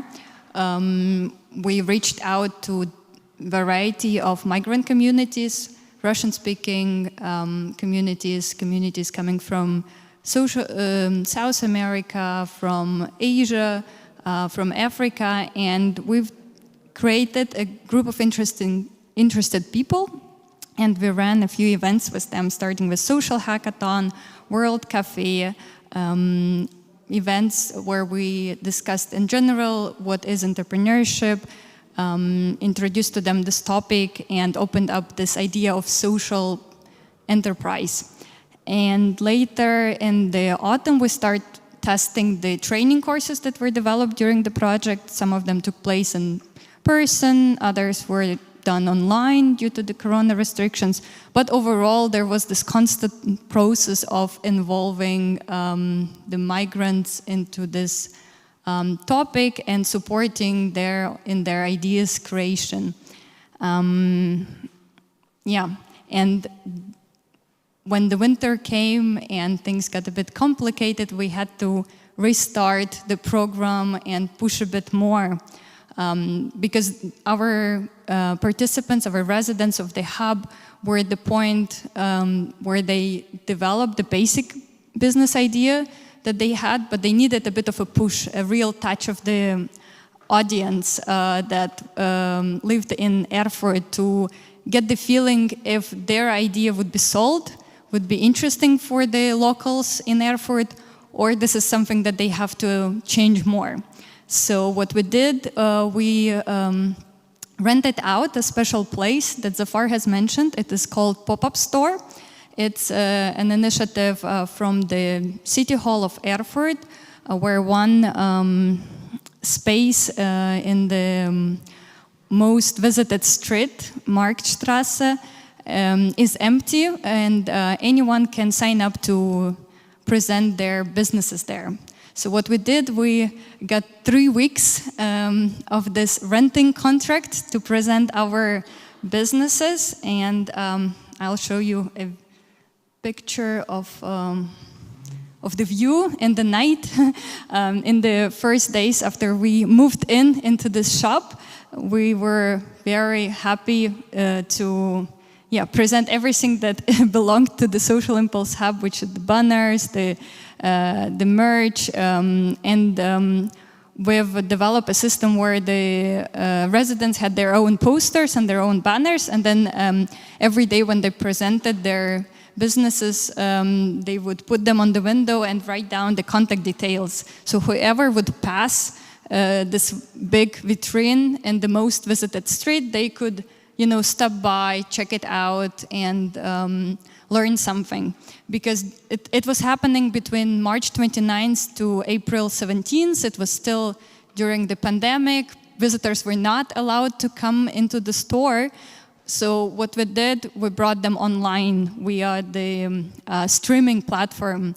And we have now 12 videos in YouTube where each business initiative presented their products, their services, told about where the idea is coming from and what they're planning to do in the future. So it really was kind of a digital window into this real pop-up store, and audience could interact with them. They were writing comments, asking questions, and our moderator was bringing them to the speakers, and they were replying to it. So this way we could, reach out to the Erfurt community while it was still a pandemic going on, but nevertheless it created this bridge of communication. And we have a 23-minute long review feedback of the residents and our team, how was this process going, and I'll show just a small part of it, of 2 residents, and how it helped them to push their businesses further, so we can have a clear picture of what's important.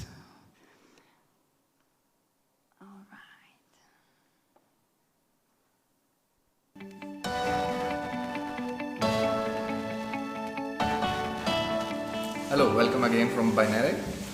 We presented our products last week in the pop-up store. I think you might have seen that. If you haven't, please do. Binary is a service. We provide a customized e-learning service for profits and non-profit organizations. The Social Impulse Academy has been extremely helpful in formulating our idea, getting feedback on what works and what does not. And the pop-up store was a way to showcase that reformulated and reframed idea, and also by interacting with the audience. We hope there are future events like this, and we hope we get to meet all of you, interact with you in person once hopefully the Corona measures get lifted. Ja, das ist richtig. Nochmal ein herzliches Hallo von unserem Team Binäre. Wir haben letzte Woche Mittwoch unseren Livestream gehabt und unser Projekt, unser junges Unternehmen vorgestellt. Wir bieten zugeschnittene E-Learning-Kurse und Services an für den Gesundheits- und auch für den Bildungssektor und freuen uns sehr, wenn Sie auf uns zukommen. Und unsererseits nochmal ein ganz großes und herzliches Dankeschön an diese Möglichkeit, die wir hier bekommen haben, uns hier auszustellen, uns unseren vielleicht zukünftigen Kunden auch präsentieren zu können, alleine schon unsere Idee in die Welt zu tragen. Das ist eine sehr, sehr große Möglichkeit für uns gewesen. Deswegen herzlichen Dank, das hat uns sehr geholfen, auch mit euch in Interaktion zu sein, um alles nochmal, den ganzen Service neu oder gut rüberzubringen, wie wir dann auch unser Business Model formieren wollen. Und deswegen ein herzliches Dankeschön an Plattform e.V., an Culture Goes Europe, an Social Impulse Hub. Herzlichen Dank und wir freuen uns sehr, wenn ihr uns kontaktiert. That was for our Austrian partners. And that's the second. My name is Adenike once again. Yeah, last week I'm so happy to be here to show off my work, what I can do at the pop-up shop. It really inspired me. It gives me more reason to go ahead. And the social impulse hubs or academy has really given me more focus, more reason to be a self-employed. So I'm so happy. I want to tell them thank you so much for giving me this opportunity to be the part of this project. I'm so happy. Yeah, what's next now is I'm thinking of opening my own business, having a shop. Like I said in my interview, I'm doing a stage course. I want to know everything about entrepreneurship, so I don't fail at all times. So I intend opening my business in quite a short time. Yes, and actually Adenike is one of the best cases for us because over the next month she worked really hard on promoting her business. She was in a local newspaper, featured an article about her.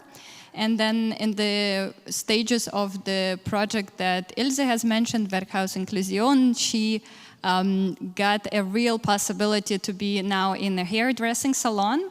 And the local business took her in, and she is currently doing hairstyling in African style in this hair salon. So she is a real example of how this project supported her and made her more confident to open a business and go for the next stages where she actually performs and starts her initiative. So, yeah. And with that in mind, we actually continued our work and saw that such good feedback from just merely giving live streams and showing windows to the people is something we have to work on further. So we decided we need a another activity where we would interact with the local audience, and we went for a very daring event, which was a 2 days festival in an open area where we rented the whole space. We prepared a lot of tents, where each tent would be dedicated to a certain business idea, and then our entrepreneurs could move in these tents and present their businesses. And in the middle of this area was this star tent, which collected audiences for group sessions, for presentations. We used that time to have a multiplier event for Taskforcome. We used that time to address certain issues about social entrepreneurship, migrant entrepreneurship, and we would gather community of people that would come by, stop and listen and engage sometimes in the discussions. So this was outside, outdoors. It was between the 2 main tram stops and bus stops in the north of Erfurt. So just a crowd around could hear what is going on and stop by and check it out and see what is happening. So, yeah. One of the tents was another resident, Asal from Uzbekistan, and she is a very good cook. She prepared traditional Uzbek samsa, which is this pastry, and she offered it to all visitors of the Engagement Land Festival in exchange for small donations, whoever could provide. And with this, she basically tested the interest of the audience in these products and the price they're willing to pay for her pastries. And the hype of the event and as well the interest and demand from the people inspired her to go further. And then later in the summer, she volunteered and went for the option of selling her pastries already at the bigger event, the National Garden Exhibition that happened to be in Erfurt this year, Buga. It was extremely famous, and on the next to one of the entrance gates, she was selling officially her samsa and getting real money and real customers that were interested in her product. So it's another story of how certain events that we implemented during this project help people to boost their confidence and go for the next stages. So what we also figured out is that this kind of support was the most needed and the most helpful. Yeah, and of course we had wonderful ceremony at the end that where our residents got the certificates which they value a lot because some formal recognition is something that is very needed in Germany and always an added value. So they attach that to their CVs. They now use that when they create their profiles, when they move forward for further steps in business creations. Yeah. I have a presentation for tomorrow as well. I hope there will be time for it. But last things that I wanted to mention, yeah, also Haus der Amerika so far mentioned that this is now a real association that happened to have another festival this year, organized completely by them. And yeah, very, very powerful idea and community behind. So just to share, because I read the word package to full name today, and I thought this would be so interesting if we could put out and pinpoint actually things that are know-how in how to engage with the migrant community and help them to become entrepreneurs. And this is something that comes from our experience as a Culture Goes Europe and platform of our running this hub activities. What helped us a lot and really stimulated the engagement was the personal contact to migrant communities. So since a lot of us are migrants themselves, we reached out basically to those we are interacting with, as I said before, to the Russian community, Ukrainian community, community of Spanish speakers.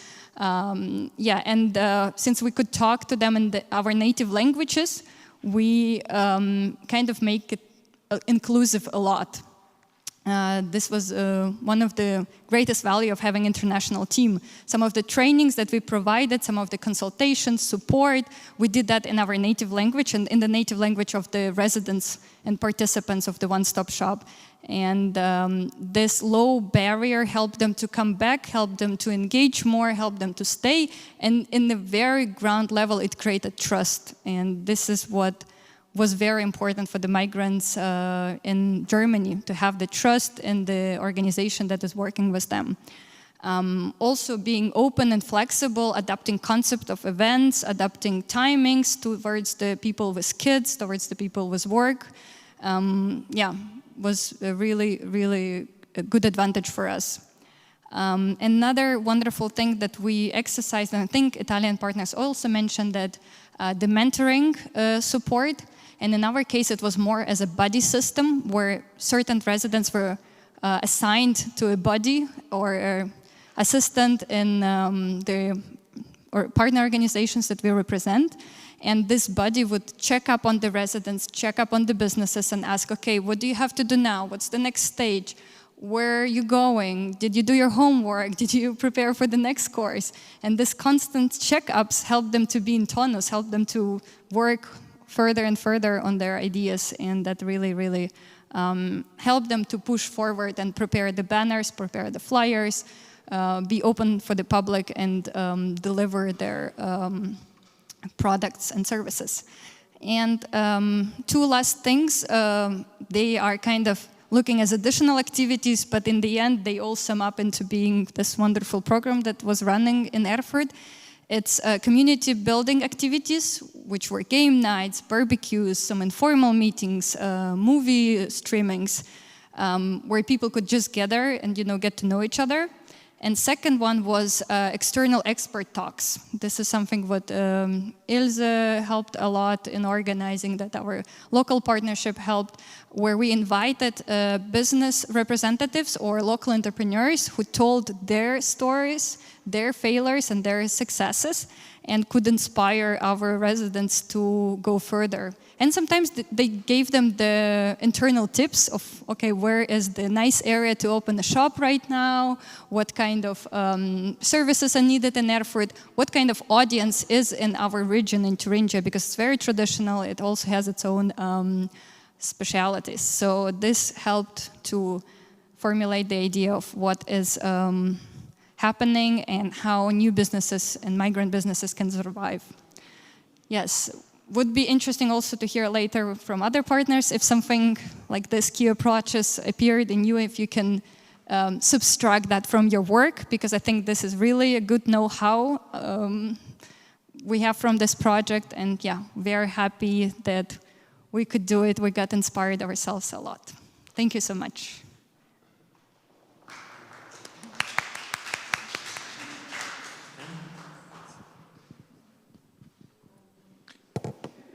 Just one comment and request before Martin starts on Split.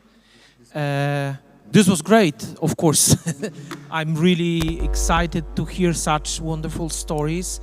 Can we get these links to the media relations, especially on this successful female hairdresser?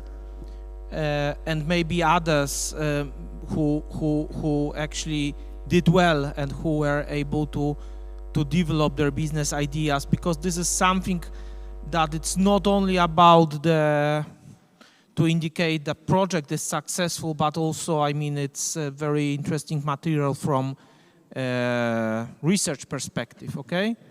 So if you could send us the links to this, it would be really great. Thanks.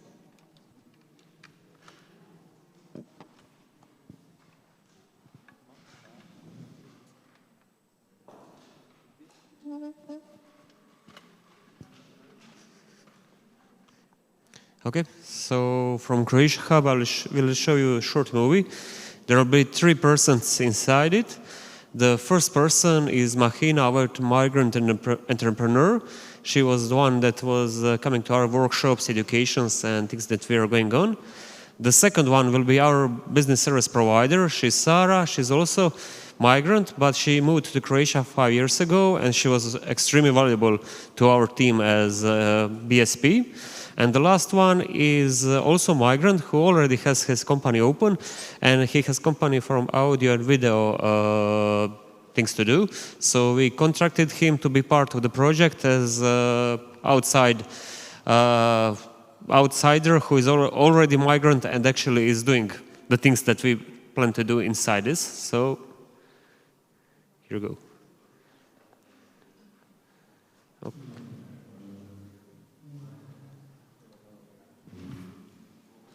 Okay, just a second.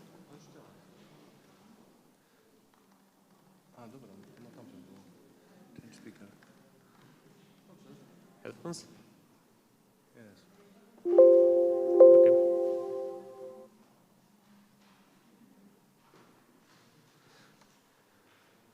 I'm Mahina. I'm originally from New Zealand, and I am a co-owner and operator of 45 Degree Sailing. We do bespoke high-end sailing holidays for families, and we like to show them around our adopted country here in Croatia. Now, coming here and starting a business, I think one of the big things that have helped us out a lot is finding a good accountant. And when I say good, I mean trustworthy. Somebody who has clear processes that we could understand, because understanding the accounting systems here in Croatia, especially for the marine tourism industry, is really, really hard. So knowing where to go to find someone like that, someone who could work with us, someone who understood our needs, would have been fantastic from the get-go. We've had a bit of an uphill battle with that, so that would have helped out a lot. Hi, my name is Sarah Dyson. I'm from Dallas, Texas. I've lived in Split for 9 years. My company is called Expat in Croatia, and what I do is I help foreigners move to Croatia. I educate them about healthcare, getting residency, citizenship, and operating a business, all in English. We also offer language resources so people can practically use the language. Now, the challenge that I've had since being here was learning how to open a business the most effectively that I possibly can. And there were some missteps that I had through that process because I just didn't know, I didn't have experience with the system to know the insider information, the ins and outs that Croatians have because they're familiar with that system. And so when I was opening my business, I would have loved to have access to a program like T4C that could help me demystify the system and discover that kind of nuance and the tips in terms of incorporating and also operating my business. What I'm contributing to at T4C is we have been working together on different resources specifically geared towards operating a business that is then posted on my website, expatinCroatia.com, to help further complement the resources and assistance and advice that the T4C program is already offering foreigners. I think it's a great project, and I'm really happy to be working with them. Hi, my name's Nick. I'm originally from New Zealand, and I'm here in Split, Croatia. I now do a company we call #Content Agency, where we do content leveraging, video production, and photography for entrepreneurs and businesses in and around here in tourism and in other companies and facilities in and around Split and Croatia. Coming here, I would have really liked help navigating the bureaucracy and what rules around companies, what companies are allowed to do and what I need to create my company for. I found that really tough. And getting an understanding of the accounting system and having a good accountant and how important that is would have been a huge amount of help for starting business here in Croatia. So by this person, you see that our approach was finding the migrant entrepreneurs that already started something in Croatia. They have some experience, and we are checking with them what they needed most at the start, which was part of T1, and including them as BSPs or however we possibly can do it, to help the new generation of migrant entrepreneurs that want to start something in our local area. So, you have more than enough videos on YouTube to check it out. So that was our approach, and just a 1-minute video, and I'll leave you alone. It's to see this socialist brutalism building where our CR hub is located It's used to be Youth Club Multimedia Cultural Center at the moment. Good morning. So for those of you that are coming today, I thought I'd just post another video in case you get lost. So as you can see behind me, there's this blue sculpture tree thing that you cannot kind of miss when you arrive here. Here we have Ulica Slobode, and down there we have Mazurinicevo Svetoliška.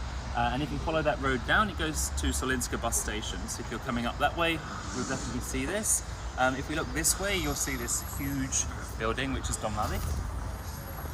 And behind Dom Mladých, you'll have FINA. So if any of you have been to FINA before, you'll know where we are. So over there on our left is FINA, the main FINA. And then here on the right, we have, as you can see up there, Dom Mladých and the Multimedia Cultural Center, which is where we'll be today.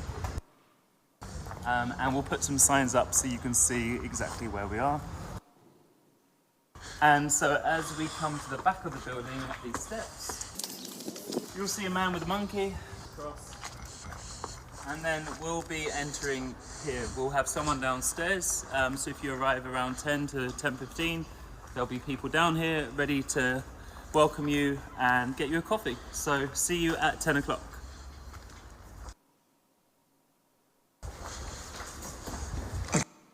Third floor. And here we are at Resurrect. Okay, cool. And that's it. Thank you very much. If you want to find more, go on YouTube channel. Enjoy. Thanks.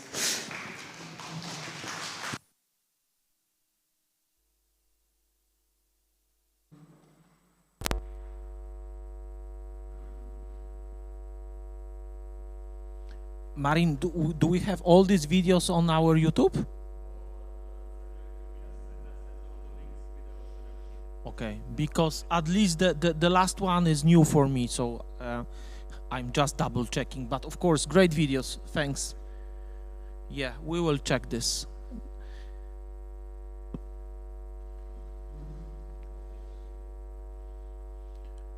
Do we have any other presenter? Everybody seems really tired. So we can slowly move to the end of today's meeting, of course, the formal meeting. So I think this was very productive, and I'm really happy that we still have time today in the evening to talk more in relaxed way, and the next day to settle other issues. I think that all of you, but please check, okay, have received the detailed link and address of the restaurant Farina, to which we would like to invite you, so you don't have to pay. It's the payment is on Taskforcome, okay, site. We would be more than happy to see you all, of course, there. It's near Rynek, so you can simply, if you are staying next to the more or less university in hotels, it's walking distance, 15 to 20 minutes from most of the places which we have recommended. Yeah, so that's it. Hope to see you all tomorrow also on the meeting from 9 a.m. In any case, just double checking, I will create the special alfresco folder because I think we have most of the presentations, but it would be great to keep them all stored on one folder, okay? So I will create a dedicated folder and ask you to upload the presentations from today and the ones from tomorrow. So thanks again to all of the presenters. I think from this we can see that really we had made substantial improvement in the conditions for migrants in our regions, and we have all reasons to be really maybe not proud, but really happy about what we did. Even proud, let's say. Yes, modesty is not the best moment here. Yes, not the best quality. I think we did a great job, and yeah, there are of course some minor things to do before the completion of the project, but let's be positive. And let's meet at 7:30 in Farina. So, see you soon.